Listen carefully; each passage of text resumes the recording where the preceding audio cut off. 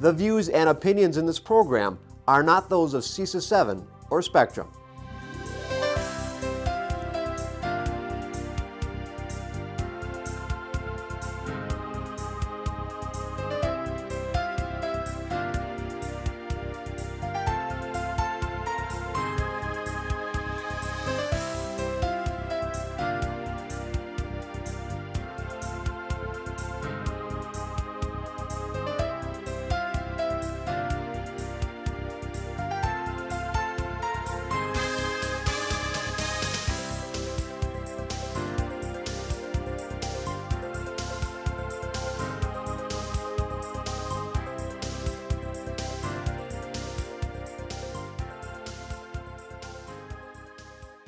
I'd like to call this regular board meeting to order, and we'll start with roll call. Beth, if you could help us.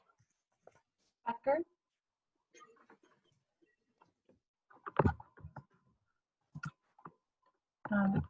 Becker.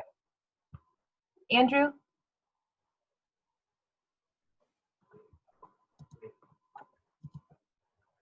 Hello?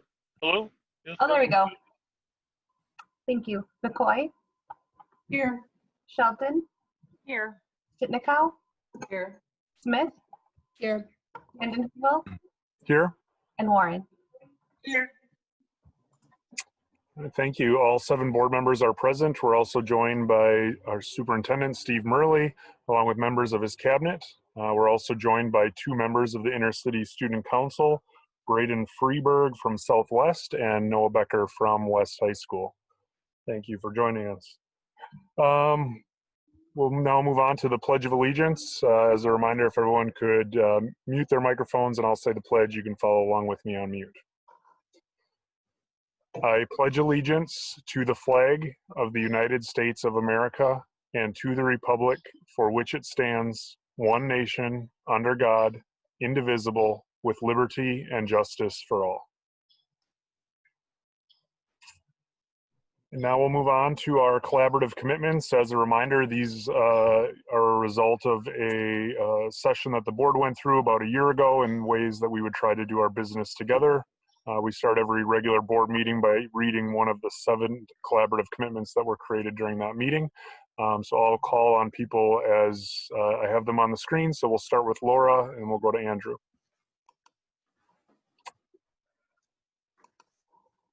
Laura, did I catch you off guard there? We missed the mission statement.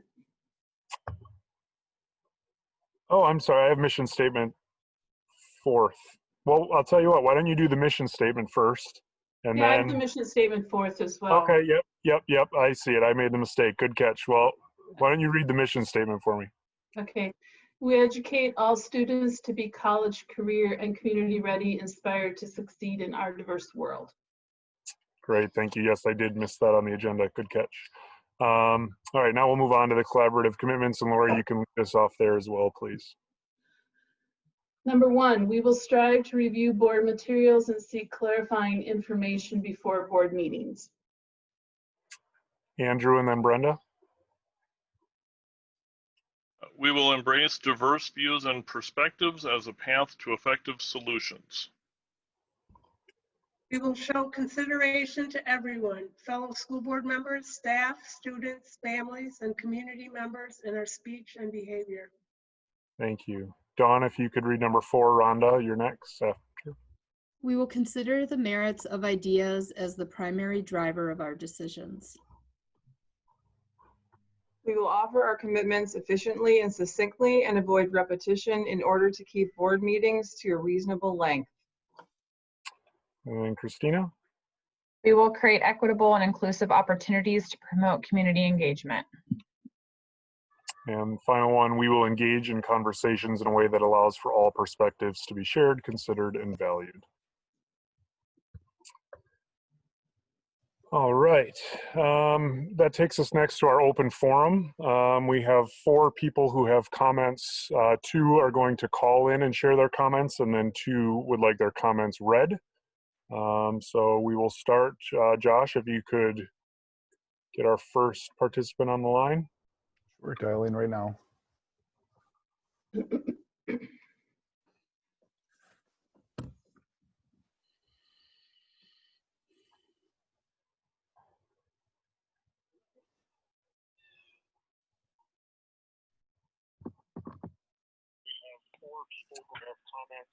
Dane, can you hear me? I can. Okay, if you could mute your computer for us. There we Yep. go. I'm hearing the sound of my own voice. This is Eric Van Den Heuvel from the Green Bay School Board. Appreciate you taking the time to share your comments. If you could start by introducing yourself and giving us your address, and then you'll have 5 minutes to address the board. All right, so I'm Dane Bergstrom. I'm a junior at Green Bay Preble High School, and I live at 2491 Crystal Springs Drive. All right, so like I said, my name is Dane Bergstrom. I'm calling into this open session to share my thoughts on the upcoming school year after the realization that my opinions are valid and may give you something to think about. Recently, the decision was made to start off the 2021 school year virtually with little to no in-person opportunities for learning. This has been a hard pill for my fellow student body and I to swallow as we are approaching the last few years of our lives in this educational system. Although I fully understand and respect where certain board members were coming from in voting this way to protect our community, it has brought up several questions among myself, my family, and friends. From this past March up until present day, the word essential has been thrown around quite a bit. It is used to describe the things and the people that must adjust to the current world situation and provide services to the community. For instance, gas station workers, healthcare employees, food service workers, and countless others. So why is it that our education is not considered essential in terms of today's standards for the word? I understand that if we return to school, it would be a new normal, but that is what life has become. We must adjust to our circumstances, stop living in fear, and face the challenges that lie ahead of us all this time. On behalf of all the students in the district, I know that we are fully up for the challenge in returning to school, and yet the decision is still not up to us. We gave our feedback on a survey along with our parents, and that opinion was clearly displayed, but it was discredited for being outdated. If it was outdated, then we should have gotten another survey, possibly the week of the board vote, and been given another chance to speak our minds, but we didn't. The district would rather keep the opinions of those affected set aside and/or silenced and focus on their statistics and takeaways only. It was somewhat disappointing, especially after encouraging everyone I knew to take the survey and share their opinion, to find out that it was thrown out the window just for being deemed outdated. I'm trying to teach myself to become an advocate for others, and how is that possible when the district cannot be an advocate for their student population? Virtual education is just not the same, at least not for my learning style. I pride myself on taking rigorous courses such as Advanced and AP. They surely are a handful, especially when I become my own teacher, isolated in my bedroom, working through things alone. Not only is it hard for high schoolers like myself to roll with these punches, but I cannot imagine how scared K-8 students must be feeling. A majority of them can't even work technology to the full extent required for this plan. And with parents at work, who is to guide them throughout their day? It is completely crazy to ask upon the community to allow ease for parents with kids in the district to stay home and work, as those businesses have already adjusted to their new normal. It just can't be expected that the community will drop everything to help our school district. Just because we may still be living in fear does not mean that we are entitled to pressure others to do the same. It's definitely going to change a lot of things moving forward. Now that we will be tied to our computer, we will no longer have a school and home separation.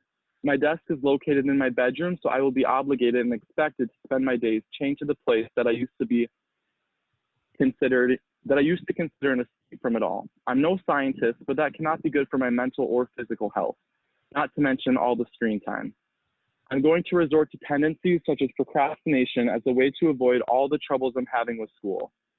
Yes, I will still have people to talk to as many other kids, but I may not tend to seek these supports as I'm not always super comfortable. Several of the board members also mentioned that the decision helped them sleep at night, as it was a choice that they felt they should make. Though an overused phrase or expression, it still holds value. I just ask this: what about all the kids that aren't going to sleep well because of those decisions? Saying that phrase shifted the focus towards yourselves rather than the main focus, the students. And speaking of the students, I believe that we need to increase the direct communication between the district and the students, specifically via email, tremendously. In order to find out any information about this school year, my mother has to forward countless emails from the district to myself that I feel should have been addressed to me in the first place. After all, it is my education, and my fellow peers and I are definitely mature enough to receive and process information of this nature. I've worked 2 jobs 7 days a week from late May up until now. I've also been in contact with several students from other schools like Ashwaubenon, De Pere, and NEW Lutheran, all of which are schools that will be fully returning to school or returning part-time. Contact isn't going to stop for Green Bay families. We have adjusted to life, been out in our communities, and interacted safely with others. With the current gating criteria in place for our district, I cannot see how we would ever qualify making the in-person transition this year anytime soon. I'm truly saddened by the vote, and I'm heartbroken, thinking that I'm already having to kiss goodbye the high school experience that I've waited for my entire life. Thank you for pondering my and others' thoughts, questions, and concerns. Sincerely, Dane Bergstrom. Dane, thank you so much for putting together those well thought out words. Very proud that you're a Green Bay Public School District student. Yeah, thank you so much for giving me the opportunity. Yep. Dane, if you've got a second, one of our board members has a clarifying question. Go ahead, Andrew. Sure. Yeah, Dan, thank you for your comments. Is that, I know there was discussion before about students not getting email communications about things that directly impact students. Has this been a recent situation where there's emails that directly impact students that you haven't been getting, or was this more from some time ago? Well, I would say it's always been an issue throughout high school. I find that I don't typically know what's going on. Within my school, it's a little better. But in terms of this whole pandemic and situation, I've had to talk to my mom about what the plan is and figure out that I could join these open sessions and have the opportunity to voice my opinion. And besides the survey that was emailed out, which some kids didn't even receive, I didn't really understand what was going on. And I heard from the news that sports were canceled and just things like that I feel like should come to the students first, besides maybe just the parents. And I feel like especially high school students can handle that. I'm not really sure, but. Okay, I was just trying to clarify if there were recent, if anything had changed recently as far as students getting more notifications. There is an update on the sports things later, and there's some pieces behind the scenes that moved extremely fast in that case, and you'll hear more about that later. So thank you. Yeah, thank you. Thanks again, Dane. Have a great night. Yeah, you too.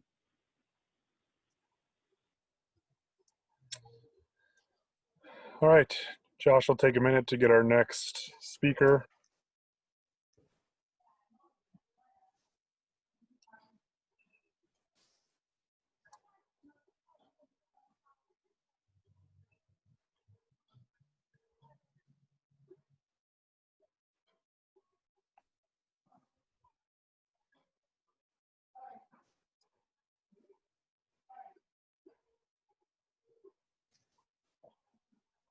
Hi, Judy, can you hear me? I'm here. Hi, it's Eric Van Heuvel from the school board. Thank you for taking the time to call. I'm waiting for you, Eric, and glad to be here.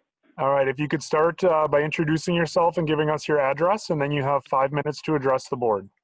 Thank you very much. And good evening to you all, and I do thank you for this opportunity. I'm Judy Crane, and I live at 102 Old Alloway Court. I'm here tonight to speak to you as a member of the League of Women Voters of Greater Green Bay, and I serve on the Education Committee of that group. I'm a longtime resident of this area for many years in Green Bay and now in Alloway. I had the privilege of serving on this board in the 1970s and early 80s, and again in the 90s and early 2000s. I continue to feel that impact of so many important decisions and discussions over the years on behalf of our children and youth. And I certainly appreciate the role of you who are currently serving as board members, especially at this time when the issues are unprecedented, greatly challenging, and vitally important to our children and families and to us all. I also add my welcome to you, Superintendent Murley.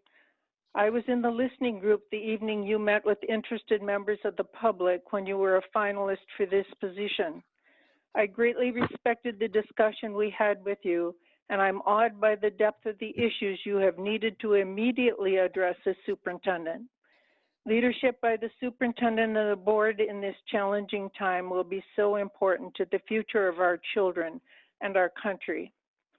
As you may know, the League of Women Voters is a nonpartisan organization that has been in Wisconsin for 100 years, working to empower voters and ensure democracy. The League has supported local control of education for many years, and in this pandemic time, we strongly support local decision-making for public schools. You, as the Green Bay Area Public School Board of Education, have the right and responsibility to assess the guidance that was provided by the Wisconsin Department of Public Instruction, and then to implement as well as possible what you see as most safe and secure for the children, families, and education professionals of our district. The League of Women Voters of Green Bay has long promoted and supported the importance of public education for the children and youth in this community. This includes ensuring that high-quality public education is available to all families and that the needs of all children must be addressed, including varying physical, mental, and emotional needs, as well as family circumstances. Strong public school systems are crucial throughout our state. The board and administration's recent actions of protecting the lives of children, families, and educators has shown us how true this is in our community. These times are unique and they require creative thinking and providing good education for our children while protecting everyone. The recent decision made by the board to open the school year through distance learning only was clearly difficult. There are no easy answers in these situations. The League agrees with you that by far the best situation is for students to be physically present in the classroom with their teachers. But as your discussion and your decision reflected, we too believe that the priority must be the health and safety of our children, their teachers, and other staff who work with them. Districts should individually make these decisions in conjunction with medical experts based on the risks and circumstances in their schools.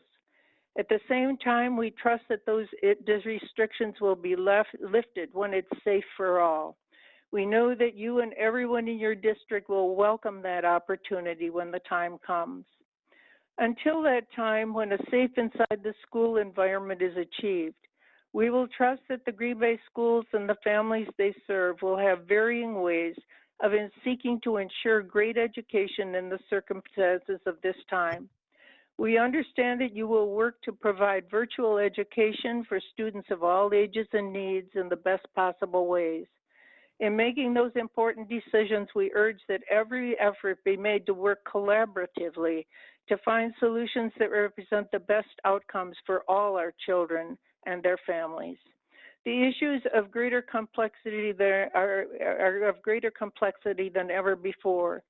In order to achieve the greatest success, maximum communication and cooperative effort is critically important now and for a long time ahead. The League believes that support for public education is the responsibility of the community at large, particularly important in stressful times. Maximum communication is essential to achieve maximum understanding and support. For these reasons and many others, the League finds that a communication to school districts sent in late July by 47 state legislatures was very disturbing because it seemed to put local control of school operations in question. This seems a threat to public schools into either opening face-to-face in the classroom or undergoing a cut in state funding. Public schools require additional funding, not cuts, to respond to COVID-19 and to serve the needs of children and their families in our community. The state constitution interpreted by the Supreme Court says that the state is obligated to provide an adequate public education for all children. In that regard, the future of our state and beyond will be greatly affected by what transpires in the legislative arena especially relating to the support of quality education. The League will work with our representatives for legislation that will provide strong financial support for public schools. We're certain this is a priority for you as well.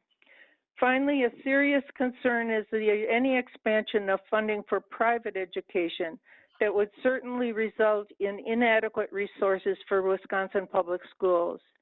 The importance of adequate public funding of education is one reason that interaction is important among school districts across the state.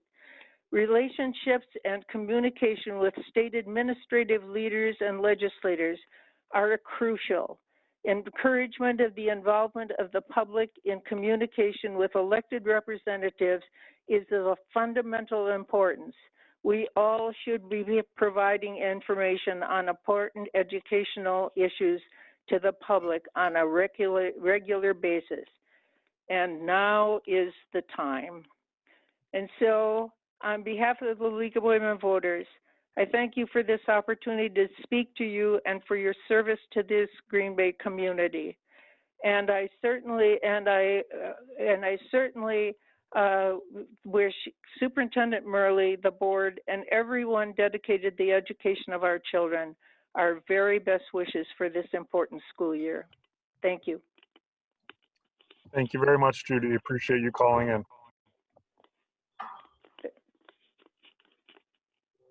Have a good night.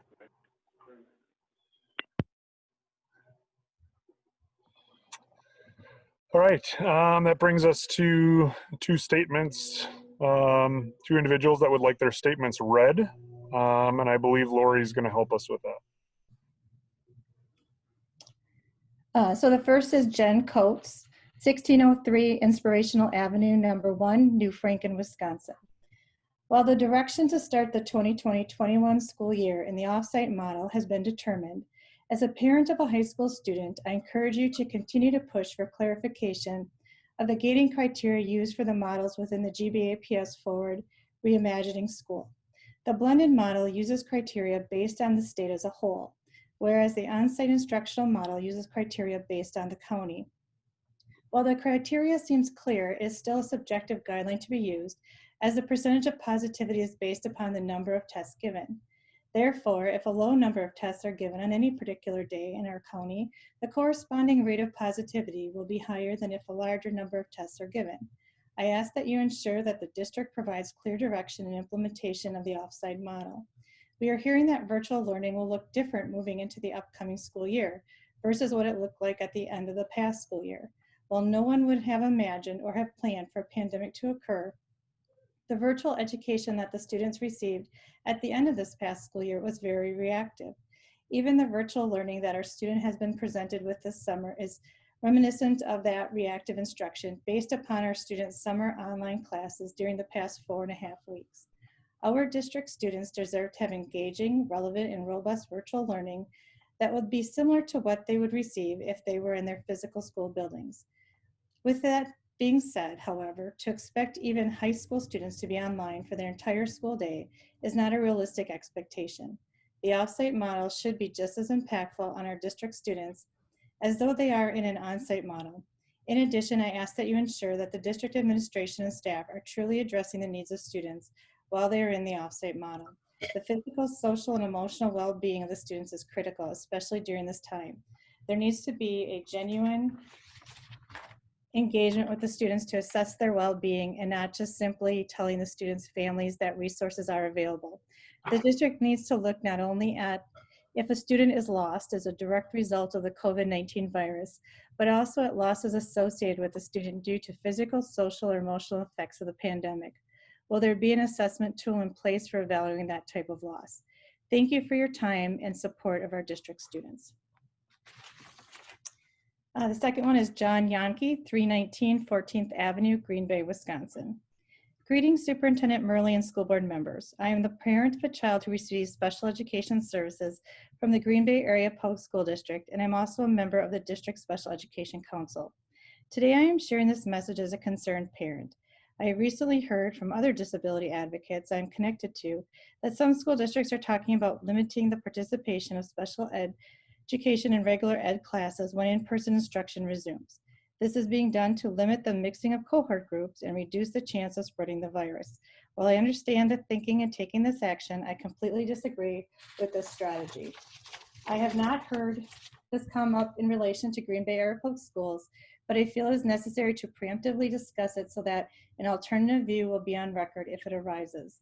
I believe there's another potential course that districts can take. Instead of using this pandemic as an excuse to further segregate special education students, we should look at it as an opportunity to fully integrate all students. The district administration and special education department should be working on ways to give support within regular ed classes so that special education students can stay with one cohort group and still receive accommodations laid out in the IEP.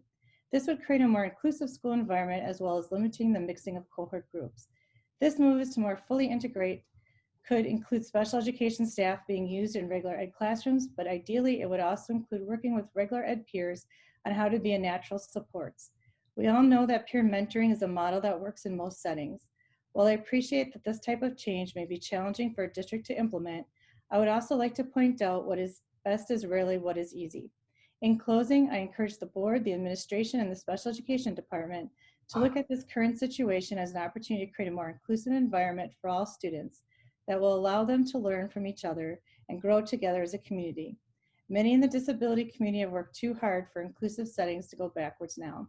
I would like to close by thanking Superintendent Murley, his administration, and the board for the difficult work you are doing right now. Sincerely, John J. Yankee.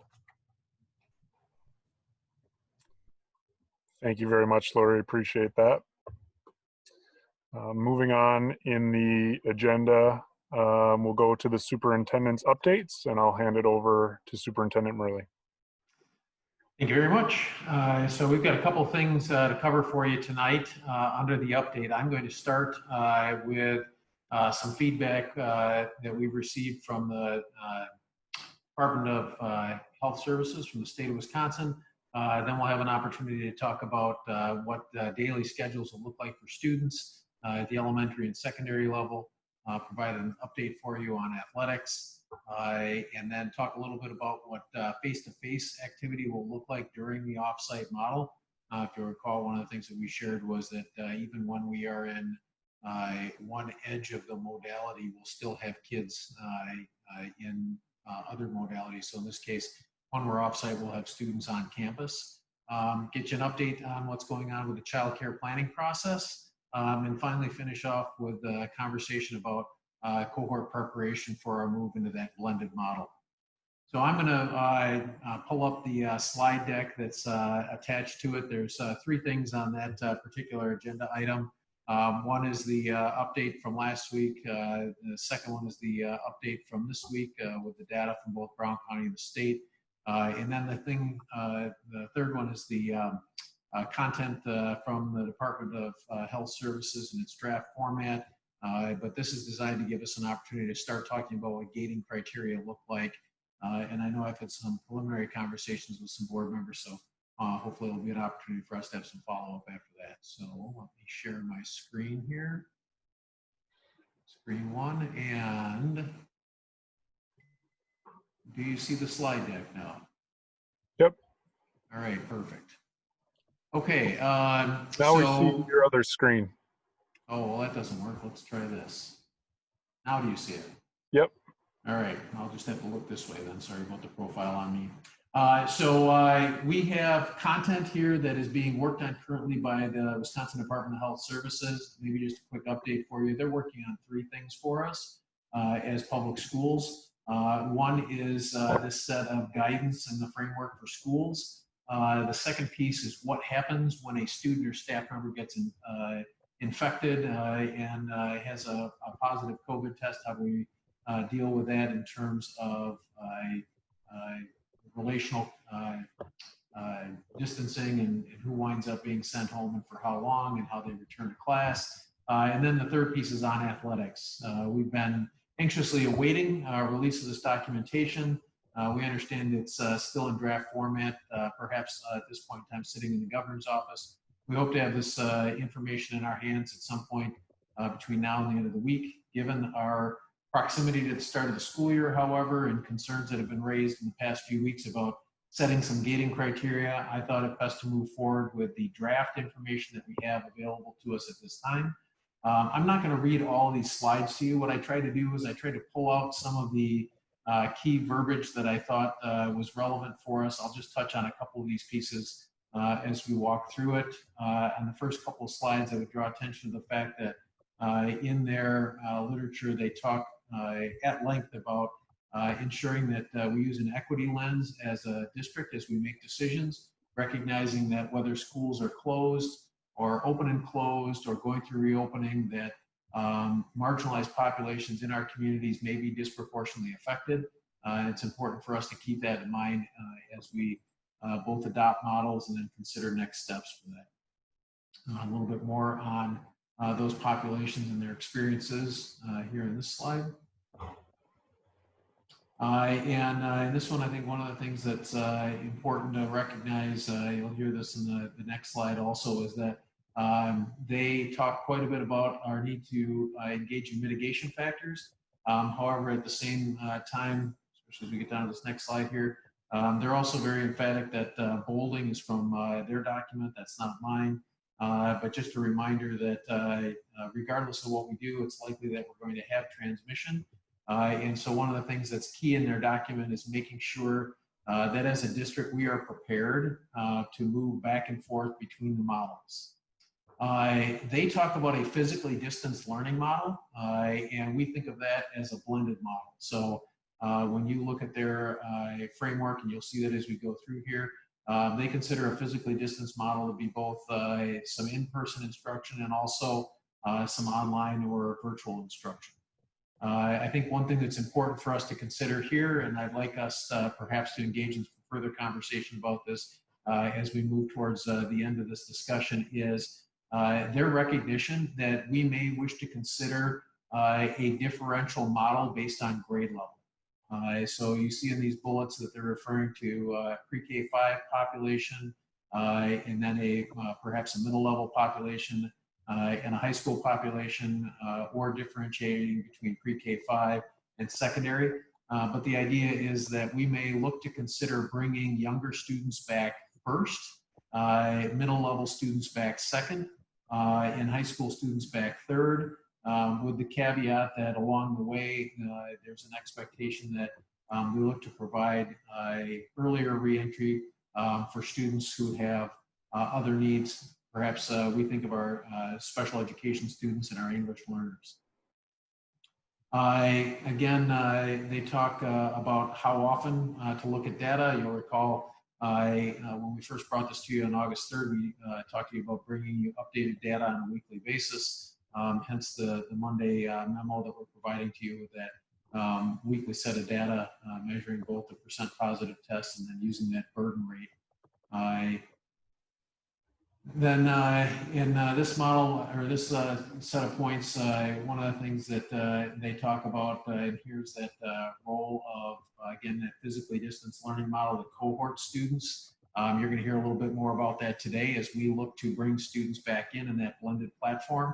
Our team has worked very hard to determine how best to both meet family needs and ensure that we have appropriate sized cohorts of students that are able to come into the system and take advantage of the 2 days on, 3 days off model.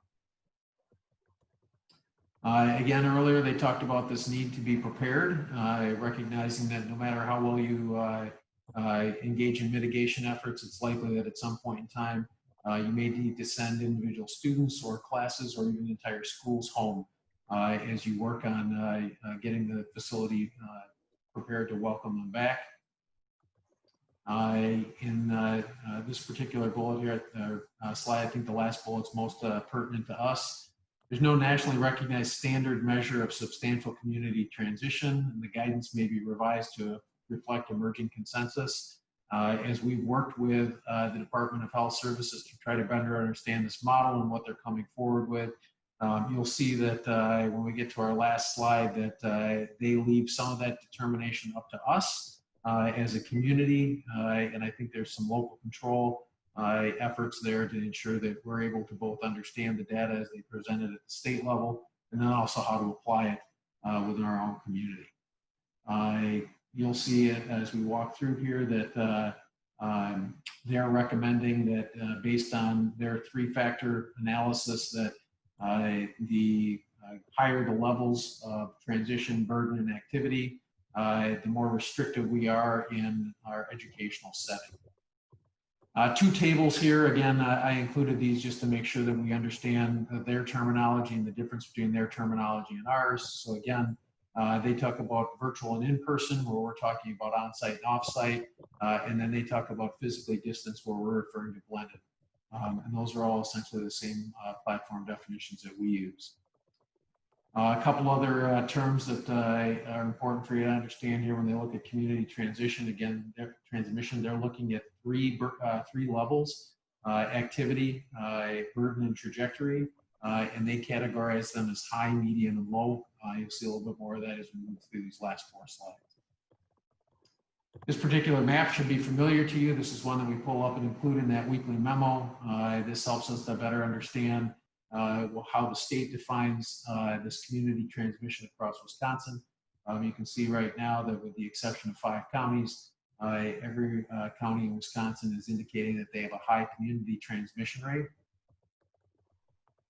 Again, there's 3 factors that they look at: the burden rate, and this is their operational definition of burden; the trajectory rate, again, their operational definition of that. You'll notice that in the burden rate, they have a low, moderate, moderately high, and high.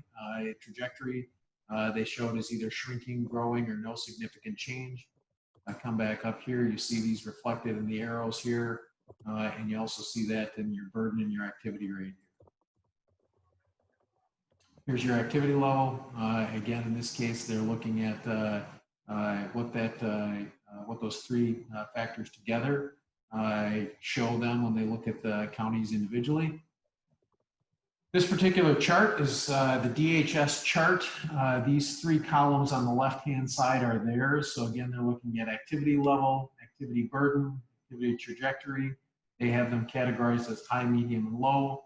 They have a high, moderately high, moderate in their high category, moderately high, moderate, and low in their medium category, and low in the low category. And then the activity trajectory, which just essentially shows you which direction that your county is moving. And then I added these 2 columns over here as a place for us to start the discussion. You can see on the far left-hand side here, they have not provided specific guidance on which model you should be in. They've simply indicated that the closer you get to a high community transmission, the more likely it is you're in some type of virtual model. And as you get to a lower community transmission, the more likely it is you're in an in-person model. So I set 2 columns over here on the right side, one showing the status and one showing potential gating actions for the board.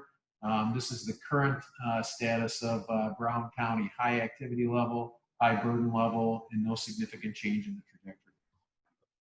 So again, this is information. I'm going to stop sharing and come back to the board as a whole. This is information that the Department of Health Services is working on for districts across the state. It's my understanding when we talked to DHS last week, we asked how soon they'd release it. He said, not hours, that meant not Friday, not weeks, that meant not next week. He said, but soon. So we're anticipating that means somewhere between now and Friday, they will release all 3 of those sets of guidance. So hopefully we'll have a little bit more information on it at the time. But again, this deck is based on the information that was available to us as we came to the board meeting today. So this was presented as an opportunity for us for a starting point to talk about gating mechanisms and where we may wish to consider moving from an off-site model to a blended model and then eventually to an on-site model. And I included some gating activities for the board to consider. So that I'd be happy to answer questions for you. All right. Anyone have questions for Steve? Go ahead, Rhonda. Thank you. So based on this information and it's coming forward, I know you had spoken to I had watched the all staff meeting and taken some notes on that. And the discussions that we've been having around case positive tests versus transmission, as far as like what that looks like. I know you had touched on that 2 weeks ago, that we were looking at that number being below 5% for a 2-week span. With the new recommendations or guidance, I should say, right? Are you looking at that being what's going to drive our decision making versus the percent of positive cases? That's a great question, and thank you for that. So we were using the 5% because essentially that was the only recommendation that we'd been given at the time. This obviously provides more depth. There's perhaps more nuance in this than simply the 5% number, because that would be taken into consideration in this model, but it would also use the burden and the trajectory, which were not included in that 5% number. That was just a hard number. So if you look at that chart, that's really just the first column on the left-hand side with activity level. But now we're actually looking at it and saying, where's the burden level at the county, and then where's the trajectory? So from a gating standpoint, the thing that's a benefit to us as a district is we can start to look at it, and as we see it go down, we can then be coming to the board and presenting transition models for you. Before, we really didn't know what to do with that 5% number. If you recall, last week at one point on one day, it dropped below 5%, went right up above 5%. We had several community members who were aware of that. They wrote in, they said, okay, are you going back now? The thing that I like about this is it actually provides a more robust set of measures, not just that one single percentage. Okay, so it states in the presentation you talked or you spoke to the state saying there's no nationally recognized standard measure of substantial community transmission. So they're leaving it up to local control, essentially, correct? Correct. They unfortunately we're unlikely to get anything more than the guidance and recommendations from the state, and so what they eventually may provide, I would imagine, will be very similar to what I just showed you. There may be some slight changes to it, but we're going to get that kind of gradient arrow that's on the left-hand side that says the darker you get, the more likely you should be off-site, and the lighter you get, the more likely you should be on-site. But then we collectively as a community have the opportunity to decide where those breakpoints are. So I'm glad you mentioned that, because that's a question that I think a lot of us are receiving, and it's on my mind as well. So with no actual data points to refer to, right? There's no guidance on that.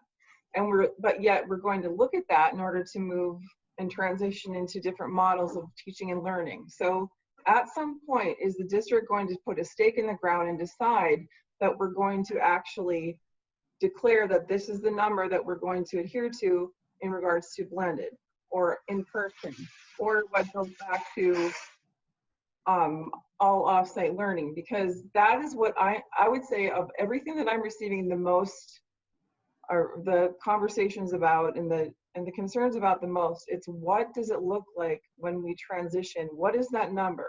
So it seems like it's up to us to decide what that is. And you just mentioned that the community would discuss what that would be. How do you expect the board and the community to determine what those numbers are to move into different, to high, medium, and low transition models? Like, how do you see that? What are we going to do about that? So I took the relatively straightforward process of making an assumption that the reason that they put 3 colors in there is that those colors might correspond to the 3 levels. And so I dropped that in as our place to start talking about it. But I think as collectively as a board and with feedback from the administrative team, I think our responsibility is going to be to look at those 2 columns that I inserted on the right-hand side and decide when we think it's appropriate to move from the offsite to blended and then blended to onsite. And then once the board's made that determination, then the column on the far right-hand side where we notify you of upcoming actions and you have the opportunity to enact that change or direct me and the administrative team to do so. I think that falls into place. And then vice versa. If it turns out that we're moving in the wrong direction and we need to get tighter with it, we might need to go from blended back to offsite. Then again, you can set that gating criteria and you can provide direction to us And then, like I said from the notes in there, one of the things that they're talking about is, should we differentiate between elementary and secondary education? I think that's probably an appropriate discussion for us to have about whether elementary kids come back to school first before secondary students do. And we might need to have another column within there for that active status piece to show where each group is, and to recognize that we may have a group of students that comes back sooner than another group. But those are exactly, Rhonda, where I hope that the board is able to get to here and provide direction to us as an administrative team. So I do still have questions about that, though. So are you asking us tonight for the board to determine the gating criteria? Are you looking for feedback on what we believe that should look like? Are you consulting with anyone from the medical community? Are you asking us to give that criteria tonight? So I only have the draft version of it, so I wouldn't ask you to act on it before we actually get the final version, which unfortunately I don't think will come out until later this week.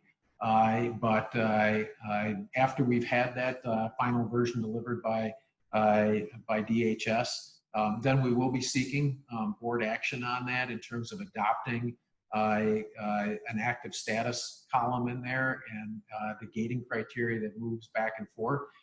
So for instance, if we decided that in the medium, moderately high, and shrinking category that we should be in a blended model, then we would actually have a procedure in place to move to that. So once the board's made that determination of where those breakpoints are, then the administrative team will develop a transition plan for each of those transitions, whether it's moving down in each of those two levels or moving up in each of those two levels. And so at this time, the burden is still too high to consider anything other than an offsite model. Is that correct? That's what I believe the DHS is telling us right now based on this model right here. Thank you. Thanks, Rhonda. Brenda, I saw your hand first, and then we'll go to Andrew. Just a quick question. Our next board meeting is until, I think the 14th of September. If you have these numbers by the end of the week, can we schedule a special board meeting to determine gating criteria rather than waiting until after school starts?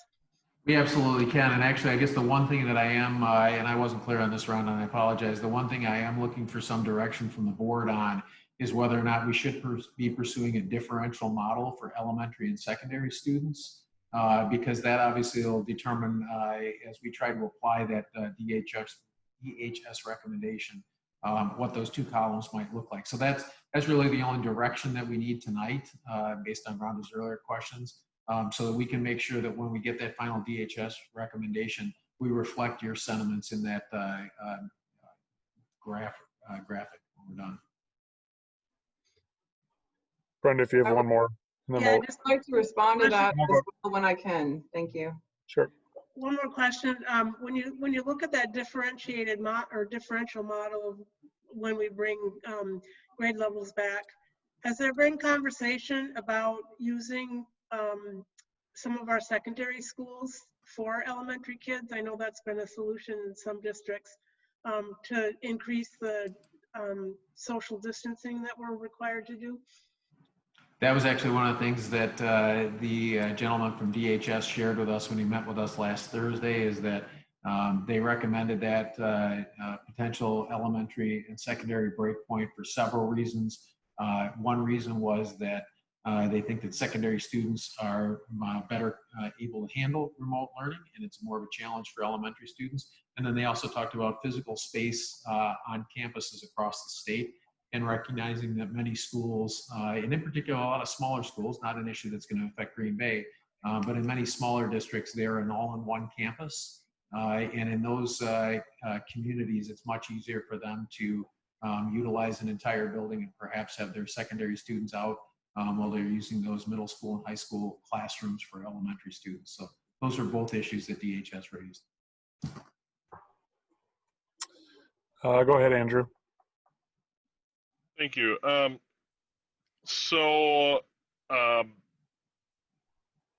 guess one thing I just want to be really clear about, and hey, if if I turn out to be wrong on this at any point in the next couple of years, I would gladly take it. But low on the state's criteria will never, may never happen in Green Bay. Maybe some point in the future after a vaccine, but you need to understand that the state's criteria is so low that it would involve only a couple of cases in a county of 250,000 people per day on average. There's another problem with it, that if you have, let's just say we did get there, if we got down miraculously somehow to 14 cases in a 2-week period, which would be amazing. We're at about 190 right now. If we did get 15 times lower in cases and got down to 14, and then 2 weeks later, in the next 2 weeks, we hit 20, even that low of a number of cases would pull us out of low and into medium. I don't know why the state has an unattainable metric, but this isn't something where I'm being pessimistic. This isn't something where it's kind of close. We will never get to the low on their chart. All right. Medium's hard to get to, and I guess you know, the Minnesota model had more graduations. It would put us in the point where we'd be sort of in between, very close in between, whether it's hybrid for all or possibly even normal for elementary and hybrid for secondary. That seems closer to reality than something where we're almost double where we can even consider hybrid. I don't want to bring to the community something where we have a theoretical metric that we will never ever reach. If rather than do that, then just say it will not be fully in person all year. Now, that's not my perspective. I think we can safely be all in person this year if we can get this COVID down somewhat, and we're not there yet. But I'm very concerned, and I was initially very concerned when the state criteria of low was mentioned in one of the first versions of the slide deck. It came out, and now we're talking about again. DHS is already more or less, yes, they could change it, but they pretty much tipped their hand that they're not going to give binding guidance here. It also is strange to me that there is such a huge, like, I don't think you have to get all the way down to 10 cases in a 2-week period per 100,000 to be safe. But if that's safe enough to open fully, it seems strange that there's a 10 times gap. Like it has to be 10 times better than where you would limit to where you would fully open. I guess I would like to see other graduated models, and that's why I brought out the Minnesota plan as something that I thought was much more developed and seemed to strike a balance between trying to open school but still having some thresholds. And Minnesota districts too have local control. Duluth was on a bubble between two, and they decided to go with the safer route to start. That I think is fine, but I don't want to set us up with criteria that, and there's no, the statistics of this is such, again, we're talking about not, you know, we can say, yep, if people take this seriously and wear masks and social distance, we'll get it down there. No, we will not get it down 95% lower than we are right now. We will not. We might get at 80, we might get at 85, but even then, if you do get there, a small increase still breaks you out of low. So I just don't see that working. I think we should schedule a meeting for next Monday, because I think I don't think we should wait any longer than that to commit some gating criteria to the community.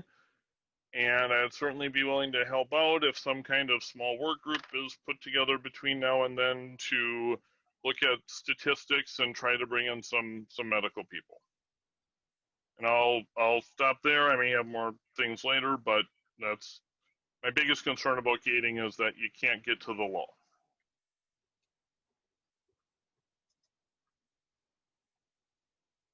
Sorry about that. One of the things I would offer is just a reminder that while they've got their 3 color bands in there, and I just artificially dropped the 3 models in there to reflect the 3 color bands, there's certainly the board could move to have a more aggressive process where you would shift the blended up into the high category and the on-site into the medium blue category. So the state provides 0 guidance on where that breakpoint is. So that determination is left to the board.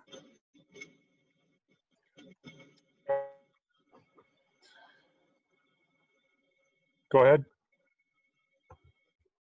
Am I on mute? No, I didn't hear. Did you say me? Yeah. Okay, sorry, I didn't hear my name. Okay, thank you. I'd like to know, see what you think about testing in general. I'd mentioned last time that with the % positive, we may be handcuffed to the testing availability to begin with. So what are your thoughts on the testing?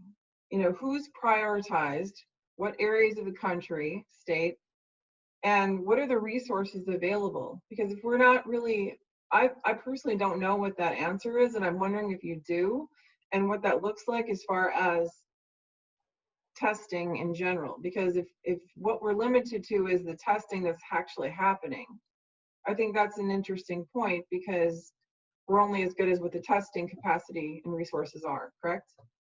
You're absolutely correct on that. So do you have any? I'm not a medical doctor. I'm not an epidemiologist. I'm in a position where I've got to rely on the expertise of others. I heard Andrew say he'd like to get together and develop a model. I'll be honest with you. I'm not in favor of us developing our own model. I don't think we have the expertise to do it. While the state perhaps isn't providing us concrete guidance on it, I think it does give us a framework to work with. I'd be happy to look at where we decide we want to fall within the state's model. Or even if you decide you want to look to another state and adopt a different state's model, I just struggle with us developing our own model in-house. I don't think we have the expertise to do it. So as far as the testing, I would agree. But when it comes to the testing capacity and what's being used in general to determine what we're doing, I'd like us to commit to making a decision, and again, putting a stake in the ground if we're going to go with state criteria or Brown County criteria. I think that's really important. If we're going to look at it regionally versus through the whole state, I'd like to know what the board thinks about that. I personally believe we need to work with what's closest to us, if at all possible. I think that makes sense. I do have a question about, there was a comment that you made at the last board meeting when we talked about the offsite model versus the blended model.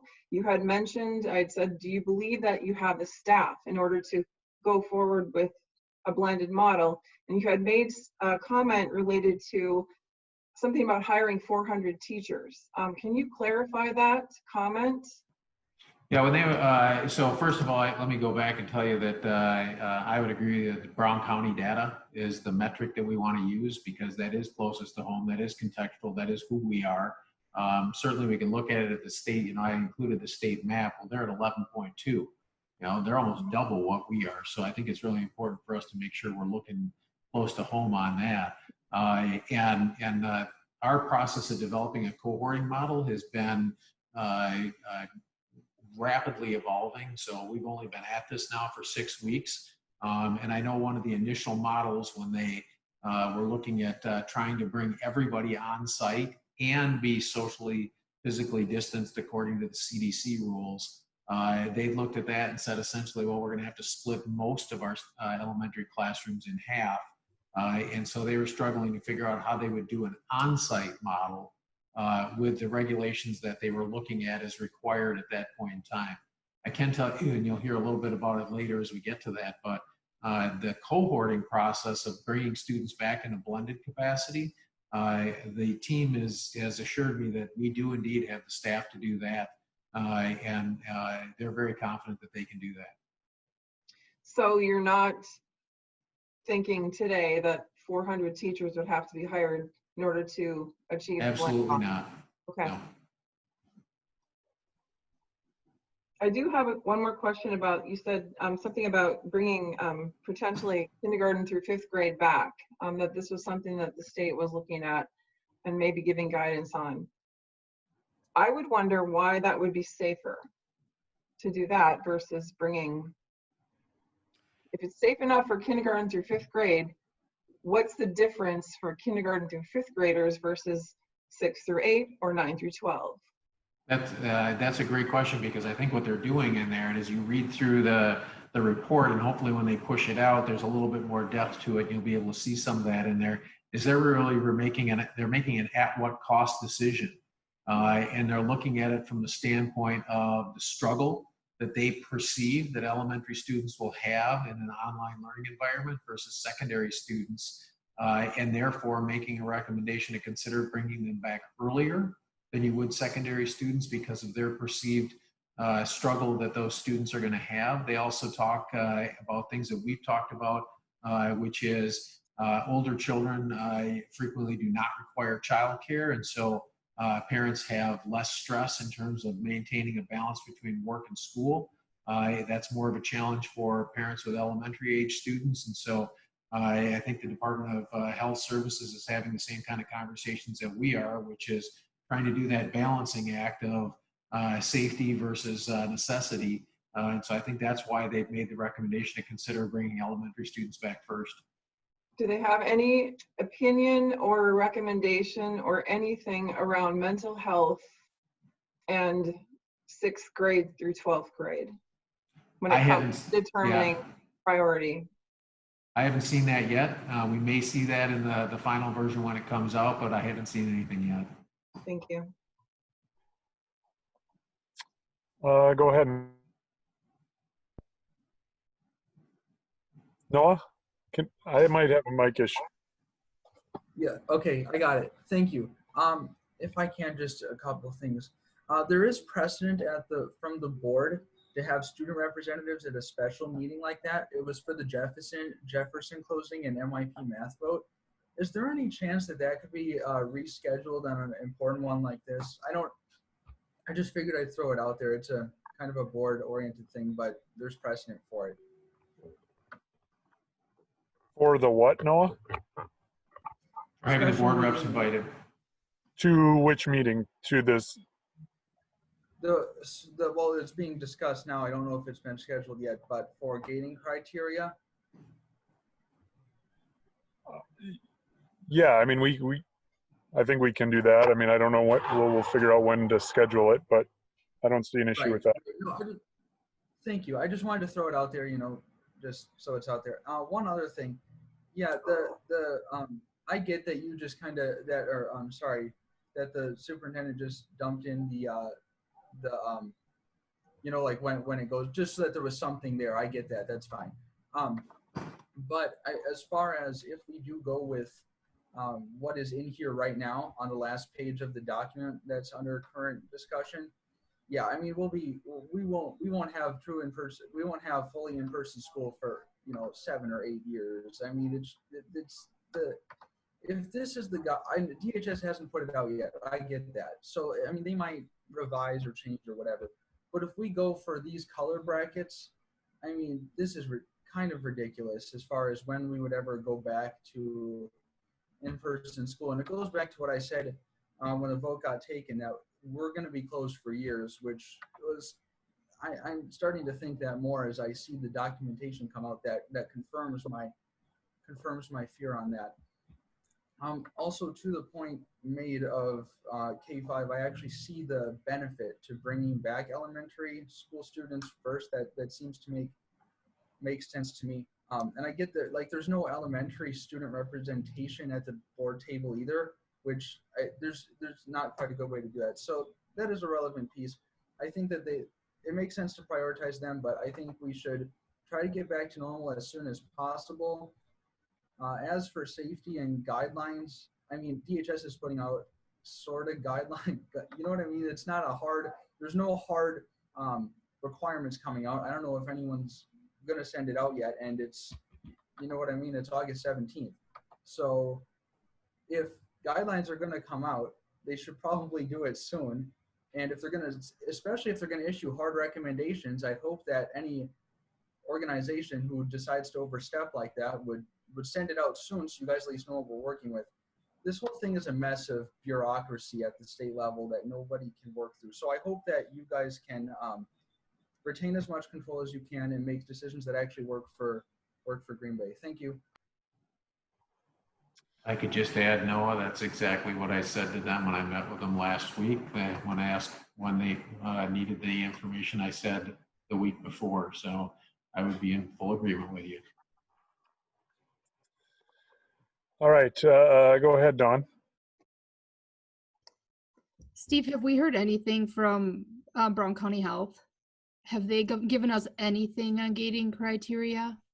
They have not. They're waiting for this same information to come from DHS. So when we're looking at, last week was a very stressful week for the admin team. We knew that athletics was starting this Monday. We knew that DHS was working on this athletic recommendation. We were badgering them constantly for it. We were actually going to Brown County Public Health asking if they could help badger the state to send that to us. We wanted these other two pieces. By the way, that third piece, remember, that's the what happens if a student or staff member gets sick. And that is incredibly important for us to have before we start bringing kids in, because you're going to hear it in a moment. We're going to have face-to-face instruction going on in various areas throughout the district on September 1st. And so we need to know, what are we supposed to do? It's beyond frustrating that we could be getting this information with a week to go before school starts. And I can tell you that the folks at Brown County Health are as frustrated with this as we are.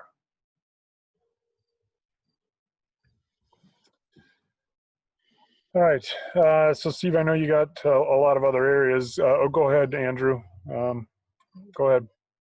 So if this is, if a meeting held next week would cover, it would make sense to talk about after all this, because different elements of these might need to be covered. We could talk about the date afterwards, but I think we owe the public an answer and a model Before school starts. Yeah, I think by Monday.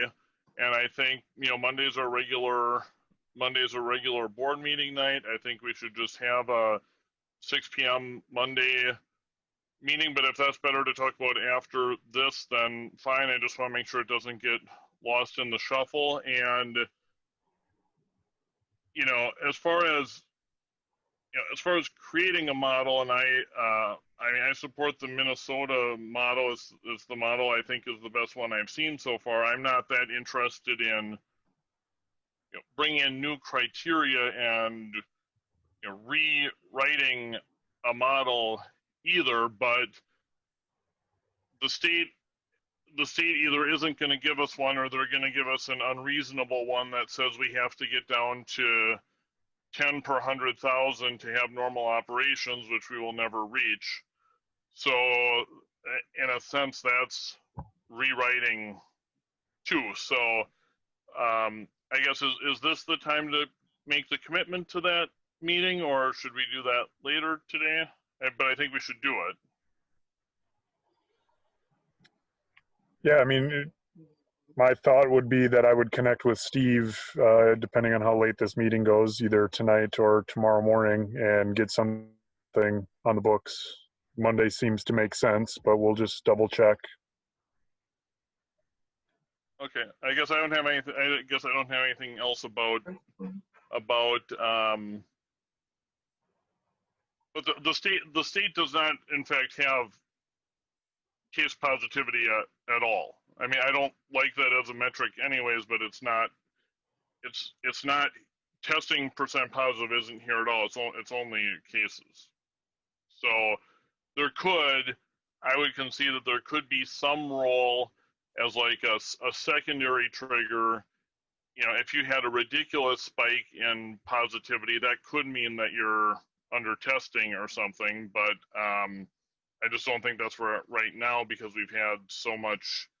I mean, we've had a lot of testing in the county, and the 5 has been pretty consistent. And though yes, I am maybe more in favor of going to blended sooner than some. I would like to do it based on good metrics, and I at least appreciate the step towards actual new positive cases being the primary driver on that.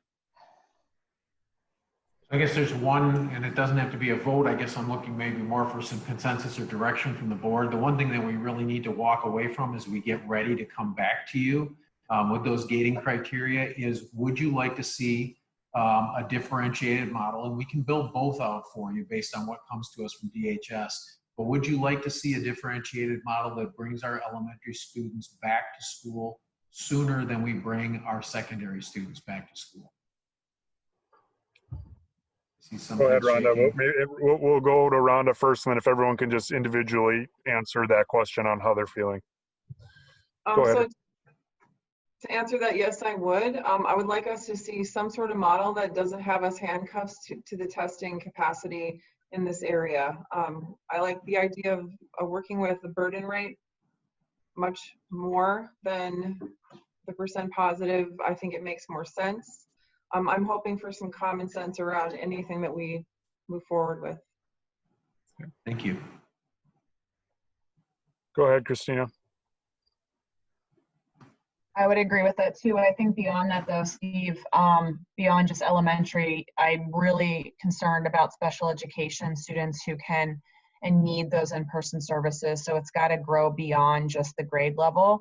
And I think it would be nice for us to consider, you know, what are some other needs that our district has that we can prioritize those kids and really move from the margins in as we transition back. So that would be something else. They do mention that in there, that as you move up, essentially you're moving up elementary, plus you're going to the next level, in their case, middle level. I'm looking for what I would consider to be our special education students, our EL learners, our at-promise kids. And so we would look to stagger those with that. So we'll build that into the ladder. Anyone, any other feedback for Steve and the admin team? Go ahead, Christina, sorry. So Steve, I'm going to ask you this question, and I really am not asking this to like throw anybody under the bus, but I know a lot of people have been asking me this. So looking at all this criteria, and we have other surrounding districts that are looking at the exact same information, right?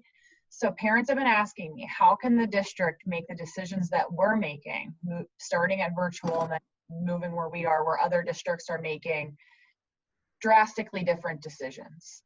So what would you say to a family that is saying, how can you all be looking at the same information and be making different decisions of how you're starting the school year?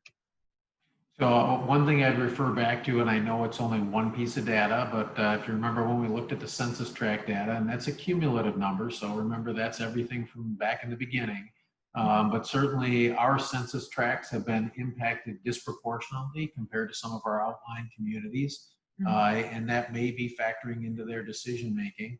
Of course, not being privy to that, I can't answer specifically how they're doing that.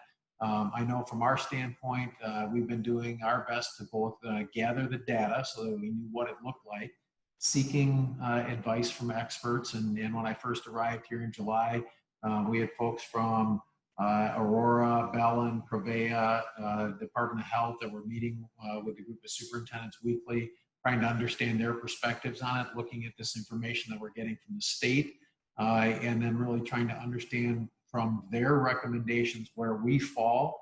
And as was indicated on that last slide in there, you know, we know where we sit based on that state metric. And so from that standpoint, we thought that it was safest for our students to start in that fully virtual model. Thank you. And I have one other request. I know she's not with us tonight, but I would like to make a request for Lynette to attend the next meeting so we can have an update on food service. I think as we talk about the models that that service that we provide every day is important. So she's doing some really creative work with that, so I'd love to bring her back and have her share what their plans look like. Okay, thank you. Go ahead, Laura.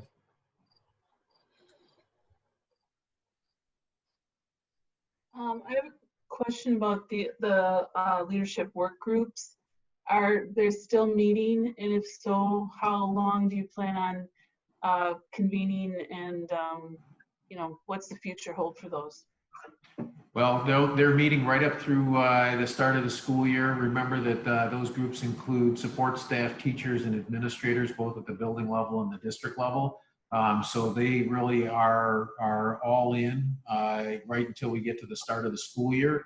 Our support staff and our teachers will have responsibilities with kiddos after the school year starts, but we will continue to use that organizing framework as we move through the first few weeks of school, because they'll be deconstructing what happens during those first 3 weeks, making some, hopefully some targeted decisions on what's working, and addressing any challenges that we come to as we start that school year. Thanks. And by the way, maybe this is a great time to give a shout out to those folks. When I initially tapped them and said, will you step up and help out? I asked them for 4 weeks through the end of July. And not only did they graciously agree to do that, but they were more than eager to stay on and finish this work, knowing that it would take all the way through the end of August. So to those almost 100 people that have been working consistently for the last 8 weeks, we owe a debt of gratitude to them. So Steve, without hearing anything to the contrary, I think that most of the board is interested in an elementary back early model. We'll do both for you, just so you can see both, but I appreciate that direction. I didn't want to come without that and then have the board say that they wanted to see that and potentially set us back. So we will make sure we have both models ready for you. Okay, thanks. Can I just add to that, Eric? Yeah. I personally am not interested in committing to anything until the public has more awareness of this discussion.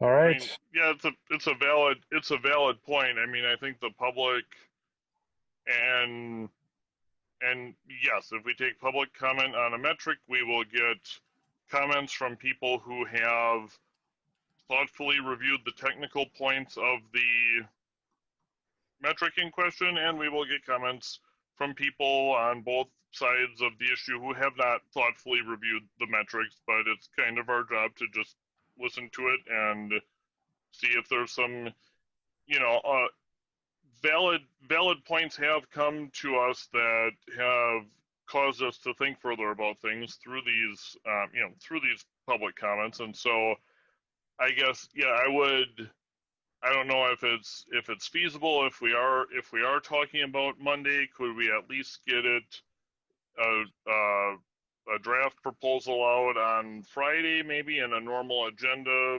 cycle kind of way? People are used to that, and then at least there'd be a couple days, and then people could register and you know, have the open forum before we did it. My goal will be actually to get it out to you midweek here. I'm maybe naively, cautiously optimistic that DHS is actually going to deliver like they said they were. We really held this, to be honest with you, because this is draft material from them, and I would have much preferred to go live with the real stuff, but we really couldn't wait to get this in front of you. But I'm hopeful that we'll have their final product no later than midweek. And if not, Andrew will be using what we have now to draft those two and bring those forward to you for consideration. So we will definitely get those out to you midweek. Okay, but how, I mean, it only has, if DHS is going to be the backbone of what you're doing, DHS doesn't even have 4 levels. Right, so if there's going to be some point at which, right, so Minnesota has 5, the reason it's 5 is because it's all normal, and then just high school is blended, and then everyone is blended, and then high school's off, elementary stays blended up to the, as far as they can go, and then finally it's closed at a point worse, at a point of worse COVID than we've had so far. So I guess just seeing how weak this model was, unless they're just going to completely rewrite it, and I mean it seems they're pretty locked into a high, medium, and low, including getting kicked out of low by going up from 10 cases to 12 in 250,000 people. So I'm just wondering, I feel good about something coming back soon, and then you talk about being just really zeroed in on this DHS model that we know is going to have, almost certainly going to have most of the same weaknesses, and then I get worried that we're just going to be repeating, you know, and then what we're saying about an unattainable return to full school. So are you saying you're going to use their concept, but write our own numbers? No, I'm going to use their concept, but I'm going to look at perhaps changing the color scheme on the right-hand side so we're not locked into what they have on the left-hand side. So we'll bring back something that provides you the ability to reframe it and move to as more aggressive or less aggressive as the board determines. And I think that by breaking that down at elementary and secondary, you'll start to see some of the gradation that maybe you're seeing in that Minnesota model. Okay, but the Wisconsin models peaks out at high, where the Minnesota model is just getting started. So, like there isn't even a consideration of being 20 per 10,000 or 19 per 10,000 or 190 per 100,000 is not even contemplated by the state model. That's like you're so deeply written off as high that, like, forget it. So that's. And I don't know that, and probably won't know that until they finally release their final model. They've had about 2 weeks to work on it since I got a hold of this draft model. So Okay. it may have some difference to it, or it may come back and look exactly the same. All right.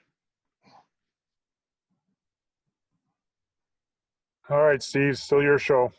All right. Well, as Laura asked earlier, how are the work groups doing? Well, this is actually some of the work group product here. So we've got several of them kind of right in a row, and they will be able to bring you up to speed on the work that they're doing, and do it in relatively short order, but provide some opportunity for Q&A. So the first thing that we're working on is what the offsite daily schedules look like. That's been a high level of interest from students and parents. So I'm going to turn it over to Vicki.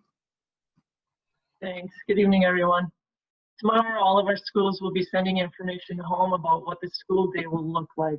There'll be some uniqueness depending on the school itself. There are structures in place that I'll share with you in a second. The academic standards and infrastructure work groups joined together. Ms. McCoy, what you were talking about, are they still working? Yeah, they are. They're finding unique ways in situations that require some cross work. So those two teams have worked together to produce a framework that guides the school. Here we go again, sorry. That guides the school in making the schedule. One primary driver was that we all want to get back to face-to-face. So one of the primary drivers in setting the offsite schedule would allow for the least amount of disruption when you transition into blended and then ultimately into the online or on-site model. Some of the common themes to the schedules, students and teachers will engage in both synchronous, which is real-time, live, and asynchronous, which is self-guided lessons. We all share the concern about a student being in front of a computer all day long, and we're going to make sure that doesn't happen. In addition, we're also concerned about teachers being in the same situation. Monday, Tuesday, Thursday, Friday, school day structure will have daily live lessons, new learning, processing opportunity, and reflection. All of the new lessons will also be recorded to allow the flexibility for those students that, for whatever reason, might not be able to log on at that particular time when the course begins. Wednesdays, let me back up on that. Each day will also include a homeroom or advisory and what we call at the elementary level community circles. This is where we'll address social, emotional, and behavior needs for our students. Each student will have that. That's where attendance is going to be taken. That will be Monday through Friday. Wednesdays will include that, and then the rest of the day will be mostly asynchronous learning days to allow for differentiated instruction, individual conferencing with students and parents. Our teachers will engage in professional learning and planning collaboratively during those days, along with their learning teams.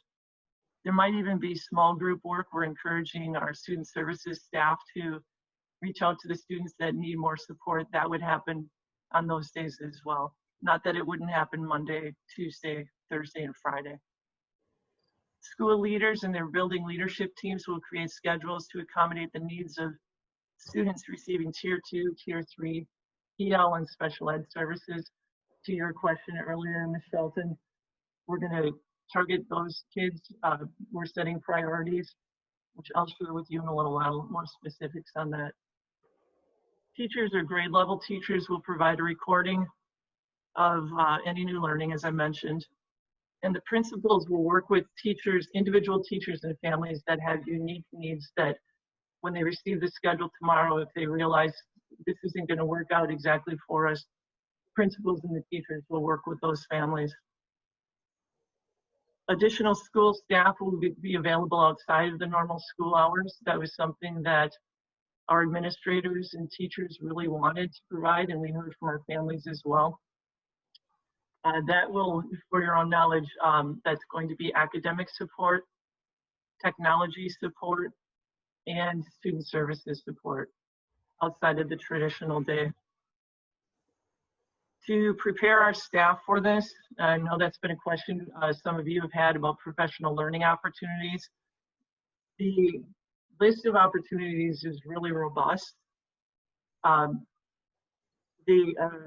Preparing, most of them are prepared already, but they actually have been recorded to allow flexibility for our staff to take it when it works best into their schedule. I wanted to provide you some examples of what those learnings are. Our administrators have a professional development on leading and supporting teachers in the online environment. For our teachers, a few examples: principles of online teaching and learning, Google Classroom Framework, Seesaw Classroom Framework. Those are the two models we're using for elementaries using Seesaw, secondary is using Google. We are providing a professional learning opportunity called Collaboration and Questions. A lot of concerns about our online experience last spring. We heard that, we knew we could do better. And we piloted it this summer, and the feedback has been very, very good. So this PD opportunity is a chance for our teachers to hear from their colleagues that actually taught online this summer, so they can share what that experience was like and how it looks different from spring. All staff will be engaged in a PD on social emotional learning and relationship building. This is going to help support our advisory and community circles. They also will be taking trauma and its impact on behavior training. And we're going to continue with the culturally and linguistically responsive practices that we started last year.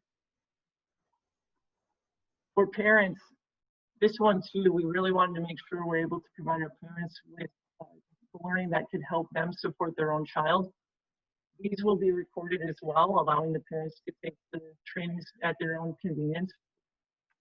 The tricky part with the parent one is that we want to ensure that we are doing it in multiple languages. We have a limited number of staff that can do that translation for us. Right now, we're really close to having all of the English language parent PD done. We're going to start working at the translations, but unfortunately, those are taking a little bit more time than we intended. Parents will also get professional learning on, as will staff, the proper use of PPE, so the proper way to wear the mask, proper hand washing, physical distancing, caring for cloth masks. And then we'll also have for parents some technology basics. That's what I have for the fall schedule. Vicki, can I ask you a question about any discussion around open house or meet the teacher, what that would look like for the children to meet their teacher for the first time? Yes, we've talked about it. We are right now encouraging virtual opportunities to do that. And I've asked our principals to think about ways when the board finally says, let's move to blended, what that could look like on a face-to-face. I know some other districts have done maybe 5 students during that transition time coming in at a time to meet their teacher and then learn what school's gonna look like. So yes, there is discussion about it. Okay. Go ahead, Christina. Vicki, I'm sure you'll have more information about this later, but for those families that, you know, can't participate with their children during the traditional school day because grandma is watching or they're going to a child care facility, how are we allowing flexibility so that they can still maintain their academic work, but, you know, working with the families and their needs? Yeah, and a lot of that is going to be based on the individual circumstance. Our principals and teachers are ready, they're prepared to help meet the needs of those. We don't expect that to be a majority of our students and families, but we will do our best to help them. Okay. That's so part that, of, Ms. Shelton, that's part of the after school hours of support. So okay. Not just for students to call in and ask for help, but parents as well. Okay. So there will be like directives for families if they fall into that category on who to communicate that to. And okay. Thank you, Vicki. Go ahead, Laura. You're on mute, Laura. Thank you for all that information. I was wondering, so it sounds like our teachers are going to be quite busy lining this all up properly. But can you take a moment to just address sort of the persistent narratives that I hear of? I'm sure we're all hearing it, the teachers, that we should lay off teachers, that we should, somehow we're not going to need all of our staff, that we are just not, that isn't going to be necessary. When I listen to you, it sounds like we're going to need like every single person that we can get to do this lift and produce results. I don't mean to put you on the spot, but I think I am putting you on the spot. So I don't know. Can you offer anything on that? Yeah, Ms. McCoy, this is going to be all hands on deck. This is, as you all know, this is education. With it comes great opportunity, but to do this right, we really need everybody working in the same direction to get us off on the right foot September 1. For students that are having difficulty connecting or parents that are struggling, we need all of our staff to be available to provide them with the support. And by the way, teaching, I've taught online, I know Steve has. Teaching online is not easy. It's in fact, if you want to engage the students in the same manner you would in a face-to-face, it's much easier to do it in face-to-face. If you want to engage them in the same manner online, it takes a heck of a lot more work. And our teachers know that. That's why we have all this training going on right now. Many of them are doing this training. By the way, I know this is kind of off topic, but they've committed to a lot of this training on their own time. dedicating nights and weekends right now to prepare to make this experience this fall great for our kids. They're truly committed, Ms. McCoy. I want you and the rest of the board to know that. Our teachers are working really hard, as are our building leaders and other administrators, to make this a really good experience for our kids. And I have no doubt that when we're finally able to transition into the blended and then ultimately on site, that Green Bay parents and kids are going to say, we're glad we stuck around. We're glad we trusted our principals and our teachers. Thank you. Go ahead, Rhonda. Thank you. I'm first just going to throw a couple comments, and I'm going to thank Superintendent Murley for your comments during the staff meeting that I watched. You had spoke about, I don't remember the term you used, but it meant in place of parents. And I felt like that was a very important message to convey, and I appreciate that very much. I just wanted to share that with you. You also mentioned that we are a safe place for students to go during the day, and I appreciate that as well, those comments. So Vicki, I have a couple questions about attendance when it comes to the day-to-day operations.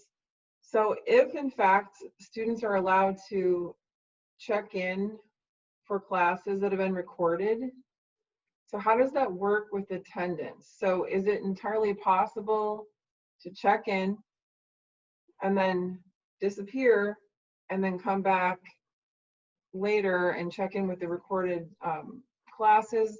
What are the non-negotiables when it comes to that model and those logistics? Because I think that's something I'm hearing a lot of as well, of the attendance piece versus classes that you're able to, I guess, engage with online later, like, you know, something that's recorded.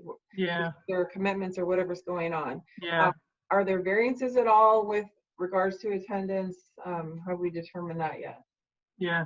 Attendance will be taken during the advisory / homeroom and community circle for our elementary students.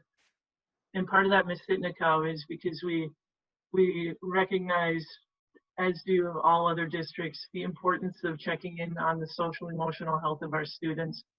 And we also know that having them grouped with their peers is a really good way to do that. So that's how attendance will be taken.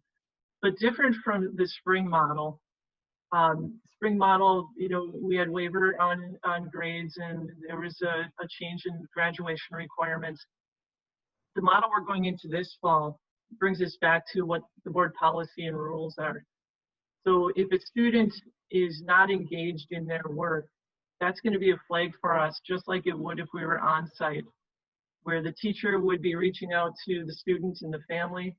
And then as we do with the on-site, our student services would start getting involved. We don't want to lose our kids this time. We don't want to lose them. Thank you. So then I'm clear. So homeroom, meaning, let's say you're in middle and high school, are you talking 7:30 in the morning? That's your homeroom? I believe, I'm gonna have to verify this with the team, but I believe each school is setting the time for their homeroom. Some may be right away in the morning. Okay. Okay. I'll get back to you on that. Okay, thank you. And then as far as you said we were going back into the board policies as if it was a, I guess, normal educational experience and time. Mm-hmm. When it comes to truancy, when it comes to attendance, I know we have tried to reach out and we've tried to engage with families. We had a whole board conversation about this last year. Considering the situation, the barriers, everything that goes along with what's happening, what does that look like? Are we going to have to follow, is the state going to give us a variance with this, knowing the situation, or do we have any sort of leverage at all when it comes to students that are struggling just because of the pandemic in general and what's going on in their families, and that school just isn't happening for all kinds of reasons?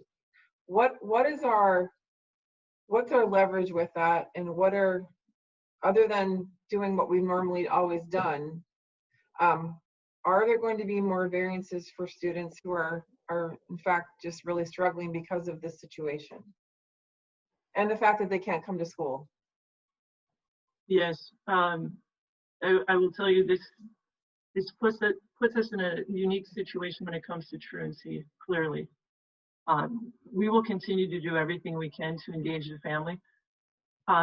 Sometimes a signal of a student not being engaged, let's just say in the virtual world,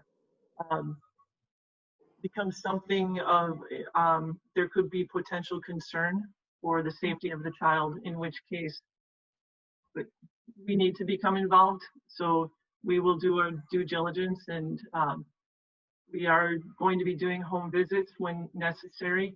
I do want to make it clear, though, that the home visits for safety of our staff, we won't be entering the home itself, and our staff will be going in pairs just for their own safety. And they'll need to follow all of the safety protocols that we would expect at the school.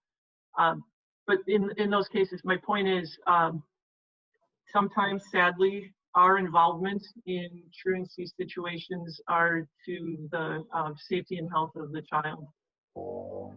I suspect we're going to have a lot of flexibility in the virtual world as far as issuance of a truancy ticket, for example, because a student could be engaged in classwork outside of the normal school day. So we would take those things into account as well. And I have one more thing, and I appreciate that. As a board member, I would love to see any sort of data in the next, after school starts and we're moving forward with this offsite model. I would like to see, if possible, data around engagement, truancy, just what this really looks like for our students and their families. I'd like to know in real time what that actually is, how this is working in general for us, because to me that's very important to know that. And I understand people are they're working hard and they're doing their jobs in the context of this unprecedented time, but I would like to know in real time how this is actually what it looks like. I think that's fair. I don't know if anyone else shares that, but I think for me that's very important to see. Vicki, if I could just add, if I may, Rhonda, the DPI issued what they're calling COVID-19 district flexibility applications and listed a number of provisions that school districts could request waivers. And those would be things that the DPI can control that are not statutory. Unfortunately, truancy is defined in state statute, so unless the legislature makes changes to that definition, we do not have the flexibility to change what constitutes habitual truancy. Now, as Vicki indicated, our I guess discretion is in the issuance of truancy tickets and that sort of thing, but we don't get to decide who is and who is not habitually truant. That we cannot request a waiver. And I would say, I think it would be important to consider, there are other aspects of the public education system that we create resolutions around, right? And we think about what that looks like when it comes to our student body and the needs and their real-time existence right now. We've had other resolutions around funding. We've had resolutions around what the tax dollars look like on for voucher programs on tax bills. I think we should consider, I would love to have a discussion about having some sort of, I don't know if we'll call it lobbying, but some sort of discussion so that we can share with the legislature how important and how critical this actually might be for some of our families. Yes, they control that, but they've also controlled other things that we've created resolutions around in the past, and I would like to see us consider that if possible. I think I had Andrew first and then Christina. Andrew, you're on mute.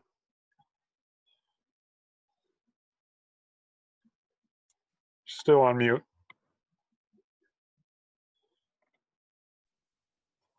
There Okay, you go. better. Okay.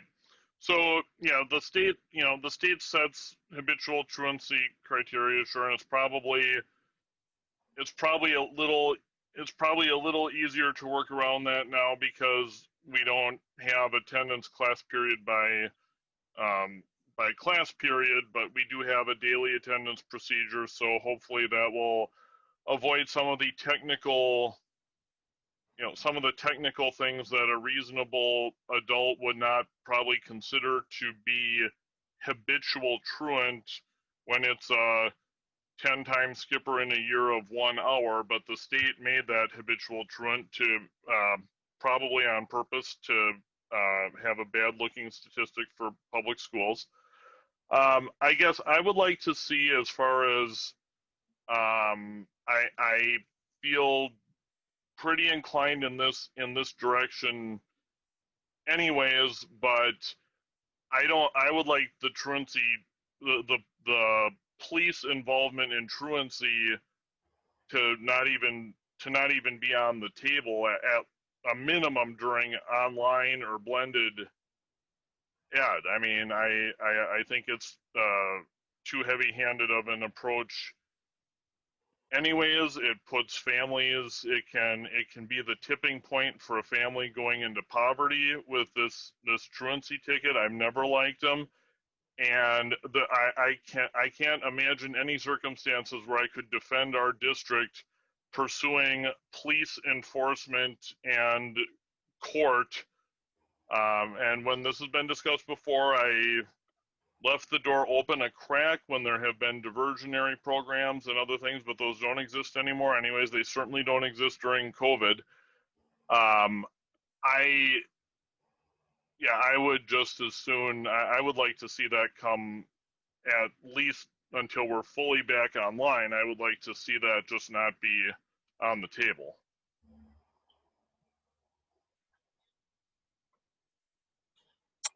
Okay, go ahead, Christina. I would just make a recommendation, Eric and Steve, maybe we can just add that topic to our Wednesday meeting and we can look at that and then get back to the board on that, because I agree. I think it's worth looking at, looking at the policy and the rule, and if there's something that we suspend or we maybe just completely rework moving forward. I don't know, but what do you think about that, Eric? Yeah, definitely. I'm in agreement. Okay. Go ahead, Dawn. Go ahead, Dawn. Vicki, just so I understand, is the communication going out to families tomorrow going to be district level communication or communication from the individual schools? That's a really good question. Each school will send it out, and thank you for the reminder. Secondary students, high school students will also receive the message from their principals. Thank That's you. what you were getting at? That's what you were getting at? Well, no, I was curious because I know you had said start times would be done at a school level, and I know that's one of the things I'm getting from parents is they want to understand what the day is going to look like so they can kind of start planning. So it's helpful. Thank you. Go ahead, Rhonda. My question is actually around, we talked about the truancy piece of this, and we talked about enforcement, we talked about police ticketing. What does it look like for the SROs, for the school resource officers, when it comes to this offsite model? What is their role going to be? Is that okay to talk about in this section? Each work group will have different assignments based on the needs of the schools. The SROs we intend to utilize in the same capacity we did in the spring.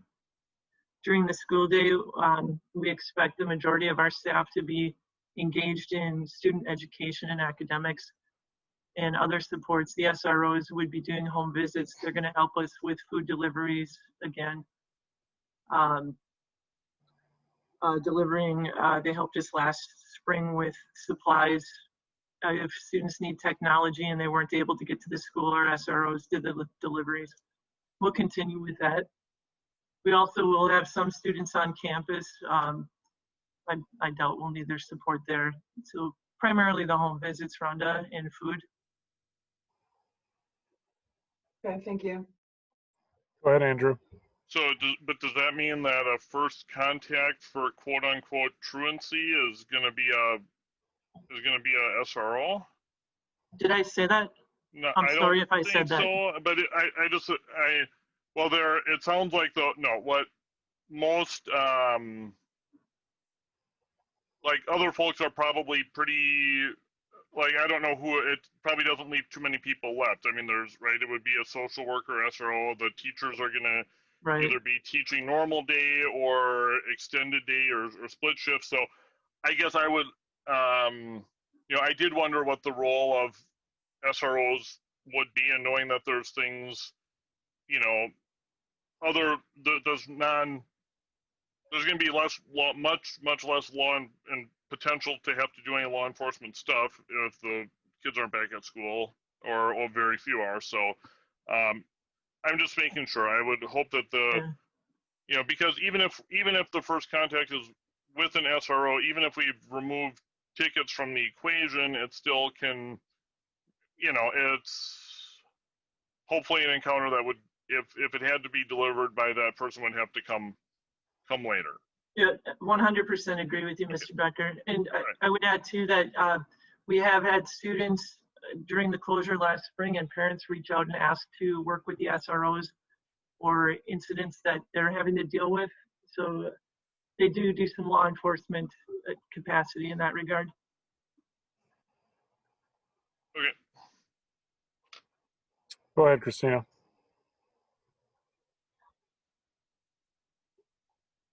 Sorry, my mute button wasn't working. I don't know if it's time, if I can ask this now or if I should wait, but I did have a number of substitute teachers, people who rely on long-term sub positions for employment throughout the school year. So Terry, I don't know if you are able to jump on and talk a little bit, if you guys want to talk about that here, or if you want to wait. I was trying to find a place in the agenda where it would fit.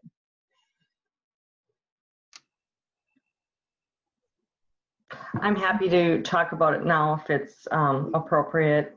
We continue to do outreach to our substitutes. We have 196 substitutes that have returned their commitment to the district, and another 22 that are pending and in process. And as we have been working with staff that are committing to our district, we are offering the professional development that our teaching staff are currently, and our paraprofessional staff, really all of our staff have been invited to participate in, relating to Seesaw and Google platforms and those pieces that Ms. Beyer talked about earlier in the presentation. We continue to have in Frontline absence management system, which is the platform that our substitutes use. We have an announcement that pops up the minute you open the site, also referring to the survey that's been sent out multiple times through the staff scoop, and providing the contact information relative to the commitment, and then we are paying for the professional development time so that everyone is set up and ready to go for a little different type of environment. We will continue to offer the opportunity for the training as we are onboarding new substitutes, and we continue to recruit and hire for substitutes. We know we will have a significant need in the blended and on-site approach, and we will also have a need as we have staff who still have life outside of COVID happening. So we still have staff having babies, breaking legs, unfortunately some fun, some not so fun reasons that will require that we have substitutes available and ready to step in. And we're very fortunate. We have a great committed group of individuals that we value their contributions. And we continue to hear from the president. We spoke with him from the substitute groups around the communication and the approach that our district has taken in valuing the service and the value that substitutes add to our team. So Heidi Gaza and Tina Nowak continue to be on point in the Human Resources Department. and Randy Etten, the director, around substitutes. So if anyone would like to reach out to them directly as well. We did have 33 substitutes resign this year, and we do have 551 active substitutes in our system. Thanks, Terry. Can I ask you a follow-up about that? So are we looking to utilize the substitutes in the virtual model? I mean, I know that would take licensing, waivers and so forth. Are we not there yet? Is that something we would need to pursue? Are you thinking more so that the subs would be kind of on hold until the blended model? We will be using subs in the off-site model for any absences that are a longer number of days put together, where there's great need. We'll be reviewing case by case what the need is for the substitute, but we will for sure continue to do long-term substitutes assignments. Like I said, we already know that we have some staff who are expecting babies or that need to have surgery, those types of pieces. We would absolutely, our plan is to still work with engaging and securing subs, and we will provide the training to them so that they're able to do so in the virtual manner. Okay, so, sorry, Terry, just a follow-up to that. So I guess what I'm asking is there doesn't seem like there's a plan right now or a need to utilize subs outside of the traditional sub model. Correct. If I'm understanding your question correctly, Christine, I need to know a little bit more information around that. If you're around what you're looking at, but yes, within the current guidelines for licensing for substitutes, and we do explore all of the flexibility that the Department of Public Instruction has afforded us in the licensing process. And we've done some really great work through a DWD grant in expanding the opportunities for staff to become substitute licensed or for community members to engage with us in that manner. So we'll continue to do that work. And yes, we would continue to use substitutes in a traditional way when we have staff that are unable to work for approved reasons, and it would require the coverage. We want what's best for our students and make sure that that is supported. Yeah, Terry, sorry if I wasn't clear about that. I guess what I was trying to get to was just that as we think about the additional need for staffing, right, as people, just because we have to have lower student, teacher ratios, Yeah, okay, I understand now. I'm sorry, I wasn't clear. Thank you very much for that. Within licensure requirements, we do have some substitutes who would not be appropriately licensed to step into regular contracted teacher positions for more than 45 consecutive days. So, provided that there's appropriate licensure, there absolutely may be opportunity for employment and utilizing our substitutes that are able and interested in vacancies that might occur or in staffing needs that might occur moving forward. All right, thanks, Terry. Sorry about my confusion.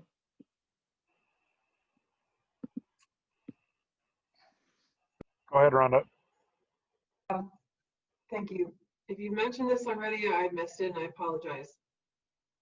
Do you anticipate the length of the school day to be basically what it was in a regular normal setting? Are the minutes being waived at all? Are we basically doing the typical schedule for each elementary, middle, and high school? Is it going to be the same? Yes. It is. Okay. Yes. Thank you. Welcome. Any other questions for Vicki around the school day? All right, Steve, I'll let you transition. All right, as you know, we had some issues that arose last week with athletics, with the WIAA and some change to schedules, and Tim Flood's on the line with us. I'm looking or there he is. And he's going to give you a quick update on what's going on at the middle and the high school level. Good evening, everybody. Let's start with the middle school. The middle school ADs and I met last week, and we really didn't know how to start our middle school athletics, as they're 6 weeks, and for the first month we'll be off-site. So there was no real way for us to be able to offer the fall sports. So what we did was we figured out how to move those to the spring. We condensed, as middle school is an exploratory time, we condensed from a 6-week schedules to 5 weeks.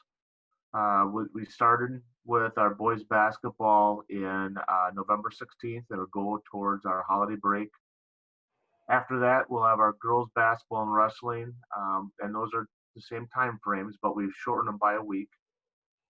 6th grade basketball falls into place after that, and then that's where right after spring break, the Monday after spring break is when we'd start our football, soccer, cross country, and volleyball, and that would go for 5 weeks.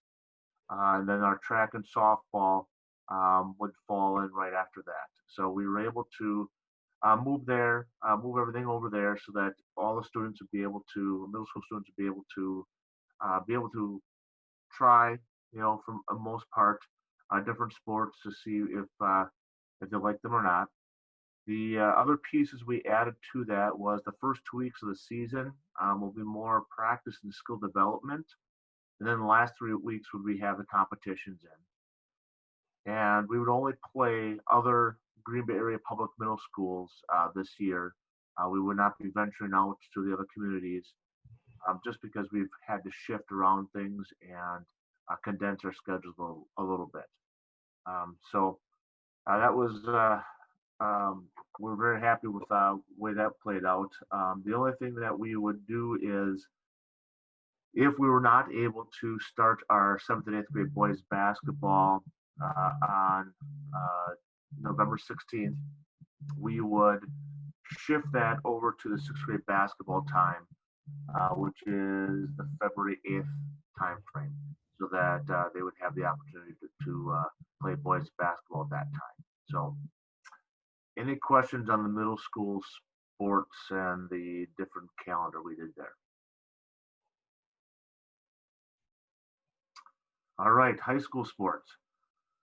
So WIA, they created an alternative fall season in the spring.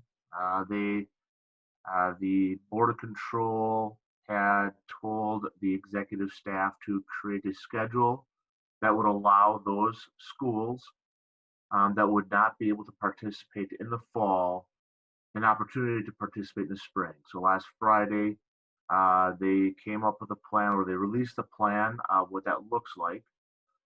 So they shortened the winter seasons and the spring season by a week, I believe a week, maybe 2 weeks, and then they condensed the fall season to fall in between that by about 2 or 3 weeks.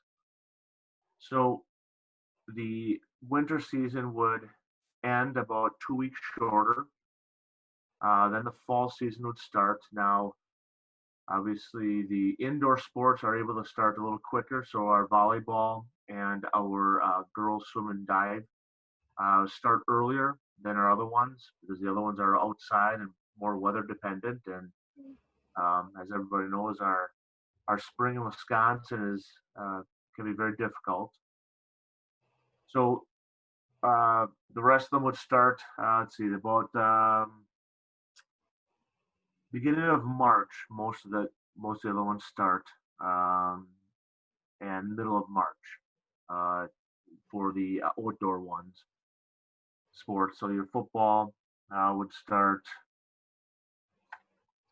looks like March 8th, that week there, and it would end May 3rd. Our spring seasons, they would start the beginning, about April 19th that week, and they would extend into June. The end of June would be the last tournament time. But the season, the actual season would end about the first week of June, and then they have the last 2 or 3 weeks of June would be the tournament series. Some of the things that you know, I want to stress is that the big positive is that we haven't canceled a season. The WIA was made this so that we would be able to offer the opportunities for our fall seasons, fall sports, and our athletes to have a season. We didn't have to cancel last spring. It was difficult for many of our athletes and teams and coaches because there was no alternative. So that's our one big positive. There is an alternative this time. Some of the challenges we'll face with this is some of the overlaps of the seasons by about a week or 2 weeks. You know, some of the young men that play football might play baseball, so we have to kind of figure that one out. And the coaches and sharing the athletes and work with the families and the students and those type of things. They are able to participate in both seasons at the same time. So that's one good thing there. The other piece is more of the facility use. We're going to have a lot of programs going, football, boys soccer, track, girls soccer, all going to have to try to share some facility time. And we are, you know, the ADs and myself will be working on creative practice scheduling with that, so that everybody has the opportunity to be in the facilities that they need to be in for practice. Let's see.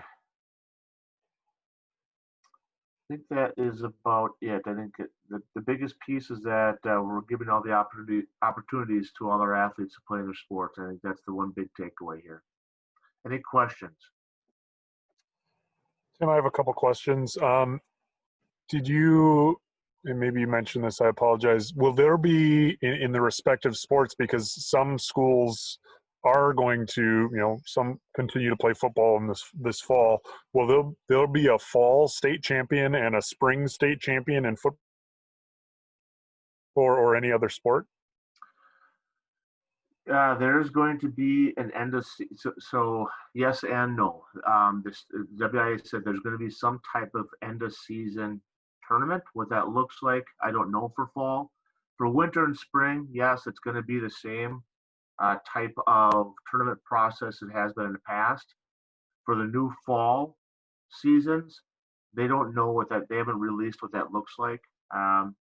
In the football one, I don't know if there's going to be a tournament procedure in football, but in the other sports, they do have a week or two that has a tournament. It says tournament there, so I don't know what that looks like. Okay.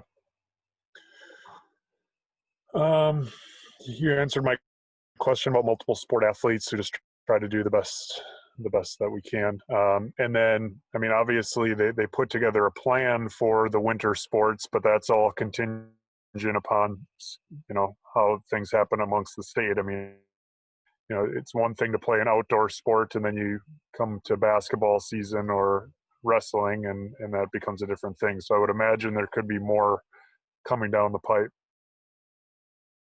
Yeah, I would offer that at this time in August, this is the plan that we have, and if things change and there might be a new plan. So Sure. Okay, thank you. You're welcome. Any other questions for Tim? Go ahead, Rhonda. Tim, so this is a question that I've been receiving from several community members. So tonight we're approving quite a few riders for activities directors, as well as cross-country, assistant coach, football, soccer, volleyball. There's a lot of riders that we're approving.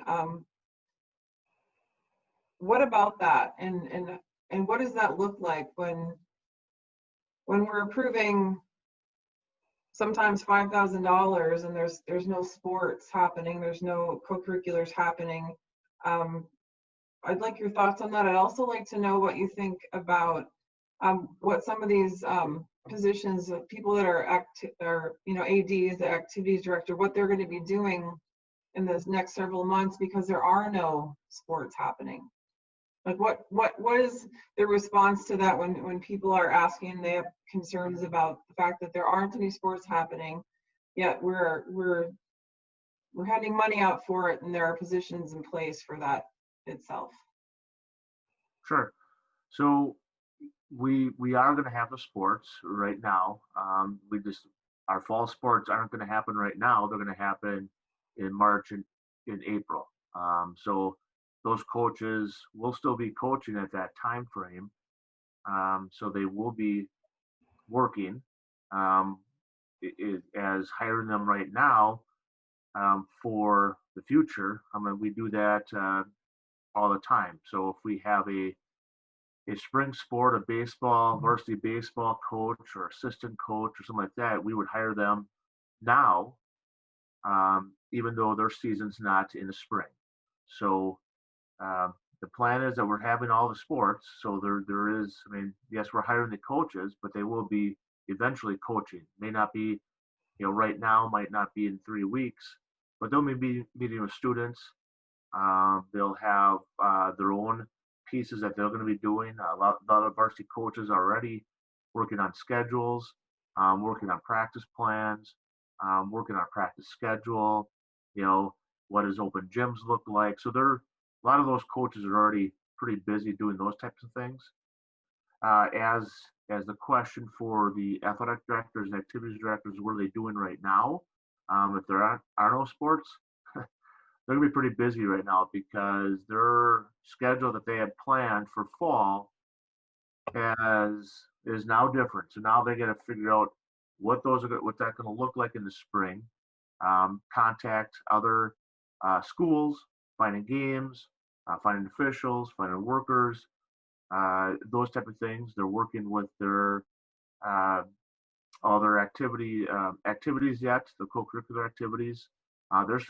They're working. They're still meeting. They're doing virtual. Some are doing virtual meetings. Those type of things. So they're going to be quite busy in the next couple of months, because everything they've planned that they've had set for this this fall season is now shifted. So they're going to have to redo all of that. Tim, if I could just put a plug in for a second, our coach literally put in thousands of hours a year, and having been a coach, you don't want to do what the hourly wage is. It's pennies that you're making for every hour that you put in. So I appreciate all the work that our coaches do all the time, but certainly there's more work to do than normal, and they're not doing it for the $5,000 stipend, I can tell you that. Yeah, you're absolutely right, Derek, and the amount of time they put in. They don't do it for the money. They do it for the love of the game. They do it for the love of working with students. That's why they do it. Yep. Tim, do you anticipate, you had mentioned that they would be meeting with students. Do you know, or do you have any idea of the contacts they'll have with students between now and spring, and what that might look like when it comes to, you said something about open gyms, and is there any plan in regards to that? When would athletes expect to hear from anyone? Well, I know that my daughter's a senior right now, and she gets a weekly email from her tennis coach, kind of keeping her updated on what's going on. So every Sunday night, she's getting an email from her coach. I know that there are other coaches do the same thing. So there's a weekly, hey, this is what's going on. Hey, this is the new news. Those type of things, keeping up with it. Virtual meetings, checking in with their students, with their athletes, how they're doing, maybe talking more, just talking to see how they're doing, really. They can't really do that in the hallways. Hey, what's going on? How you doing? They have to connect virtually. So a lot of that will be going on also. And so that's a good point, right? Because then that's another maybe point of contact, just to see how students are handling what's going on. Thank you. You're welcome. Any other questions for Tim? Go ahead, Noah. Thank you, Mr. President. Just a couple that people have asked me. So we're kind of at the mercy of WIAA for a lot of this, which I get. But like, how safe is it to really say that there will be sports in spring, especially with like the criteria that we just got? The most I have from the state right now is very improbable that we'll even have school this year. So, like, is it anticipated that we'll see DHS get involved or potentially no sports? I just kind of want to know what we're looking at with that. I guess no, for me, I'm a glass half full kind of guy. So my hope is that we are able to, and we continue to plan that way. Can I tell you for sure, 100% positive? No, I can't. I don't know what DHS is going to release. I don't know what our world's going to look like in 2 months and 3 months. But like I said, that we hope, we plan for that, and that's what we're doing right now. Thank you. I just have one more. Because this, people have been asking me, as far as crowds at games or student attendance, would that be set by the district, or does WIAA put out that type of recommendation? No, it's a good question. That was actually in our work group meeting on, as we were trying to plan for fall, what was that going to look like for events? And you can't put 2,000 people in the stands to watch a football game. You can't have 1,000 people in a gym to watch a basketball game. And so we had a very lengthy conversation about that. It's going to depend once again on where we're at, with the safety and health piece. But I can tell you that what we did come up initially was we talked about 2 people per participant. So in essence, the parents could come watch their children play. We felt that was a very important. And by limiting that, we were able to stay within decent numbers in the stands where we felt comfortable with social distancing and those type of things.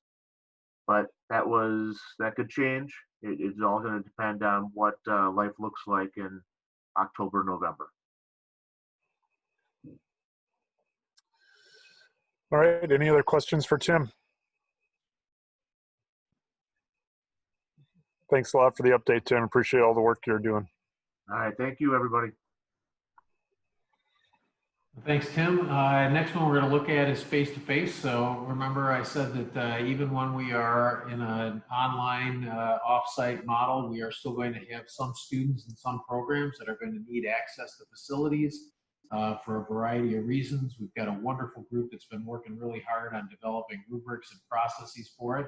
And Vicky's going to share some of those details with us.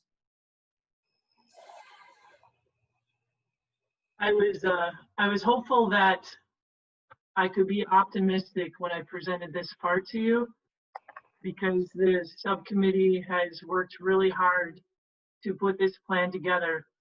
But about a half an hour before the board meeting started, I was notified that we had another positive case in one of our cohorts, which means another 14 days of students and staff having to quarantine.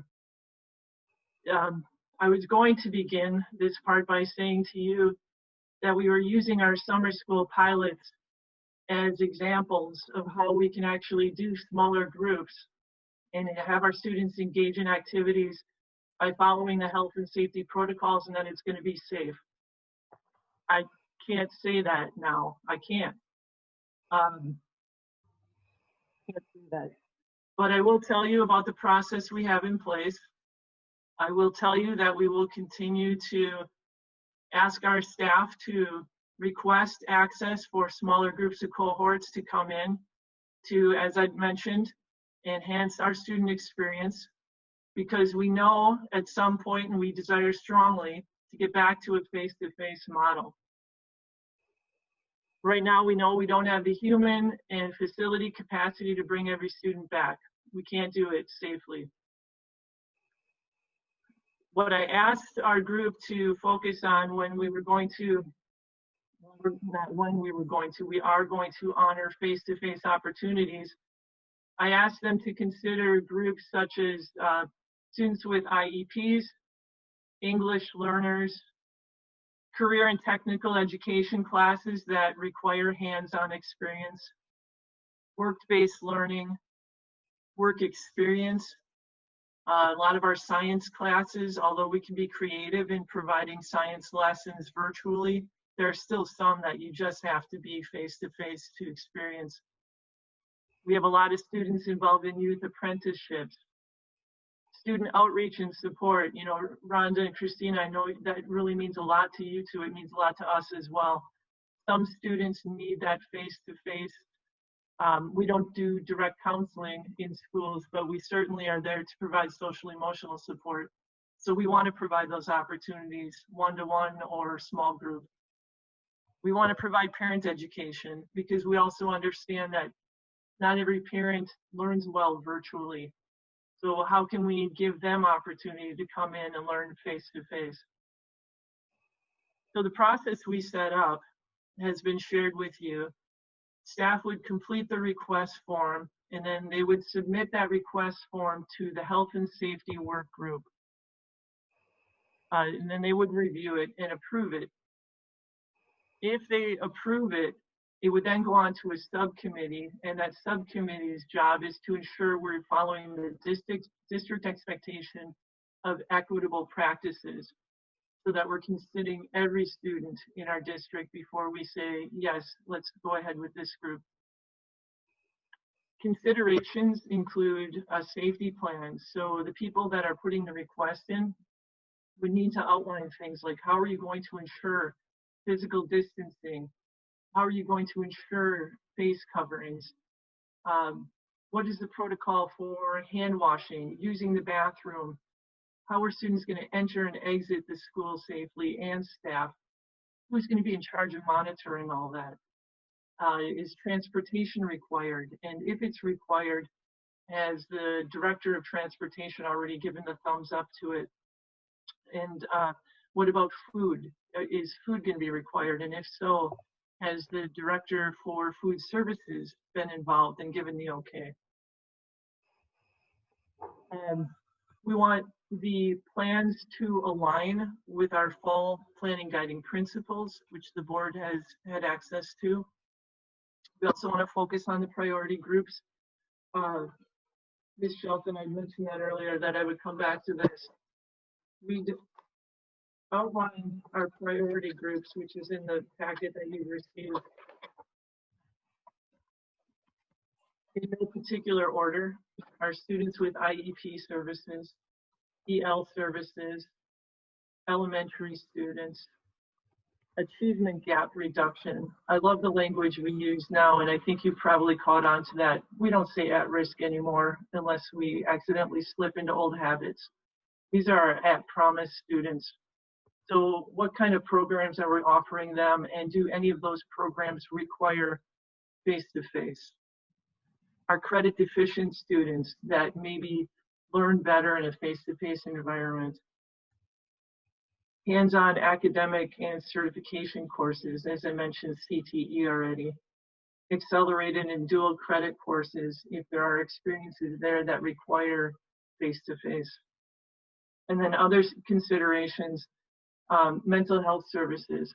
So we will continue to work with the providers that we have in our schools and offer that for our students. Dental and vision services, as you've heard over the last, no, not since summer actually, but last spring, we worked really hard to amp up those services for our students, especially the vision one. We want to continue with that. Yeah, that's that was.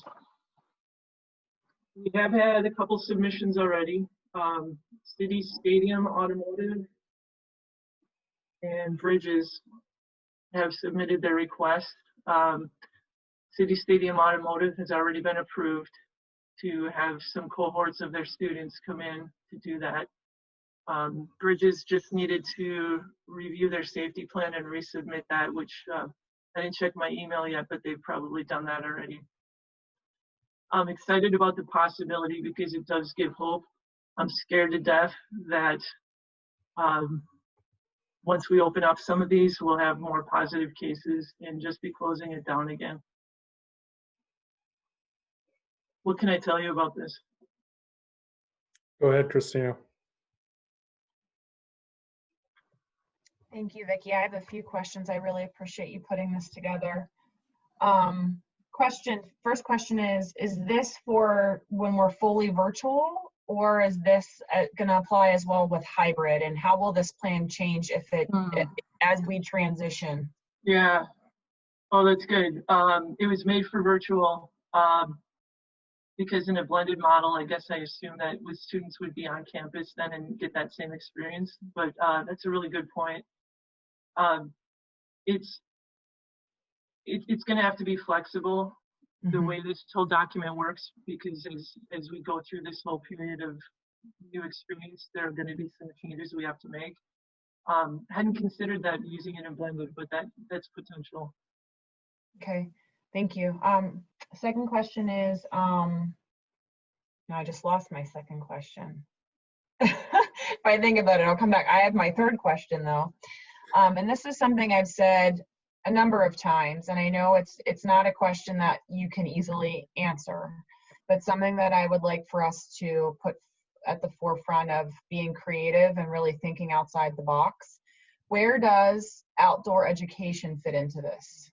And how can that provide opportunities while the weather permits, where we can, because at the end of the day, we know that there are going to be kids and families that virtual will not work for them. It doesn't matter how much individualized phone calls and emails and meetings, they're going to need an in-person meeting. And can we leverage outdoor space? Again, I know it's challenging. Everybody has an opinion on this. I just wanted to bring it up again because I told people that I would, and it's been something I've been thinking about. Yeah, and I suspect we already have administrators and teachers that are thinking that. We want to use every space we possibly can, and you're right, outdoors is one of the safest. So I suspect we'll be getting some requests that will have the location be outdoors.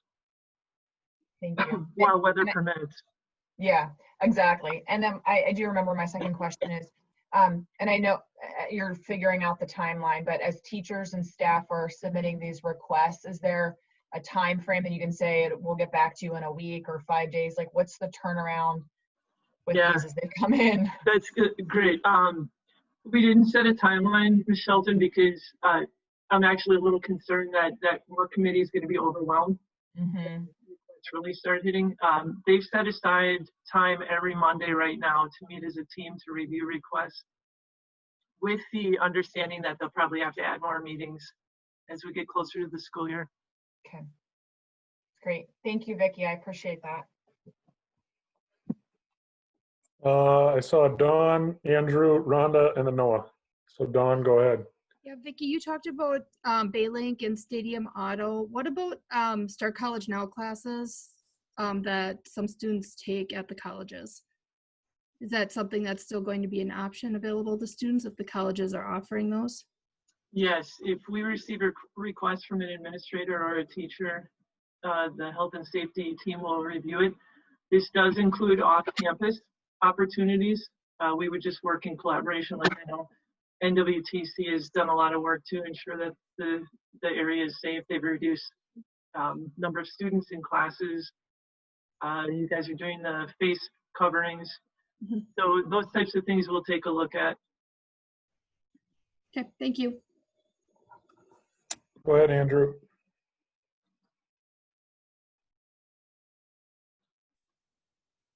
Thank you. So, yeah, Vicki, if I had just listened to your description of events that you foresaw being held, I would have felt really good about it, that we were going to be creative and outside the box and trying to look through it of a lens of finding ways to improve as much as possible, and that may be true. But I just, when I read this memo, I could not get past the third sentence with a bolded, underlined, these requests should be made with great care and contemplation. to me, if I'm, in a district where not necessarily correctly so, but we have, we've made great strides, but we are overcoming 30 years of people saying they're afraid to come forward, they're afraid of getting called on the carpet. This would be, even if that wasn't a historical part of our district, I would see this, unless I was maybe a very seasoned administrator or very familiar with the system, I would not even be paying much attention after the third sentence. That would be a clear signal to me that the deputy superintendent has said, if it's not for, if you have, I don't know, if you have something less than a visit from God, let's wait for the hybrid. I mean, it's just very.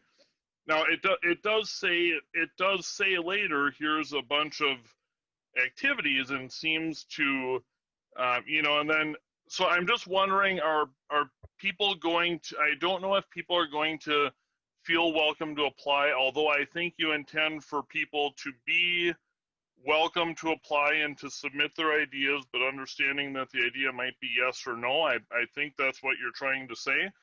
But if I'm a principal, I'm just having a hard time getting past that third sentence. Can you help me out with that? I put that in there very intentionally. The board made a very serious decision a couple of weeks ago that we would start out virtually, because you understand the health and safety risk of opening up. I wanted to make that very clear. And I would suggest that my relationship with our principals, I would say, is pretty good, in that they wouldn't see that as intimidating, but rather as a reminder of the decision our district has made for fall. And that's fair, but obviously there's some balance here, and I will say this: someone is going to do an activity in the well, that's not even news because it's already happened during summer school. Someone's going to fill out one of these forms, follow the safety procedures to the letter. There's going to be a COVID case, probably not acquired at the school event, but since our delay in testing results is so long, as useless is the word a physician I talked to referenced it, as far from a contact tracing perspective. So we'll never really know, but probably not. Someone's going to get quarantined. So maybe someone who gets quarantined will even become ill, but that won't be because we did this. It would be in spite of our best efforts to balance health and safety, and that is not. I hope there's a clear understanding. I hope others share this with me. This is not. I mean, I can't imagine myself being in a situation of coming back saying, I can't believe they approved that activity, unless it was, okay, there was an Operation Snowball thing in a different state where they constructed an ice cream sundae and ate it out of a trough all together sharing spoons. Okay, don't approve that one. And again, we didn't do that. That was a different state. But I mean, I know I did notice your concern when you were saying that, but it's not. It would be in spite of our safety efforts, and we're taking measures on the HR side. I am hoping that people who are at, if you have a department where, if you have a science department and you want to bring one of these activities in person, and one or two of the members of that team is at highest risk, that maybe they take the online filming that day of a different lesson and the others take the on-site, that should all work out. I guess I have another technical question too, but before I get to that, on a more important scale, I think we've hinted at this, but we've never really gotten there yet. We've hinted that schools are available as a safe place to go, and if someone shows up in need to talk to someone, we're going to figure that out in accordance with safety procedures. I think the public needs to understand that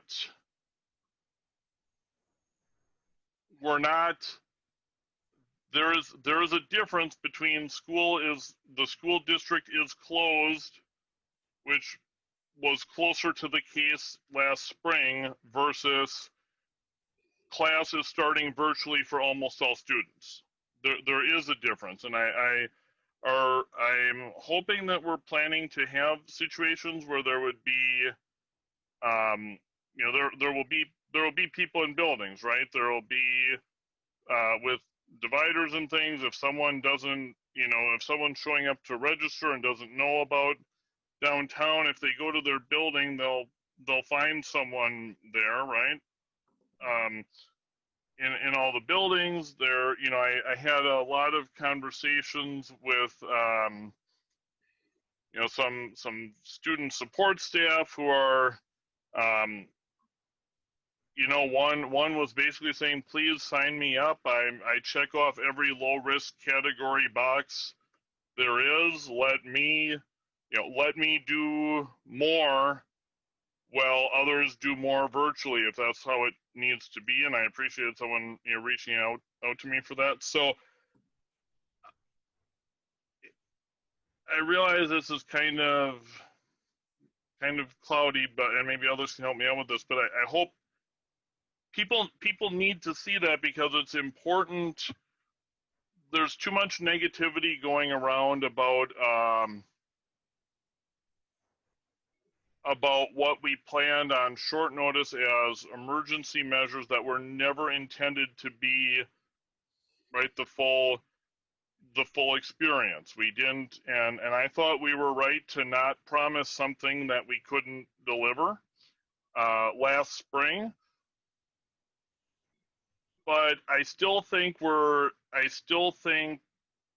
people need to see some samples of how this is going to be different. People need to know that buildings are open even if class isn't in session in them for almost anyone at the beginning.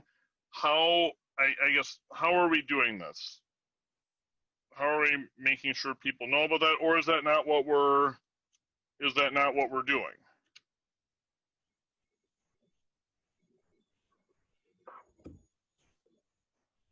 I'm sorry, I'm not sure. Do you have too much in there? Okay.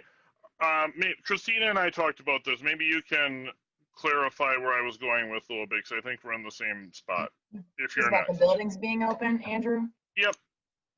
Well, one of the things Andrew and I talked about, this is more like just sort of I don't know if it was a philosophical question, but Steve, you and I talked about this too, the importance of striking a balance to continue to cue to the community that we are open for business, right? We have to be very careful about using language, and none of us are doing that, right? But our buildings are not closed. Our school district is not closed. Right. We are open, right? And we have buildings that there are things happening in that we can, we have to strike that balance of safety. And I think there are ways that we can have people there available, because people will have needs, right? And so I think to your point, Andrew, is are we committed to queuing to our community and being open, not just in a philosophical sense, but in a real sense? And then to your point, Vicki, how does this get us there to connect to people in like a physical space? Did I summarize that well, Andrew? I was trying to like follow I think so, and a couple other thoughts that, I guess, a couple thoughts that come to mind now that you mentioned that. I thought, and maybe you've talked this through and have thought about things that I didn't and ruled it out, but I know I had someone come to me with what I thought was a really strong idea, at least for brand new families to a particular school, that if you had a teacher who hadn't, opted to not do it because of high risk, which would be, respected, of course, but especially early in the year, rather than wait, that first connection with a teacher, especially if you're new to the building or new to Green Bay, is so important. Couldn't you do an outdoor small group, not 5 kids meet the teacher, 1 family meet the teacher outdoors? Things like that. It seems to me there could be a lot of, and not everyone would do it, and some teachers couldn't. That would have to be respected. But rather than wait, I don't know. I just thought there would be some value, but it seems like that maybe it's been ruled out. No, Or actually, mostly, no? Okay. no, Mr. Becker, actually some principals, not some, those that have new families to the school are offering tours for the students and the parents. So that is happening. Exactly what you were talking about, to help them feel connected to the building. They should Okay, at least so know when what you it say is. meet your teacher, you're talking about the school-wide meet your teacher event, which might Yeah. have Yes, 500. sir. Okay. Yeah. All right.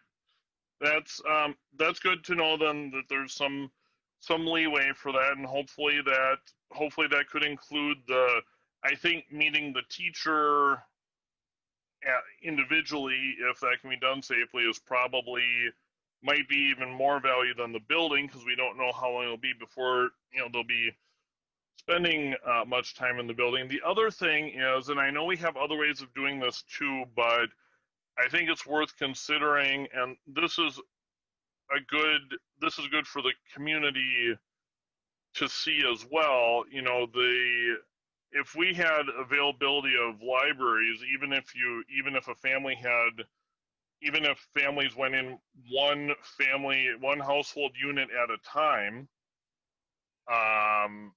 that could probably, I would think, be done safely. The Brown County Library holds books for a certain number of days, just aside, bagged up before they can go out for circulation. That's getting real books in the hands of kids is important. And I know we did other things. I know we mailed books, and that's good too, but there's something special about picking your own if we can do that safely. So that could be maybe something we do before we're fully open, because certainly one household unit and one staff member in a whole library at the same time certainly can be done within social distancing. So I guess I'd just like to, and what it does is then people are talking about it. When people are saying, well, Green Bay closed and Deep Pier opened, and then, yeah, my kid's class is online, but we had library day last week, and we had the one opportunity to meet the teacher. I think we need to keep that.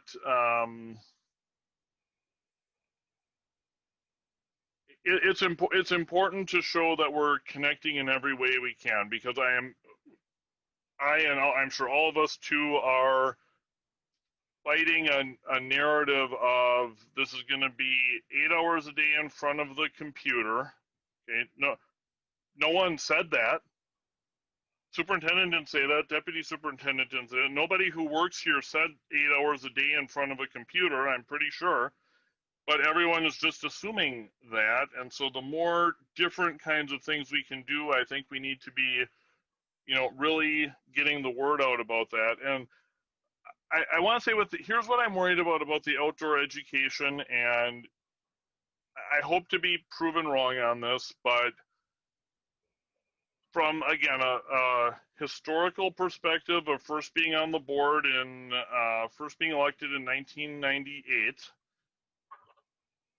outside of the box is, I'm not talking about anyone here, outside of the box is not a historical strong suit of this district. We're a large district, and I think we've done some things really well, and I think we've not always gotten that outside of the box until recently. I'm afraid the outdoor education is going to be something that people smile and nod at, but it's so far outside of the mainstream that people aren't going to do it, or people are going to think it's just saying stuff that sounds good for people watching the board meeting, but yeah, right, like they're really going to do that. I mean, outdoor space is one way. You could probably do quite a few more safe, distanced meetings, at least while the weather's good. But I don't know if people, it's so far outside of our box, I don't know if people even believe that it's possible. I guess, am I making sense? Am I being too pessimistic? Yes, you're being too pessimistic. All right. This is forcing us to look at education differently. Okay. And honestly, Mr. Becker, if we do this right, we're going to change the way we do education in Green Bay. Yep. And we're going to make it better because the opportunity has been presented to us. And I can tell you the teachers that I've been meeting with, the building principals that I've been meeting with, they're excited about the opportunity. Okay, so someone might put in a, theoretically, someone might come in with a request that puts a few too many kids in a building at the same time, and it maybe comes back with a note of, however, if it's a decent weather day, your science lab could be conducted outdoors, and that would probably mean, theoretically. Okay. That's what, that's what I like to see. My only other question from the technical nature on this is not taking anything away from the work of the people doing this, but we have the first place the request document goes is to a work group that the leads of the work group are not educators. Right, there's 3 people on there who have important non-educator roles in the district: a nurse, facilities director, and health and safety, and the security director. So I'm just wondering, is 3 very good people, but are we missing something without an educator or educational administrator right on the committee to step in and say, wait, but it's important enough, let's find another way? That's a great question, Mr. Becker. So it has to, the request first has to be approved by the building principal, who has that educational experience. And then it goes through the supervisor of the principal, again, with the educational experience. Goes to the health and safety work group to ensure that we're following the best practices possible to keep our students and staff safe. And then that next layer is to the subcommittee, which is looking at equitable practices. So I think we have in place what we would need to ensure that the academic lens is on there. But is that just 4 opportunities for no's? I mean, is that, I mean, no. No? Okay. No, for all. Okay, because, so we're not going to have the, I also, are we going to, so like, review the request to ensure equitable practices. Now, that doesn't mean, sorry, the idea is good, but you have a big field and other schools don't have a big field, and because that's not equitable, you can't do it. It's not, it doesn't mean that, does it? No, I think it's more of, are we saying yes to a lot of opportunities that benefit our most privileged students who have advocates? Are there groups that aren't being recognized or advocated for that we need to consider? Okay, so consider by, like, so one way of considering that would be to, you know, hey, this worked well here at wherever where parents advocated for it. Can we also duplicate it at the school where someone else advocated? That would be good, but you know, much better than, well, you know, your group advocated for 4 things. Well, if no one else is advocating or discussing it and we're not coming up with it on our own, I'd rather have, right? So I guess I'd rather have that group advocate for a 5th time rather than do nothing.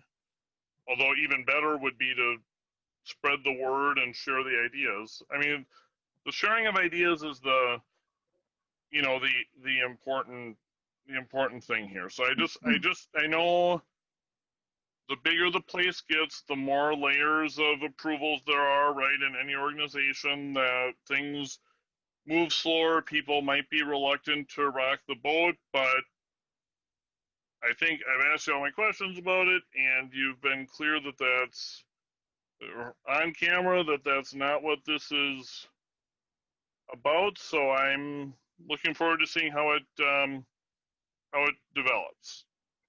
Thank you.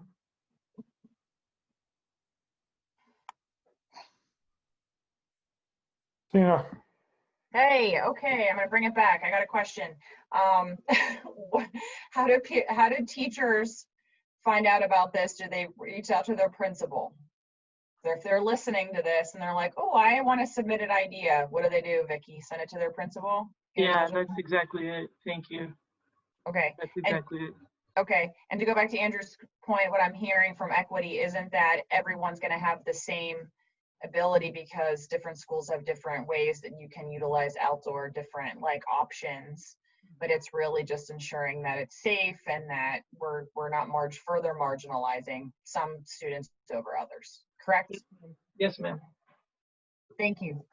And you can visit another school's space, especially when that school isn't using it. Yes. Go ahead, Rhonda. Outside the box. That's exactly it.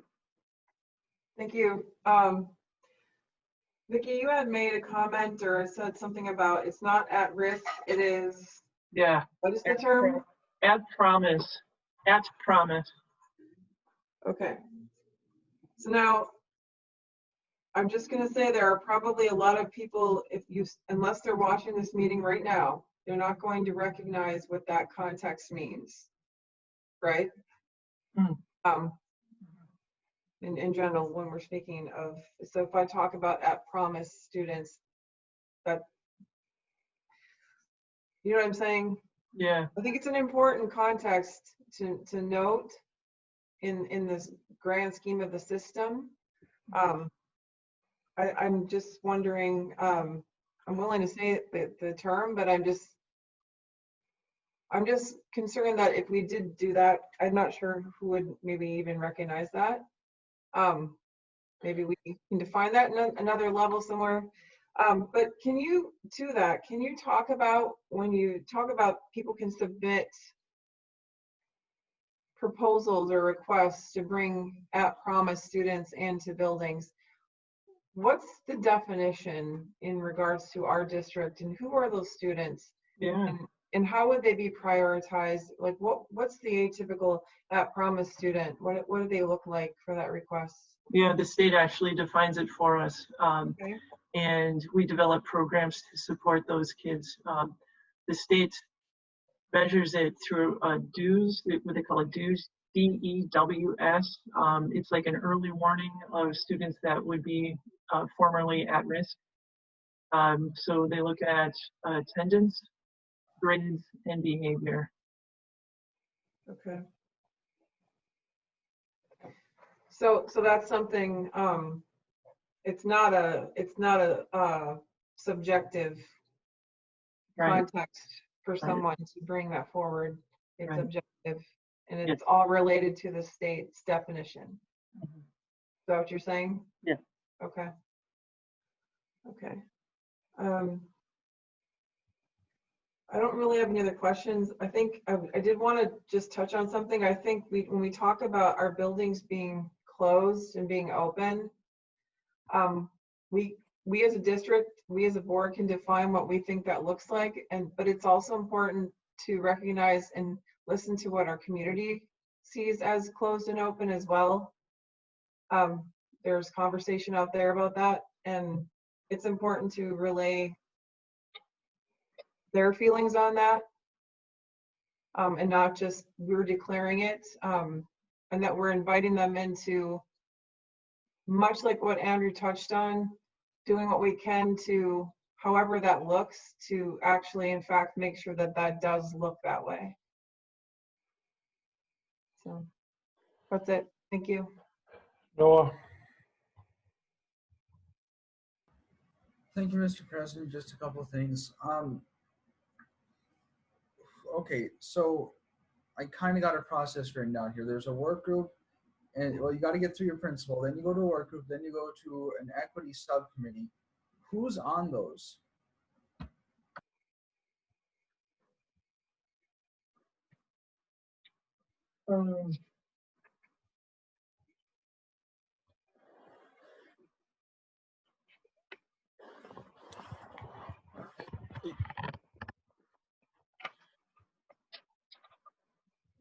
It's not an equity subcommittee. It's a committee that's going to take a look at equitable practices.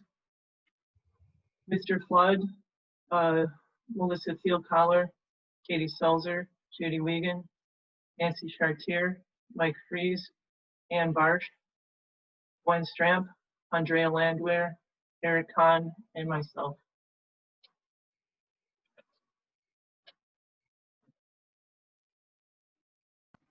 If I could just a couple other things. Thank you. That is helpful.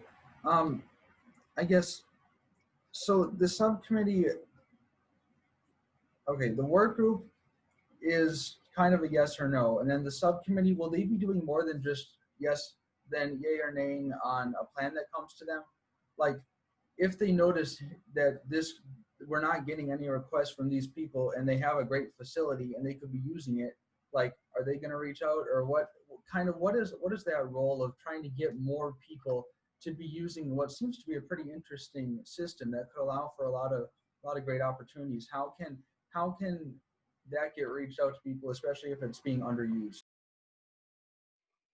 I would hope that our teachers and our student services staff would recognize opportunities, Noah, and that, they're oftentimes far more creative than I am, and they know their schools and their students better than I do. Why are you smirking when I said that? Yeah, they're pretty creative. I rely on their expertise and their knowledge of their students and their schools. Okay, thank you. Just one comment. Yeah, this looks promising for sure. I'm glad to see that that creative solutions are being pursued, at least to some level, for some of these things where complete virtual isn't really going to cut it as far as the academic side of things. Thank you very much. Appreciate it. Thank you, Noah. I appreciate it. Well, lots of great questions, but we've got a lot to get to on the agenda. They're probably going to bring a lot more questions. So in the interest of time, we can move to the next agenda item, Steve. Thanks, Eric. So Lisa Johnson and her team have been working really hard to try to solve what we all know is a challenge for us when we look at childcare during this offsite model. They've done a wonderful job connecting with our community-based organizations and trying to determine how best we can meet the needs of as many families as possible. So Lisa's with us tonight, and she's going to share an update. All right, thank you guys. So I'll try to keep this brief, as I know that it has been a long night already. So we have been meeting with our community-based organizations around the child care needs that our families are experiencing right now. So we have reached out, we've been working with the Family and Child Care Resources of NEW, and we did an all call out to all of our community partners out there that provide child care services. And we held a meeting on August 5th to connect with them and start to learn about what their needs were, and this was shortly after our vote to go all virtual. And we had over 42 people in attendance at that particular meeting, and we've also had lots of additional folks that have reached out to us individually. And through those discussions, we've really been gathering a lot of data about what are the availability out there, what are their barriers, and what are their obstacles, and how can we come in to help support them through these times within there.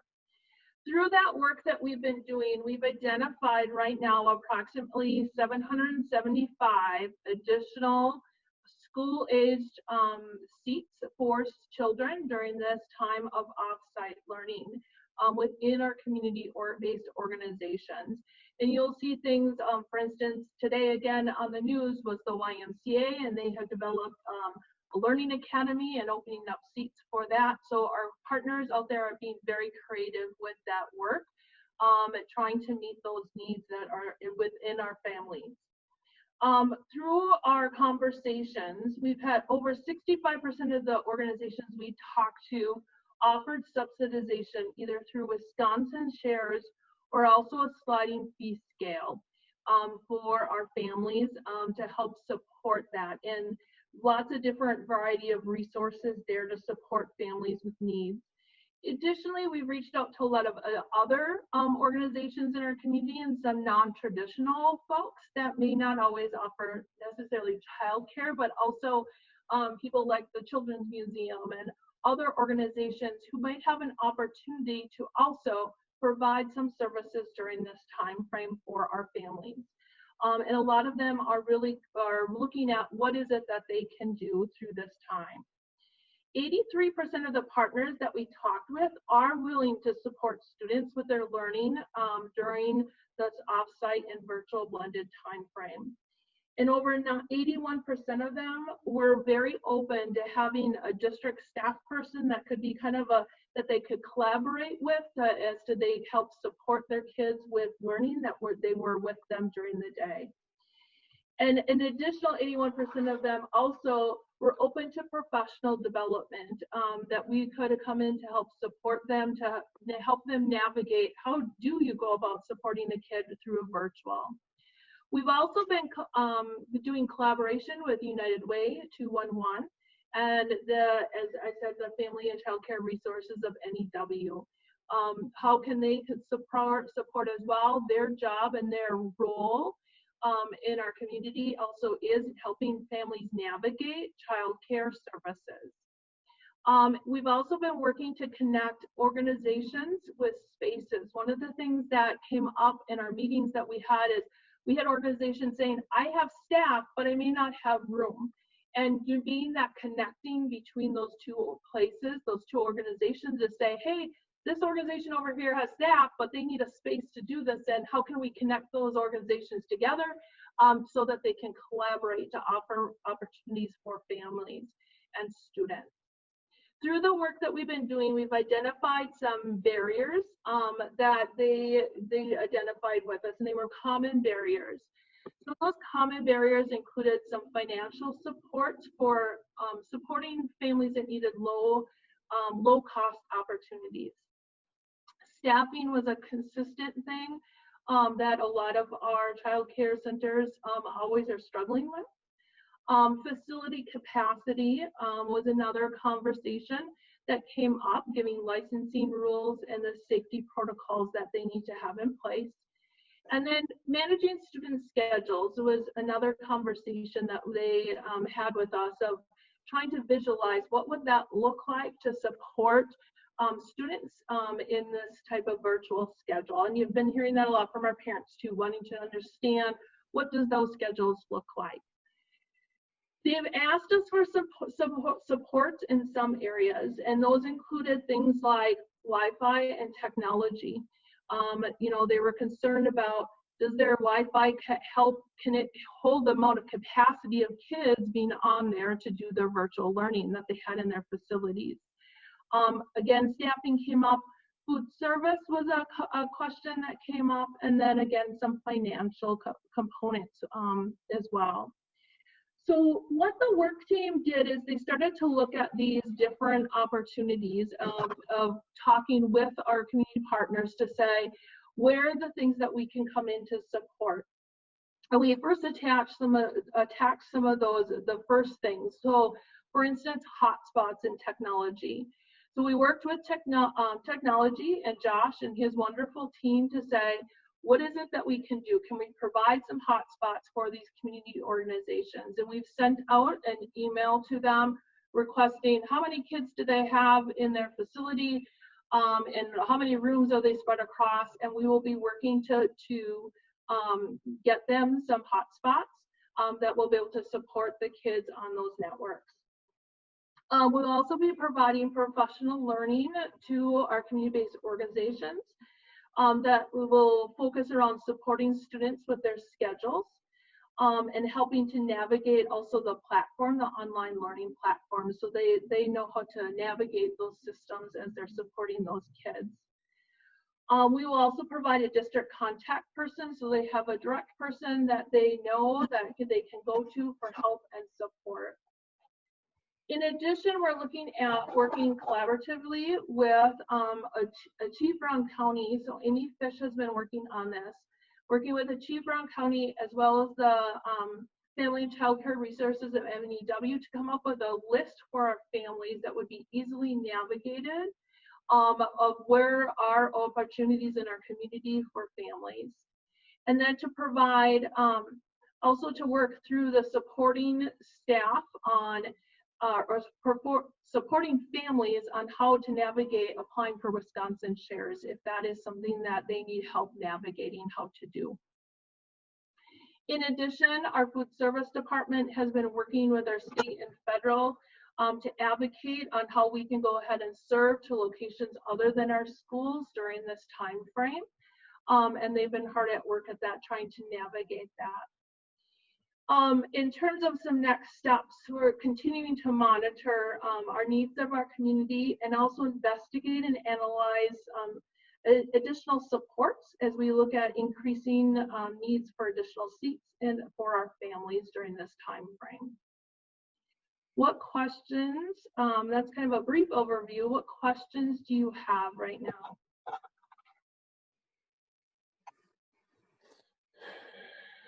Questions for Lisa? Go ahead, Rhonda.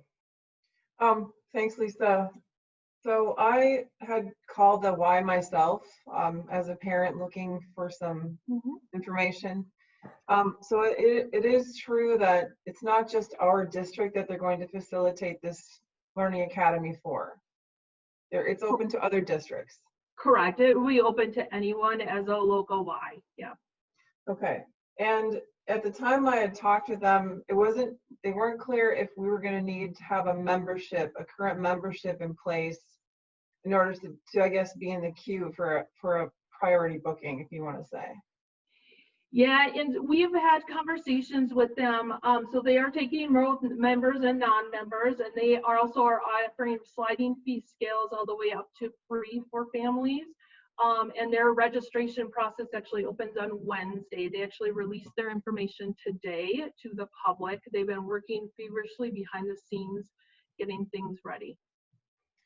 So do you know if it requires a membership in order to have a priority? You know, I can check on that to clarify on that, Rhonda. I know that on there's information that says both members and non-members, but I will check on the priority. I'm just thinking back to the summer program. I was personally, we utilized that for I think 6 years, the summer school age childcare, and first dibs were to if you had a membership. Yeah. Well, it'll be interesting when they open on Wednesday, working very collaboratively with them. How quickly do their seats go, and is there a need for some additional seats as well, and really working collaboratively with them. And to that point, I'm wondering how that works. So if we're potentially giving Wi-Fi service to these organizations, are other districts doing that as well? Because if it's open to other districts and the seats are open to other districts, are they also offering those So, and I saw Josh just pop on because he's the expert on this. It's my understanding, Josh, correct me and jump in, that the Wi-Fi we're giving will be for district students, correct? Yeah, that's the intention. And of course, like all this is really new, right? And we're still working out a solution. But I believe the solution that we'll go with will only allow district devices to connect to it. We're providing the filter and we're providing the data there, and we also don't want them to get overloaded.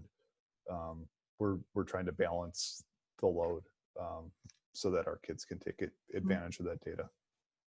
And this is kindergarten through 8th grade as well. It's not, this doesn't, or this is not for high school students. The Y program would not be, correct. Because that's an important thing to think about as well. Other organizations would, like the Boys and Girls Club, would also focus on high school and be open to high school. They would, okay. That's good to know. And how are we going to, I guess, reach out to families to let them know about these opportunities? So that's where Amy Fish is working right now collaboratively with ABC as well as Family and Child Services to work on getting that list out, to get that out on our website into information to our families. Thank you.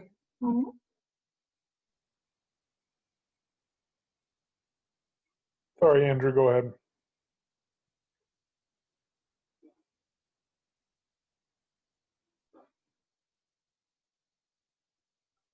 You just muted yourself.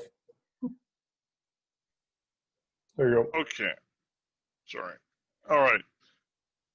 So I think the work that's been outlined about working with community partners and finding opportunities has been very good. I think the district has been a leader in the effort to engage community partners in a way that is probably well beyond what other places are doing, and that's an important piece of the puzzle. And I wanted to say that first and make that really clear before the rest of what I'm going to say, because the working with partners piece, I think we have done it admirably, and they have committed to find more slots. Okay. That being said, 775 slots isn't, I can't imagine that being even remotely close to the needs of our families. I said I tried to get an amendment passed, and then it changed from an amendment with an enforceable amendment to an administrative directive to look at not just, I thought it meant not just the community partner piece, which we did do well and thoroughly. It's not enough. And hey, if the community partners had come back with 4,000 slots for us, I would say, great, we have 4,000 slots from community partners, but I know there's not enough capacity in the community partners to do that. What we do have is, especially during hybrid, we're going to have probably some people who are one-on-one or small group paras who may be meeting with someone 2 days a week instead of all days a week. I'm, committed to finding work for folks and in places where work is needed, and wherever we put it, wherever we find open space to do what the community partners can't do because they don't have the capacity for, or because families fall through the eligibility cracks of Wisconsin shares, or because even though there's a sliding scale, it's not going to work, or for whatever reason,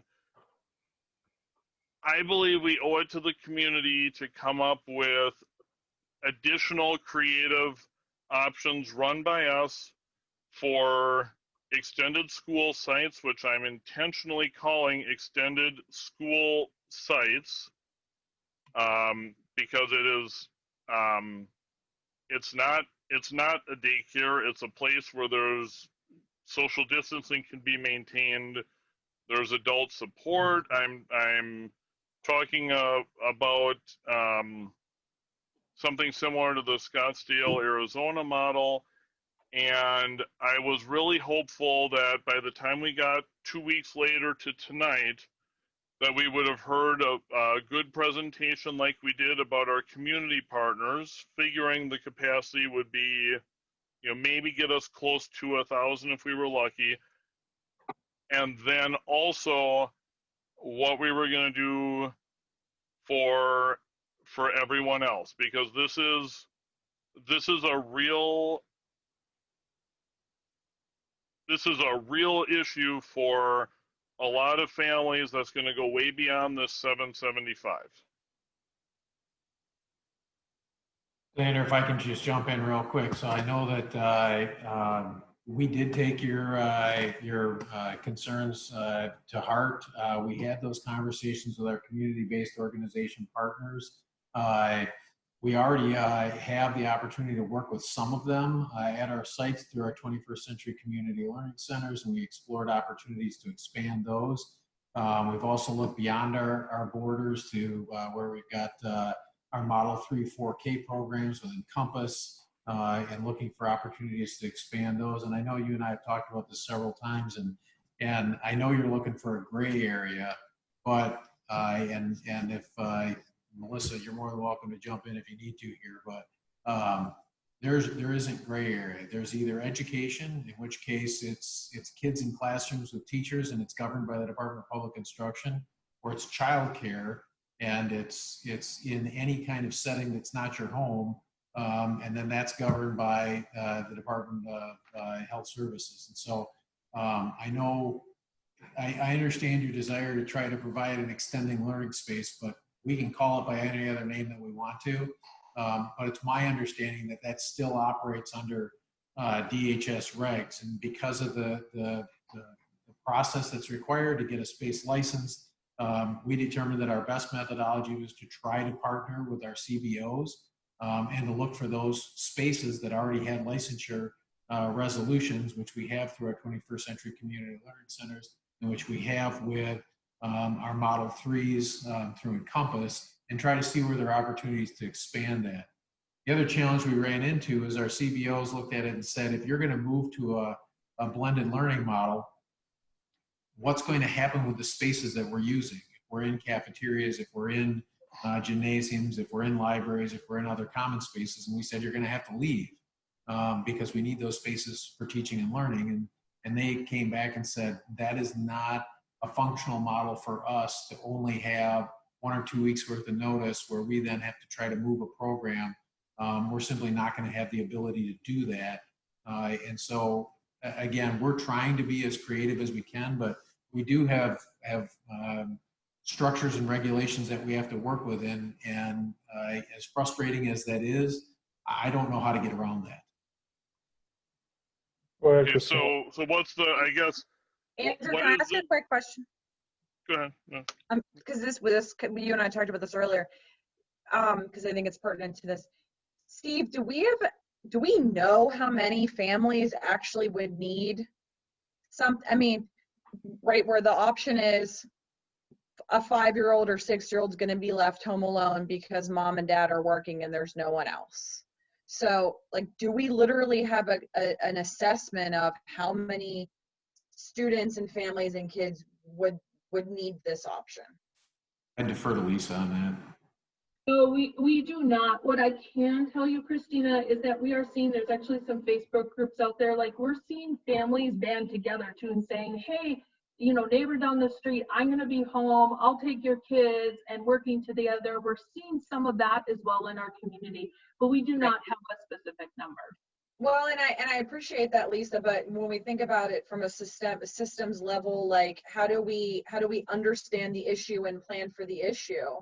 What keeps me up at night, as well as everybody on here, right, is how do we create a system so that we catch families up in providing them with the solution to a problem that they may not be able to solve? And guess who's going to be able to solve those issues?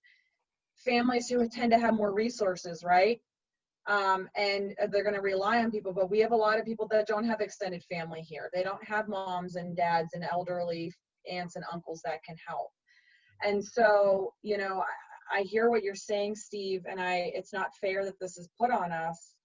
But I think to Andrew's point, if we don't know the scope of the issue, yes, Lisa, like this work is fantastic, but how do we know that it will get to the root of the problem?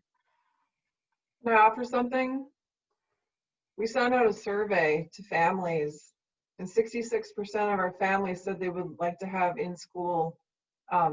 in-person school at some capacity. I think we could even break that down to probably 50%, knowing it was done in June. I think that was a big indicator of the need. Well, but there's a difference there, Rhonda, right? I mean, you could say, I said at that in that survey I wanted my kids to go back, but if I knew there were only so many slots, I would keep my kids home because I can do it, so that other families could utilize that space. So right. It would be a good place it would be a good place to start, right? You could maybe go back and resurvey those families and say, of the 50 that said you'd want to go back, who would actually need it? Well, that's what I mean. So if we had 66% of families back in June that said that they would prefer some sort of in-person school experience, let's just take 16% off. There's 50% right there. I'll even go another 10. There's 40%. You know, there is some indication. We have asked our community. There has been some indication. We do have a starting point of some kind. Even if you, you know, humor me and we take 20% off of that, you still have, you know, let's say 46% of families. Yeah. Yeah, so I think that my thought on this, and I talked to Andrew about this as well, is that we know that we have 750. I don't hear any other solutions. We're not going to open up a closed down Shopco and drop off kids there and start serving them. We know we're not going to be able to meet the entire need. 750 is where we're at right now. We'll have an idea on September 2nd on what the capacity is. Right now, we're just assuming that that's not going to be enough, and probably it's not, but maybe it is. And so we can wait until then. But also there's no other options on the table right now. So why aren't we doing? Why can't we do? Assuming it's structurally sound, why can't we do it in the Shopco or wherever with our staff? I would imagine that would be an insurance nightmare. It would be a child care nightmare. There's rules and regulations. That's what Steve said. You can't just open up a warehouse and send kids there. That's not how it works. Okay, so what puts it under the rules of school? Is it a teacher, Melissa?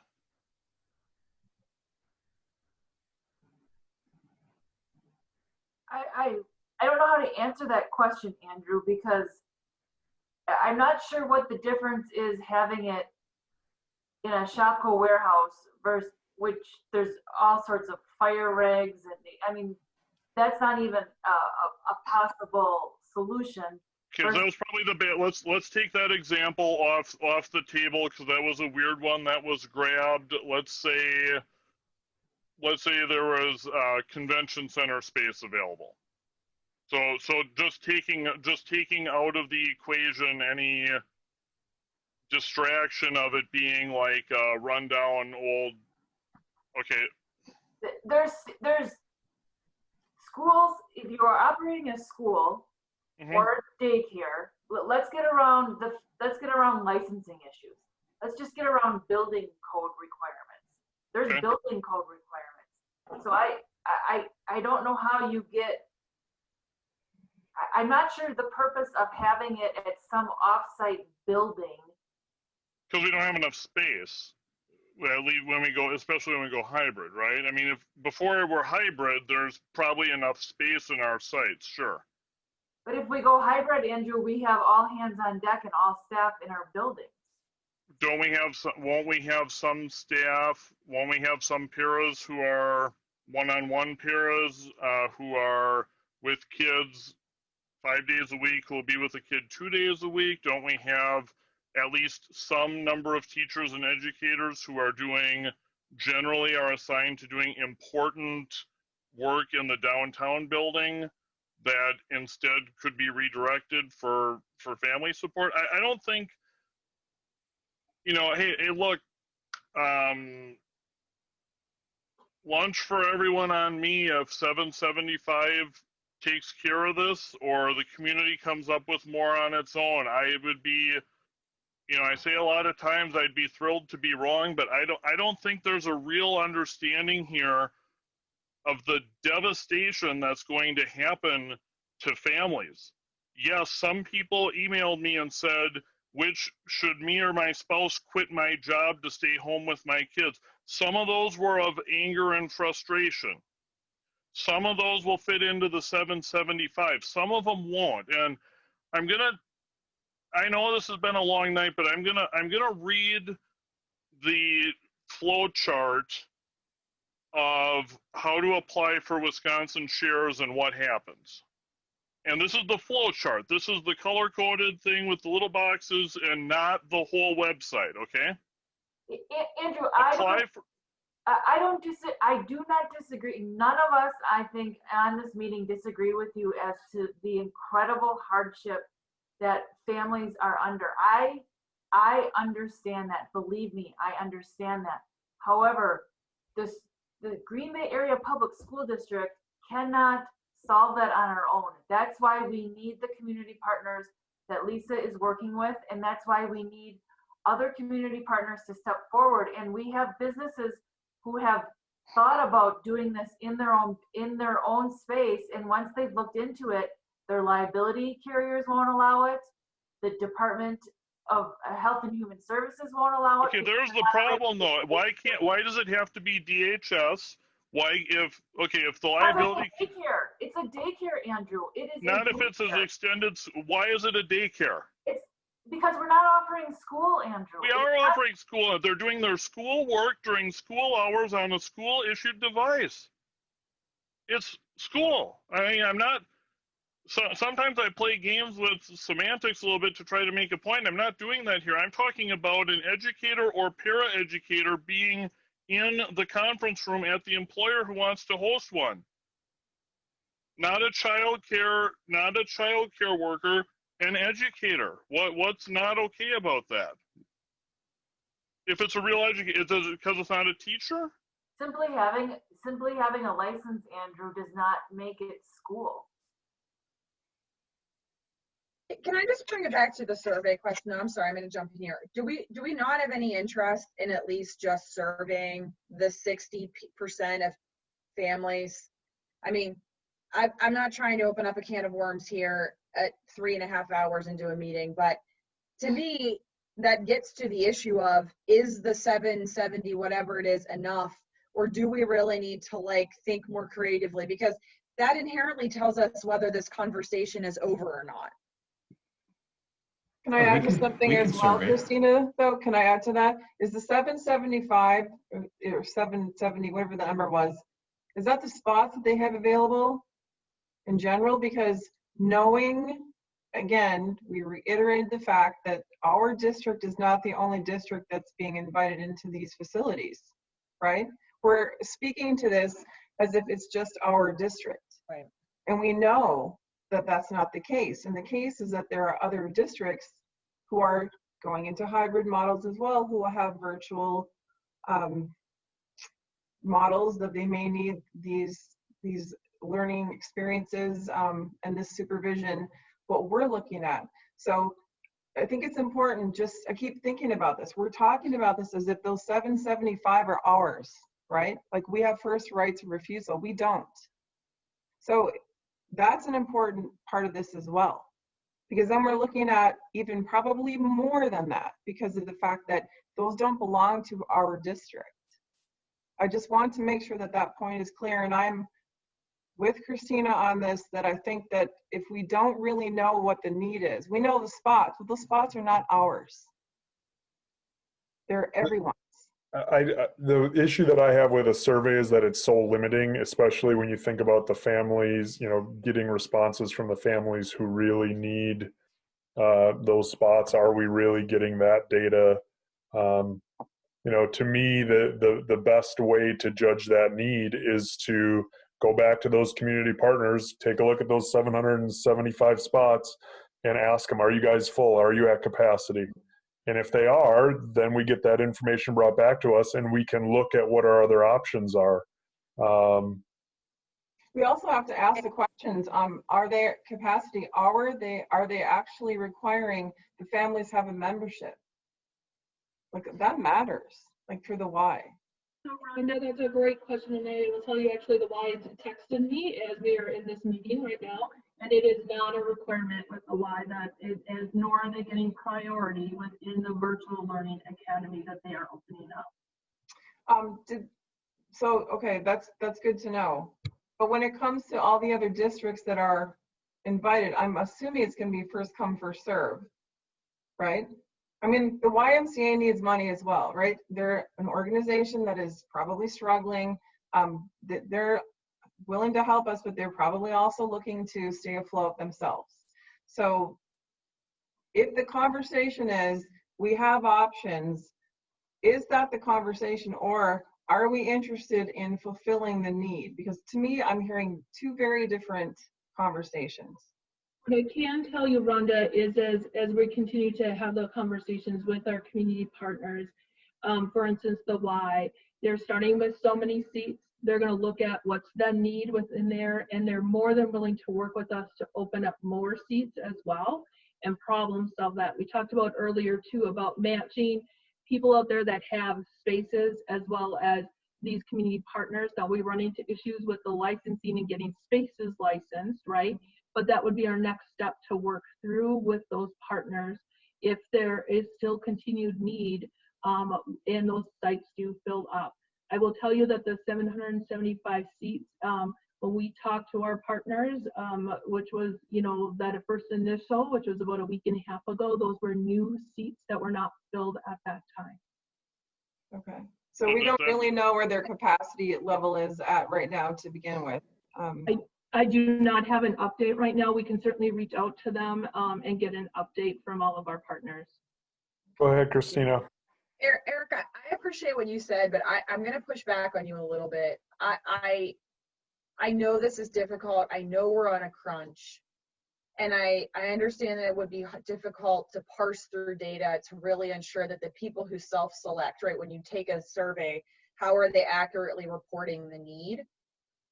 But I just can't imagine basically saying these are the slots we have, kind of like crossing our fingers and saying well, but if we have more, then we'll figure it out after September 1st. Don't you think that's too late? Can't we do, is it that impossible for us to just do something just to get a snapshot, just to see it? Are we even close, right? Do we have 5,000 people who said it, or are we 500? Yeah, I guess I don't know that we'd be able to put something together to get it out and get a timely response, seeing that we're 2 weeks away, and to put a lot of faith in that number is my thought on it. Yeah, I guess to me, something's better than nothing, because right now we're shooting in the dark and we have no idea. But what if that number, if let's say it does come back and it's 5,000, we don't have a plan, we don't have a solution, now we just know that it's 5,000. Well, but at least that gives you something to work off of, though. I mean, then you can go back to those people and say, all right, how do we prioritize them? How do we move from the margins and the most, the ones who are at the most critical point? We move from the outside in, and then, again, like Melissa said, I'm not saying we're going to be able to, we can't solve COVID-19. We can't solve all of the structural, inequities that come from above us that are pressing down on us from above. But if we don't know what the need is, how can we plan? Yeah, if there's 5,000, here's one thing that 5,000 of need would tell me.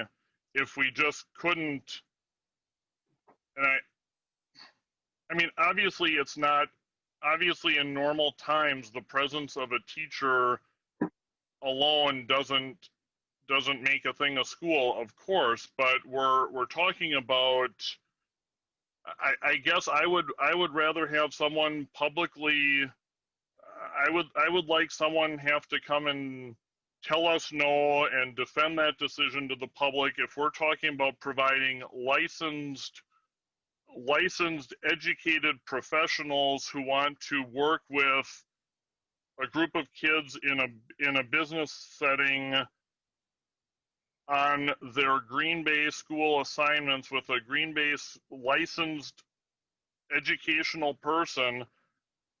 I guess if we're going to be, if a state agency is going to shut us down on that, then, then go ahead and at least the public will know that we tried. And the process can play out that way, but not trying is, and again, I'm not talking about if a off-site liability insurance won't let a business do it, then that's between them and their insurance carrier, and it's disappointing. I think we have. Our insurance carrier will not allow us to do that. Our insurance carrier will not allow us to set up school at some random building in the community. It won't comply with the regs for operating a school. There are certain regulations, certain requirements of how many square footage, how many windows, how many exits, how many bathrooms, how tall the toilets need to be, how tall the sinks need to be, ADA compliance. That we cannot do it. Well, can I ask you a question, Melissa, then? If we have 1,000 kids that are going to be left home alone, and that's the option that's on the table, do we move to a hybrid model for those kids? I mean, look, that's a very different question than operating a remote. Right, but I'm just simply saying at this point, like, if we do a survey and we actually have a scope of what we're looking at, and it's like there's going to be a 6-year-old left home alone, then within all of the buildings that we have, could we do that? That's not a legal question. That I think is for Steve to answer that and make a recommendation. All I'm saying from a legal point of view and a liability point of view, what Andrew is proposing cannot happen. Right. Okay. Got it. All right. So you're still gonna hear. You're not gonna get out of this without hearing. I'll say it fast, but this is the abbreviated flow chart on how you apply for Wisconsin shares. Apply for Wisconsin shares, submit an application, complete an eligibility interview, provide all required verification, select a childcare provider, meet with the provider, agree on the childcare terms with your provider, request an authorization, contact your childcare worker, participate in assessment of your childcare need. Your worker writes an authorization to your selected childcare provider. Your My Wisconsin childcare card will be mailed to you. Use your Wisconsin childcare card to pay your subsidy amount to your provider. Pay any remaining amount you owe with your own funds. If changing locations, report in the month before the change. Report changes to any eligibility items by the 10th day after the change, and report if your child does not attend to the child care provider for 20 consecutive days within 10 days. So are you suggesting that we change how we apply to Wisconsin Cares? Because that's not something we can control. I guess no, I'm trying to get people off. How is this relevant, Andrew? It's relevant. I understand. Wait, I understand. You've talked a lot. Give me a chance. I understand that that applying is a really, really horrible, difficult thing to do.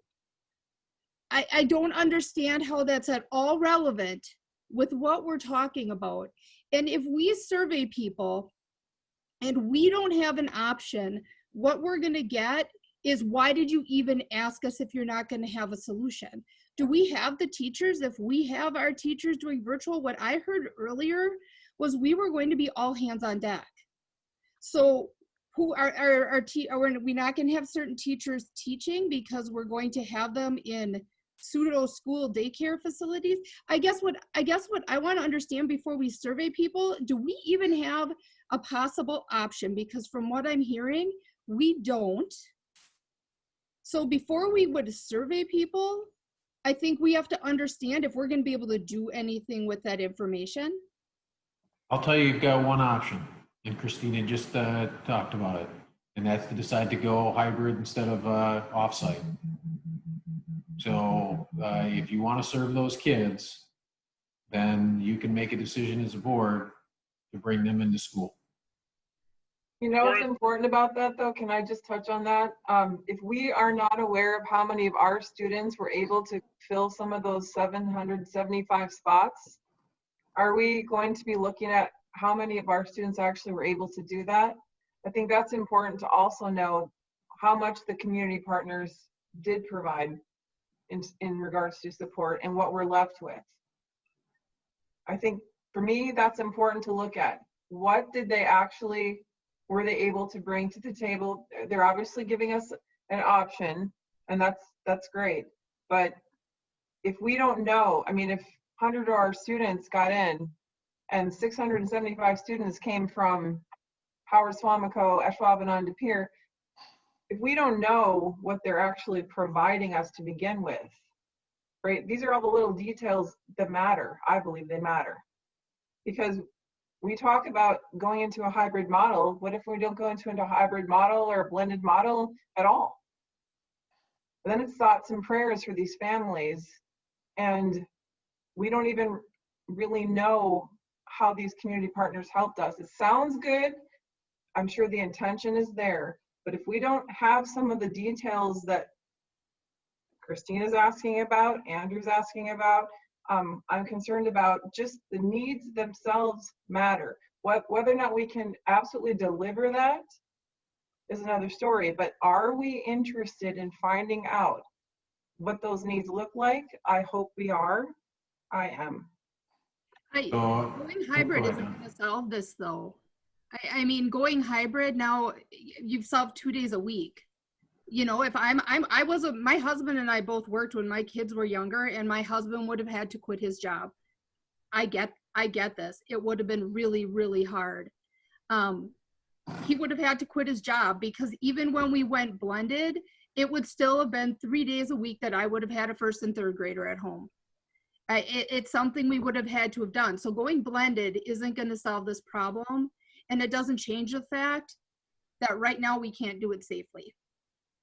It wouldn't, I would say this, Dawn, it definitely won't solve the problem, but to some families, it makes enough of a difference that it doesn't create absolute chaos in their lives. And I think that we've been told that from them as well. We know that's true. So I think it's important to just recognize that. I definitely can't say that I believe it solves the problem, but it does make a difference. There might be somebody whose family member can help for 3 days, not 5. And those 2 days matter. There's all kinds of situations where that actually might be helpful. But again, we've heard from these people, they've told us.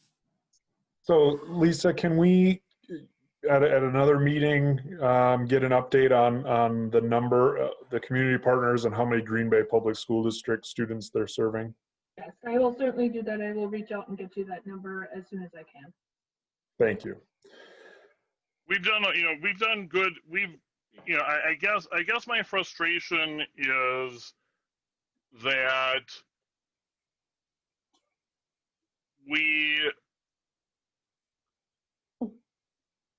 I just think we can. This is gonna really, if we wait till September 2nd, we're gonna hear from the families that someone quit their job and isn't gonna get it back because of this. And yes, maybe if we find out the number is 5,000, maybe it changes things in a way that we're bringing. Maybe there's a decision to bring all the K3 back, but spread out. I mean, I don't know. I mean, I can't believe that to not even try to find out, and many people who, if the 775 aren't full, it's probably not going to be because of need. It's probably going to be because people didn't know about it, or didn't understand the process, or gave up because they work all day and can't spend all day trying to get a hold of someone to do childcare stuff because that's open during daytime hours and they can't, you know. Maybe I could just offer one other thing, because I think one of the things that we're losing sight of is that we are all frustrated about this, and we all understand that this is an enormous challenge for our entire community. And we don't have any good solutions for it. And we've reached out to the big 5 school districts. We've reached out to other school districts in the Fox River Valley. Nobody else has a solution for this either. This isn't a problem that lends itself to an easy solution. Madison is a much larger community than ours. They were able to generate 1,000 seats. So we're not the only community that's struggling with this. And Lisa and her team have bent over backwards to try to figure out how to make this work. I think we're losing sight of the fact that they have done a heavy lift and done some really good work in a short period of time. And I want to make sure that they understand that I appreciate that. And I think if you ask a survey that says, if we provided free childcare for you, would you take advantage of it? You'll have thousands of people that will say yes. That would be the wrong question. That would be the wrong question. But if you say, are you having problems finding childcare, and if we provide it, would that fix the problem for you? I think you've got a lot of people out there that may have found a solution, that have patched something together, that would much prefer to have that solution that we just offered to a couple thousand people, and now they're going to line up at the board meeting and say, how come not us? Yeah, and the thing they patched together is going to be some people not making rent because they don't get through the Wisconsin chairs process in time, and they have to not find a way to not quit their job. So you just pay, what is it, $150 a week per kid if you're unsubsidized, I heard. I mean, that's real, and I think that I mean, do we not, are we at least, what I'm struggling with is if we have, and let's, staying away from the more exotic things of, are there buildings that haven't been used in a while that are in good shape? Let's stick to smaller bites first. Like, are we really not able to get some kind of a waiver to go into an ADA compliant corporate boardroom in a Fortune 1000 company in town? We can definitely reach out to DHS and ask about that. That's well, why can't we reach out to DPI and say, is this an extended? Can we, if we have a para educator, is an extended school? I think DHS are the blockers here. It sounds like that's what it's sounding like to me. I'm not getting the whole behind the scenes, but so Andrew, if they ask those to DPI and DHS and they say no, then you'll drop it. I suppose I suppose it depends how they ask. I mean, we got the largest video conferencing company in the world to rewrite its legal rules because we said so. So I think we're kind of pretty strong folks here. Can I make a recommendation here, Andrew? I think you've made a lot of good, I think, look, to everyone's point, Steve, to your point, this is incredibly difficult. But I think, Andrew, you've made some good points. I think, Eric, my recommendation would be, why don't you and Steve and I talk about this? We'll come back. Let's see if we can find a place. Is there anything that's workable? Lisa, we can get in touch with you. At this point, I just feel like, what else are we going to do with this topic? Great points all around. Yep. I agree. Let's move on. We'll discuss it more and provide an update to the board before the end of the week. And sorry, Noah had his hand up. I'm sorry. Yeah, go ahead, Noah. I have a question. Thank you. Okay, so perhaps this was answered. My computer crashed for a few minutes. I don't need an essay. Someone asked me, so I'm going to ask the question. Sorry if it is offensive or something. So West High School, they offer an after-school tutoring program where essentially it's fairly unstructured and kind of spread out, and teachers just are there. The free teachers are there, and they kind of walk around and help people with work. what are, just succinctly, what are the barriers in the way of doing that? If that be teachers, like the amount of staff, if it's the amount of space, concisely, what is it? Because that's what people are asking me. Why aren't we offering tutoring? Is that the question? No, sorry, that was, sorry. Okay, so essentially that style of program where students come into a building, are spread out, and they have that place to go during the day with enough teachers to meet the requirements to help them with their work. Why is it, what exactly are the things in the way of doing such a program? That's where we believe that DHS doesn't allow us to do that, and we're going to ask about that tomorrow. Steve, I think I think the other answer is no, it's based on age. So what I'm hearing from the board members is that the concern is young kids don't have care and parents are going to have to quit their jobs in order to be able to stay home. So high school kids obviously don't usually need somebody to stay home with them. So the purpose of setting that up, Noah, isn't for care for kids. It's to offer assistance in tutoring, which of course could be done virtually as well, rather than just in person, to allow for the protection of kids and not the spread of disease. The issue is leaving kids home alone, and there are age requirements for daycare. High school kids wouldn't fall under the age requirements for daycare. So I guess I acknowledge that if something similar to what I'm saying were implemented, it wouldn't be for high school students. That's not who needs it. It's the elementary students that are where the families are really struggling. What would be the barriers to setting up a place where if the at-risk elementary students who need it, if they can't find a place, they can't afford a place at the Y or whatever, they can't afford the time to get to the subsidy, could go to a building staffed by teachers in a much less regulated environment than a No, classroom. that's what we don't know that we can do from DHS. We believe that the answer from DHS is that you're not allowed to do that because it's a child care facility, but we're going to ask about that tomorrow. Thank you. I appreciate it. I'm sorry for misunderstanding. Thank you, Mr. President. I'm done. All right, let's go on to cohort preparation. Steve, about that. All right, now I got to remember who's doing that. Sorry about that. That's me. Oh, okay, thanks. A team of 32 administrators met to discuss options on how cohorts can be created. They considered a lot of variables, which I'll share in a little bit. Due to classroom space, the CDC guidance of maintaining 6 feet physical distancing, students 5K through 12 would need to be cohorted into at least or minimally 2 groups. I do want the board to understand that some of our schools may not be able to do just 2. They may need more because of the size of their facility and the number of students enrolled. But right now, we set a schedule with 2 cohorts. IC data showed that creating cohorts by alphabet order of last names pretty evenly distributes our students.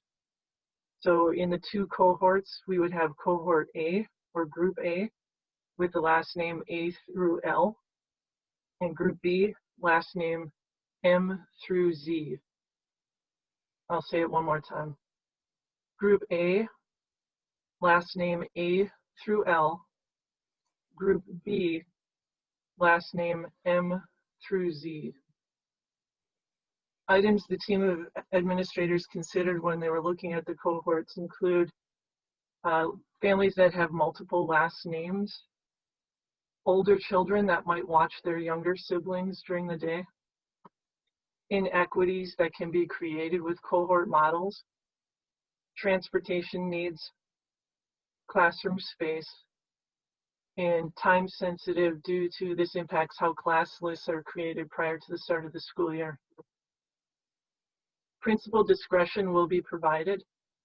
Families will be receiving a letter within I think our goal is within the next 2 weeks to identify which cohort the student would be in.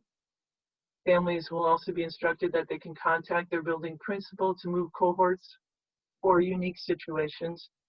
This could include daycare needs, parent work schedules. Principals will grant these exceptions if space is available. We're going to try to accommodate families as best we can. And our principals will work with other building leaders if we have siblings in multiple buildings. Understanding that our youngest learners need to be in school, our goal is to have 4K and early childhood attend 4 days a week when we return in a blended model, both the AM and PM sessions. Classrooms would be cleaned between the 2 sessions. It'll take some extra time from facilities, but we think if it's a smaller group, focusing on just 4K and EC, we can make that happen. And I think I mentioned within the next 2 weeks, it's our hope that the letters will go home. That's it.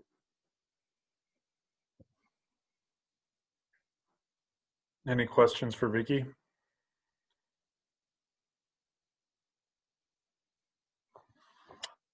Thanks, Vicki.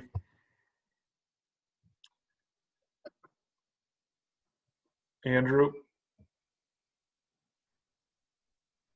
I think your headset died. Can't hear you.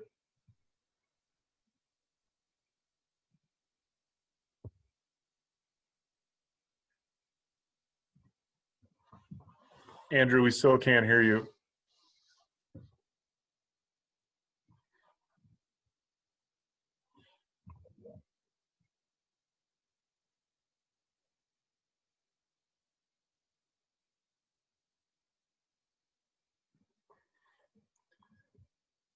Steve, while Andrew gets that figured out, did you have anything else in your superintendent update? Nope, that's it. Okay, is it working now? Yep. I just switched to speakerphone, so this isn't ideal. I think we need a decision on whether or not there's going to be a survey, and if there isn't consensus to survey families or not, I think we should vote on it and get it on the record.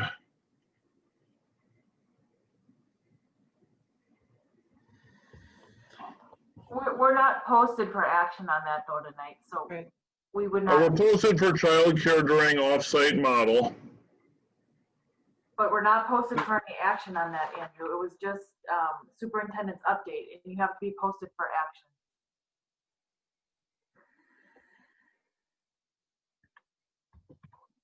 Yeah, that seems pretty tight, but yeah, Andrew, I'm we're not going to win an argument about it, and I wouldn't win a vote on it, so I'll whatever. Yeah, we'll talk about it tomorrow or Wednesday. It sounds like we might have a special board meeting posted for next week anyway, so at the very least, it could come next week. All right, that takes us to Intercity Student Council report. Braden, Noah, you guys got anything for us?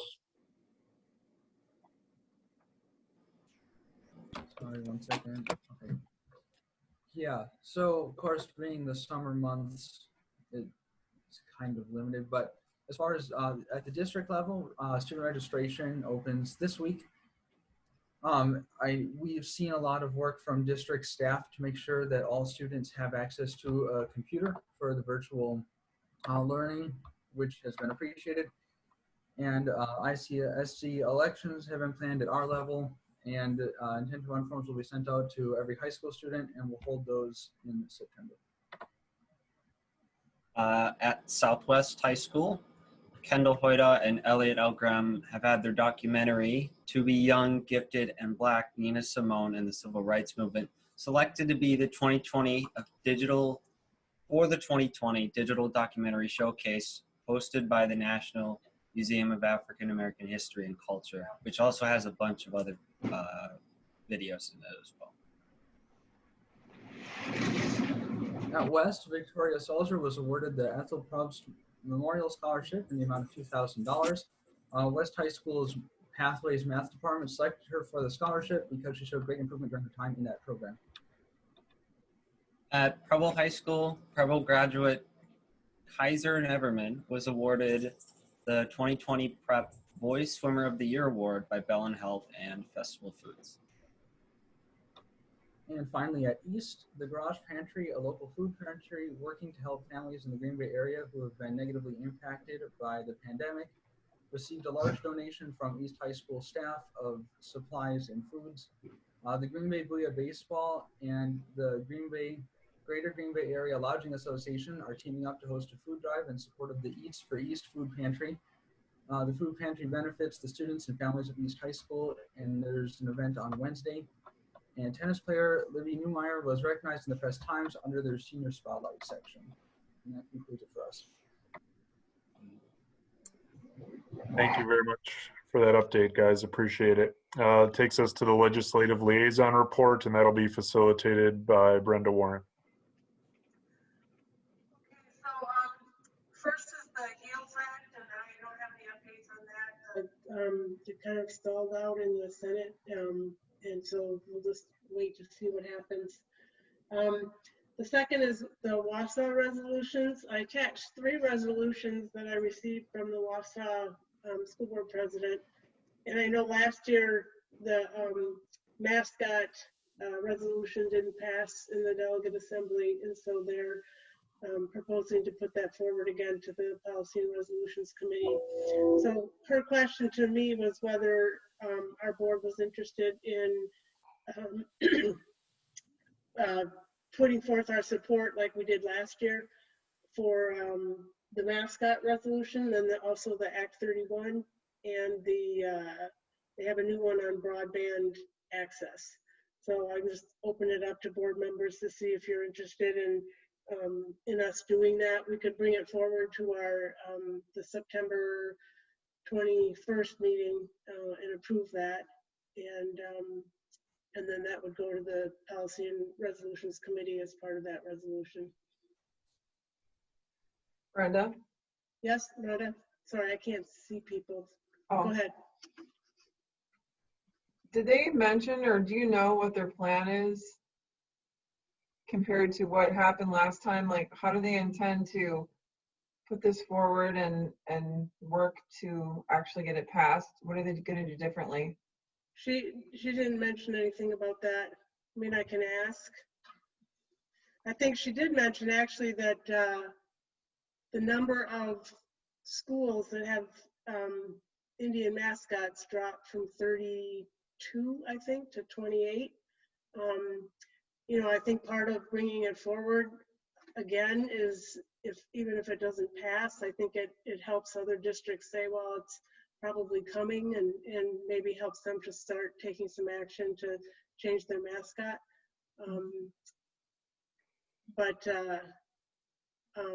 And also there's different people on the delegate assembly. It's not the exact same set of people. So, but she didn't mention any specific plans to try to get it passed this time. Laura, do you remember what the vote was last year? I don't remember. No, I don't remember no, it wasn't close. It wasn't close, yeah. I think that this is something we should do again. I think, you know, Dawn wasn't here, and so she'd have to, you know, we could revisit kind of the resolution and talk about that again. But my impression from last year was it's definitely worth the fight. And there was some very, very disappointed and angry people when the debates was so abruptly ended. And before even close to as many people who wanted to speak on it and show support or not, people didn't get a chance to speak. And so I think there's going to be, the Policy and Resolution Committee will meet on this, and I'm still going to be on there for 1 more year. I see it being more or less the same debate, the same questions, the same, you know, pushback from various schools. I would guess it would make it again into the slate of resolutions. We'll, you know, have another vote on it.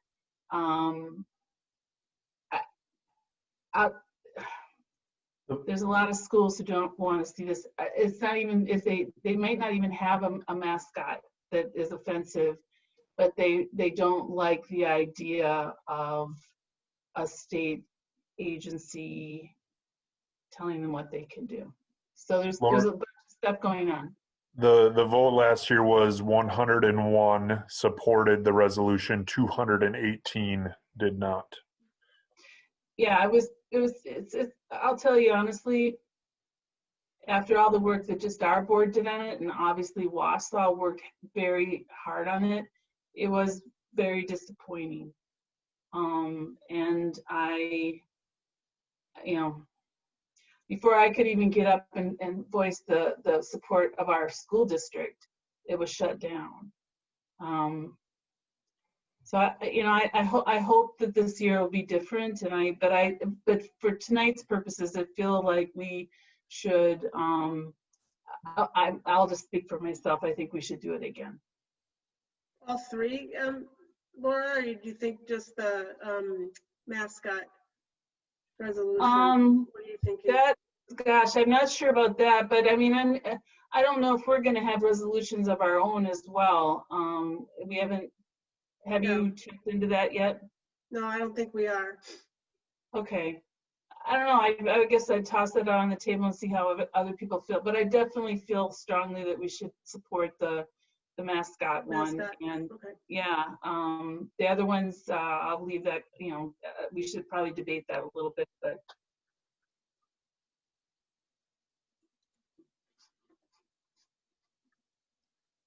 so are board members in favor of supporting the mascot resolution again? Yes. Okay. I'm seeing a lot of heads. Christina, I don't think she can see you, so go ahead. Yeah, I can't see you, Christina. Sorry. Sorry.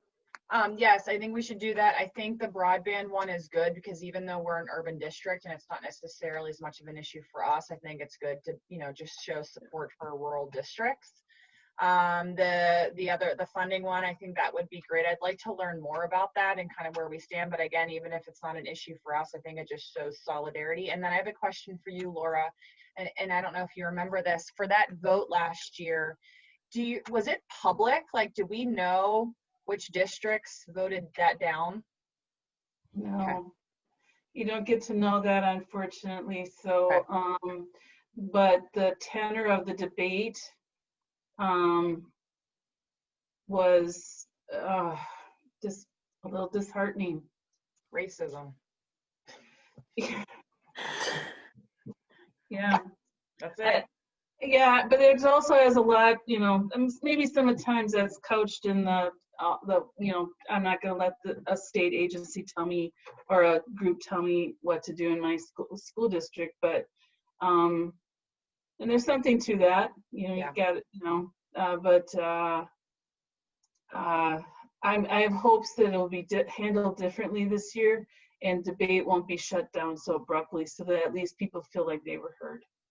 Yeah, I agree with you. Thank you for that. All right, so from what I've heard so far, I will write up resolutions in support of the broadband and the mascot resolutions for Wausau. We'll move forward with those. Okay. Thanks, Brenda. Did somebody? What? Oh, just said thanks. Oh, okay. And then lastly is the COVID-19 district flexibility application, and that's a very long list of waivers that DPI is considering at least making available to districts. And since Steve knows more about this than I do because he's been in contact with DPI, I'm going to turn it over to him to just make some comments. So the real benefit for us right now is that DPI really understands where things are at and where they can actually be of assistance for us. They've met with us regularly, especially in our Big Five meetings.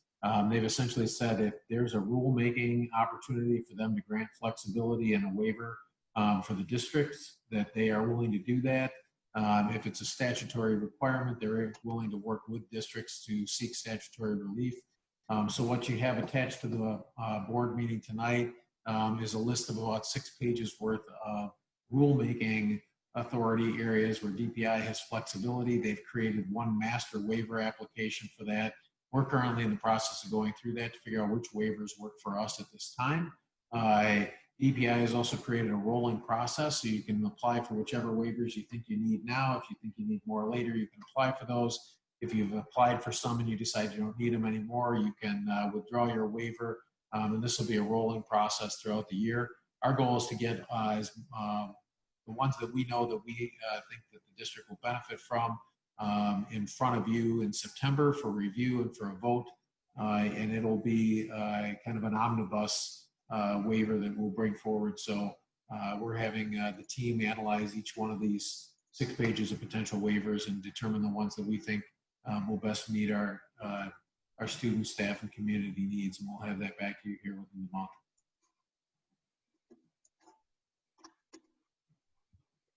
I did have, sorry, does anybody else have a question? I just turned on my,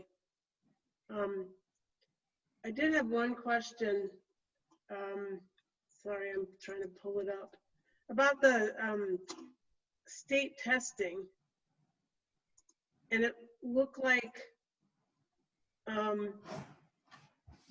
there was, yeah, the pupil assessment, it's the second page, number 3, right at the top of that second page. The pupil assessment program and the standardized reading test are exempted. So those are areas where we wouldn't be able to ask for waivers. Is that how I'm reading that correctly? So one of the things that the state obviously does is it acts as a pass-through for the federal government. So they have not been able to ascertain yet whether or not they're going to have any flexibility there. So this is still a work in progress. They've been updating us each week in those meetings about their, I guess I would call it incremental progress in this area. And they're hoping to have more information on that here in the next couple of weeks. Okay, thanks. All right, that's all I have, Eric. All right, thanks. Take a quick break and then we'll move to teaching and learning agenda, which you are facilitating as well. Yep, okay.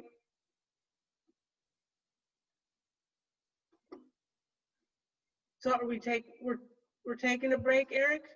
Oh, no. I said don't take too quick of a break because you're up next.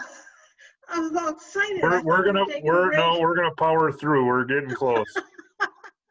All right. Okay. So these were all things that we talked about last week. So they're just up for a vote. So the first one is policy and rule 411.11. I move that the proposed revisions to Board of Education policy 411.11 and rule 411.11 as presented be approved. Second. And this was an extensive, it's the Title IX policy. We had a long conversation about that. All right, no discussion. Beth?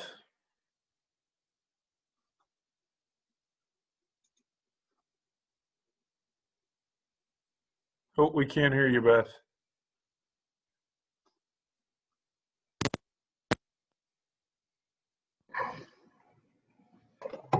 Nothing?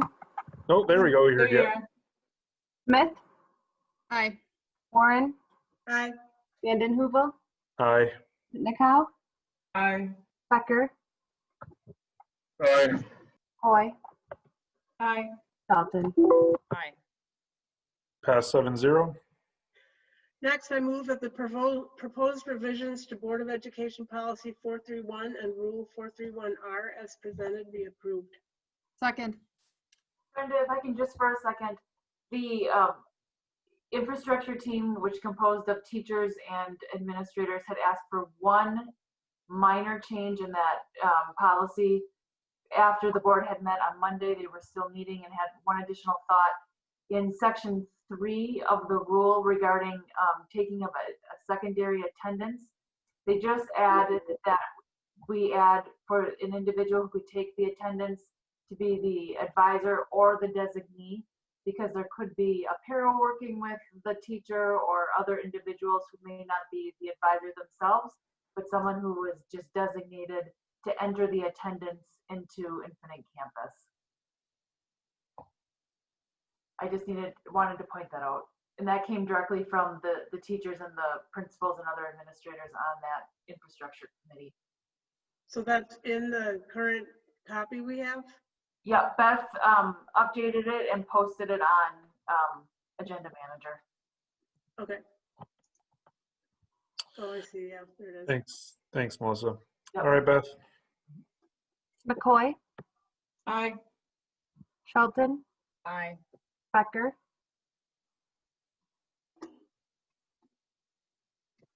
Becker. Aye. Thank you. Smith, Aye. Sitnikow, Aye. Warren, Aye. Vanden Heuvel. Aye. Pass 7-0. All right, next I move that the proposed revisions to Board of Education Policy 363.2 and Rule 363.2 as presented be approved. Second. Beth? Becker, Aye. Sitnikow, Aye. Smith, Aye. Vanden Heuvel, Aye. Shelton, Aye. Warren, Aye. McCoy. Aye. Pass 7-0. I move that the Board of Education adopts the board resolution related to COVID-19 for the 2020-2021 school year for the duration of the COVID-19 pandemic to modify the employee handbook to provide COVID-19 related leave as presented be approved. Second. Andrew? Okay, thank you. Yes, so what happens, is a person protected if they are in a situation where they just end up getting put into repeated quarantines, or does this only cover up to 80 hours total? What's covered? Without this language, they would only be eligible for what the current EFMLA and EPSLA provide, which is the 180-hour situation, Andrew. Mhm. And so that's partially why we have proposed this language to offer this for the if you're quarantined more than once, to offer it for the duration of this school year, and if the pandemic is still going on next year, we'll bring it back next year. I missed an occurrence of the word each, and I found it. So thank you. This is this is really important. I think what we're gonna struggle with during the year probably is more staff unavailability to quarantining than to staff getting seriously ill, because I'm hoping that staff have opted out if they're high risk, and also we're getting better at treatments for corona. So, but quarantines are going to happen kind of a lot, probably in response to many times things not from someone they came across at school, but on the outside. And I don't know if other places are doing this, but it's very important to me that we're a leader on this and people don't have to fear their jobs because of getting another quarantine. So thank you. All right, Beth. Warren, Aye. Becker, Aye. McCoy, Aye. Sitnikow, Aye. Smith, Aye. Shelton, Vanden Heuvel. Aye. Pass 7-0. I move that the resolution regarding the suspension of board policies related to COVID-19 for the 2021 school year as presented be approved. Second. One question, Mr. President. Yep, Noah, go ahead. I'm sorry. I'll be quick. No, you're okay. Rhonda's got a question too. Under Resolve 1, can somebody just tell me what the language of all the policies it suspends? This is Resolve 1. If such suspension could play an important role in slowing the spread of diseases, etc., who would make that determination? Would that be the superintendent's office or the board? Or just wondering on that.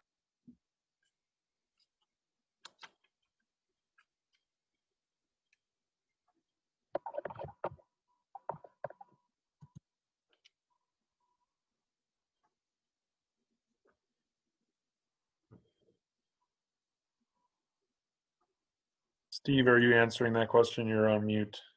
Sorry, I'm on mute. No, I was just saying Melissa was looking that up. Thank you.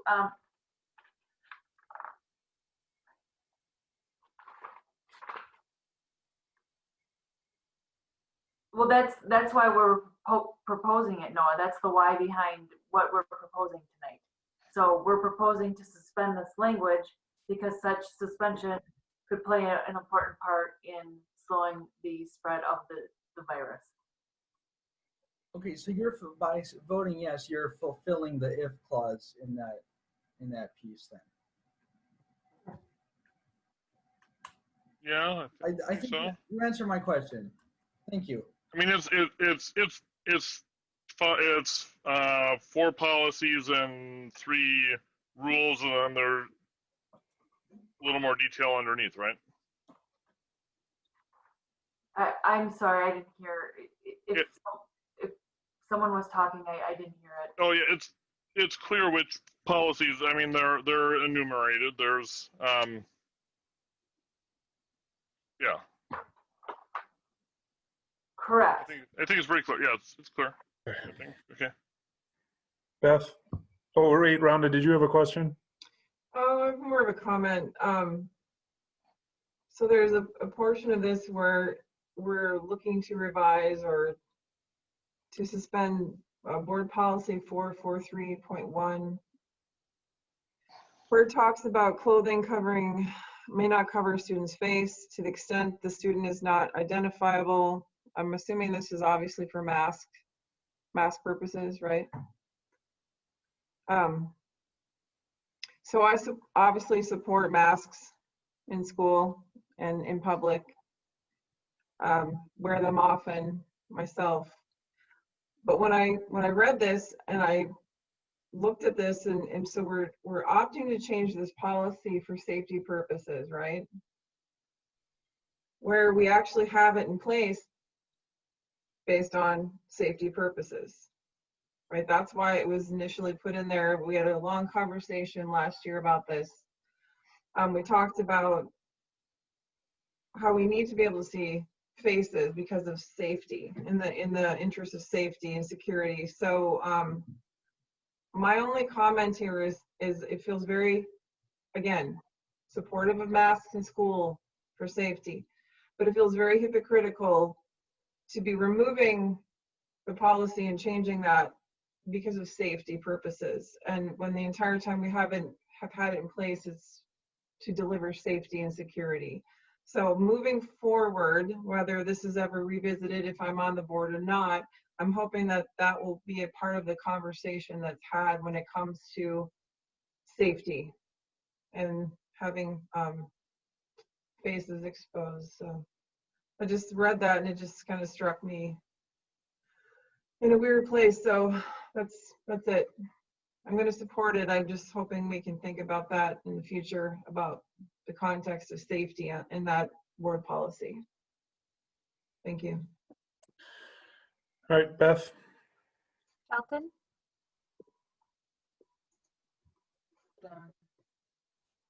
Oh, am I on? Okay, sorry. Wasn't working for a second. Aye. Smith? Aye. Warren? Aye. Vanden Heuvel? Aye. Sitnikow? Aye. McCoy?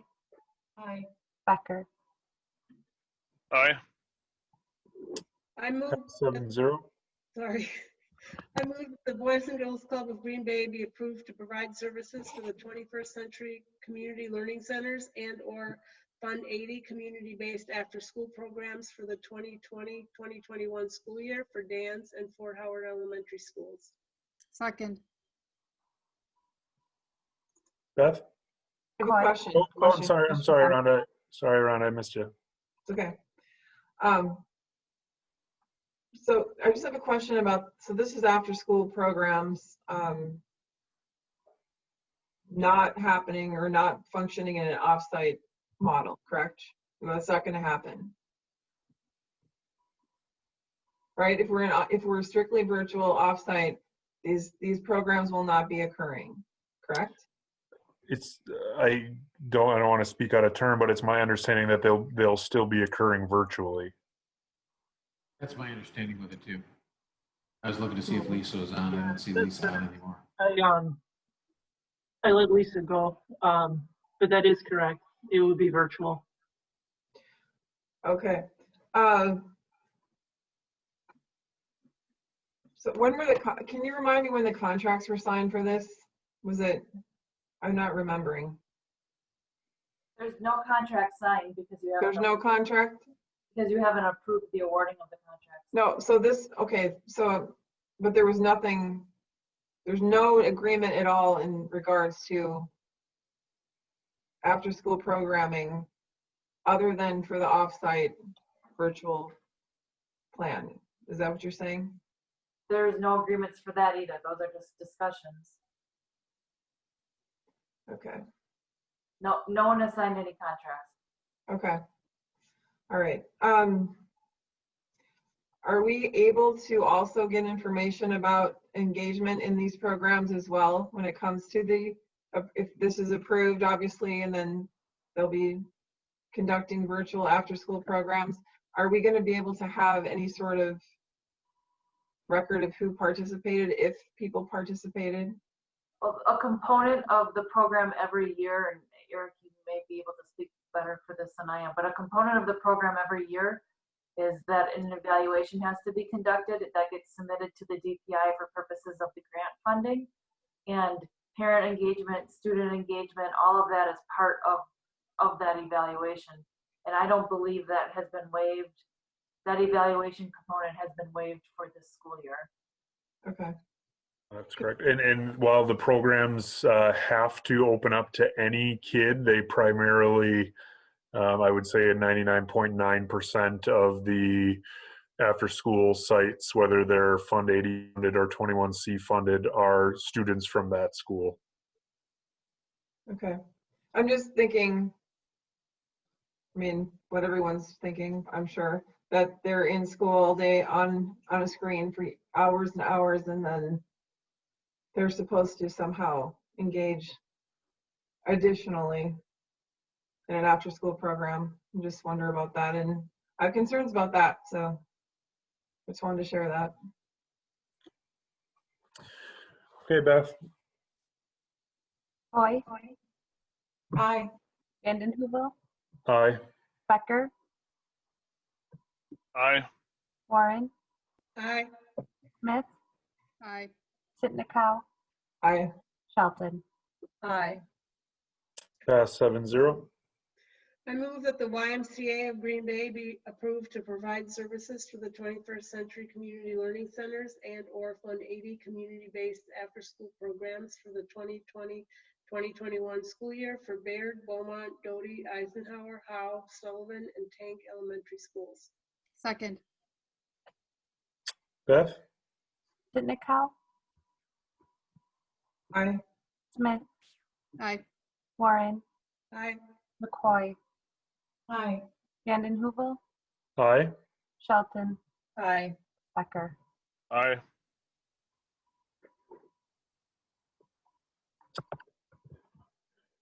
All right. Thanks, Brenda. That brings us to organizational support, facilitated by Christina Shelton. All right, guys, we're getting close. All right, I move that the transfer of Jennifer Ambrosius, Administrator of Student Information Systems, 12 months at the district office at a salary of $75,920, Group 11, to Instructional Technology Coordinator, 12 months at the district office with no change in salary, effective August 18th, 2020, as presented, be approved. Second. Beth? McCoy. Aye. Shelton. Aye. Becker. Aye. Vanden Heuvel. Aye. Warren. Aye. Smith. Aye. Sitnikau. Aye. Pass 7-0. I move that the transfer of Jenna Powell, administrative intern at Franklin Middle School at 191 days at a salary of $55,275, M1 Step 7, to interim elementary associate principal at Beaumont Elementary School, 11 months at a salary of $78,996, Group 10, prorated through, effective August 18th, 2020 as presented be approved.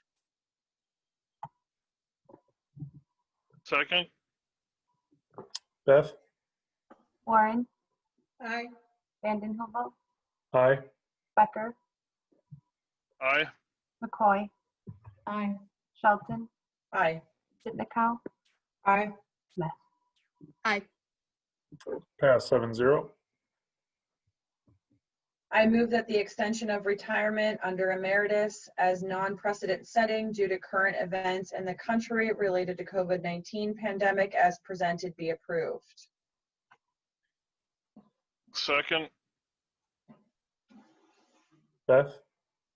Smith, Aye. Warren, Aye. Vanden Heuvel, Aye. Sitnikow, Aye. Becker, Aye. McCoy, Aye. Shelton. Aye. Pass 7-0.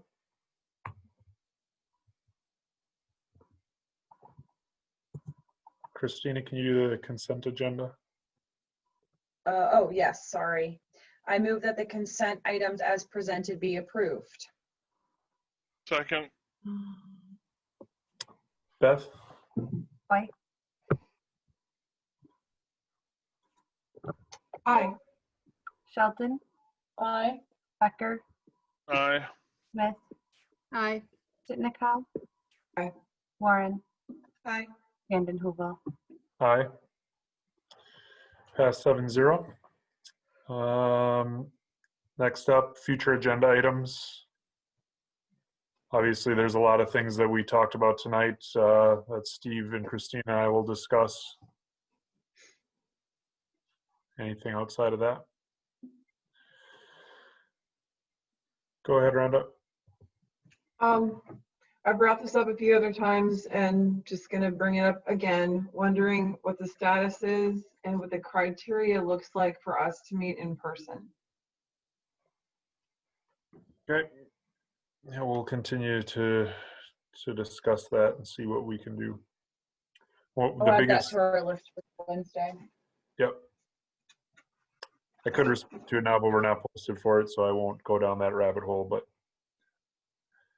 all right. Unless anybody has anything else, I look for a motion to adjourn. Oh yeah, actually, so I think we need to set up. I don't want to leave it up to a discussion of leadership as to whether there's a board meeting on Monday. I just want to schedule it. We are posted to talk about upcoming board meetings, so I want to schedule it. Okay.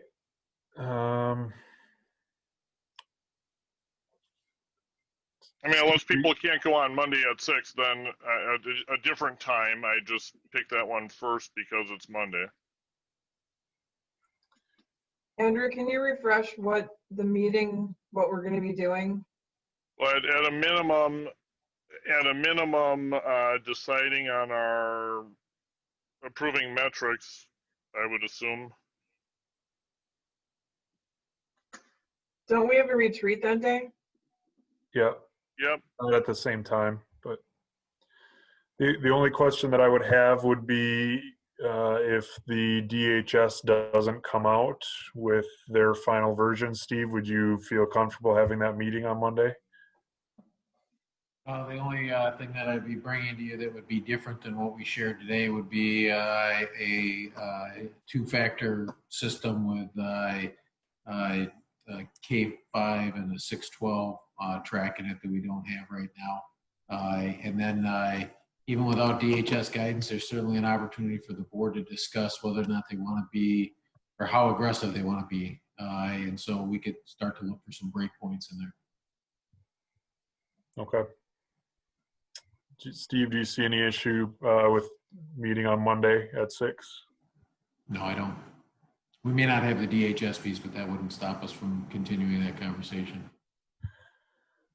And okay. The DHS piece isn't going to be, it doesn't sound like there's any, I mean, I would be willing to slow down just a couple of days if there was any, I mean, the DHS, it doesn't sound like there's any binding guidance coming here. Okay. Yep. So, all right. So everybody okay with Monday at 6 o'clock? All right. We will get that scheduled. All right.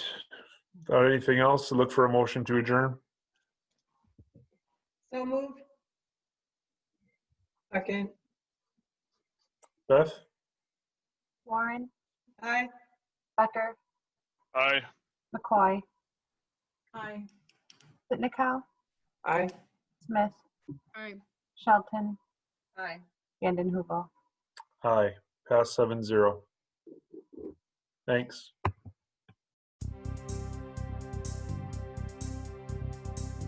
You have been watching the Green Bay Area Public School District's Board of Education meeting. Please visit the school district's website, www.gbaps.org, to view the program again.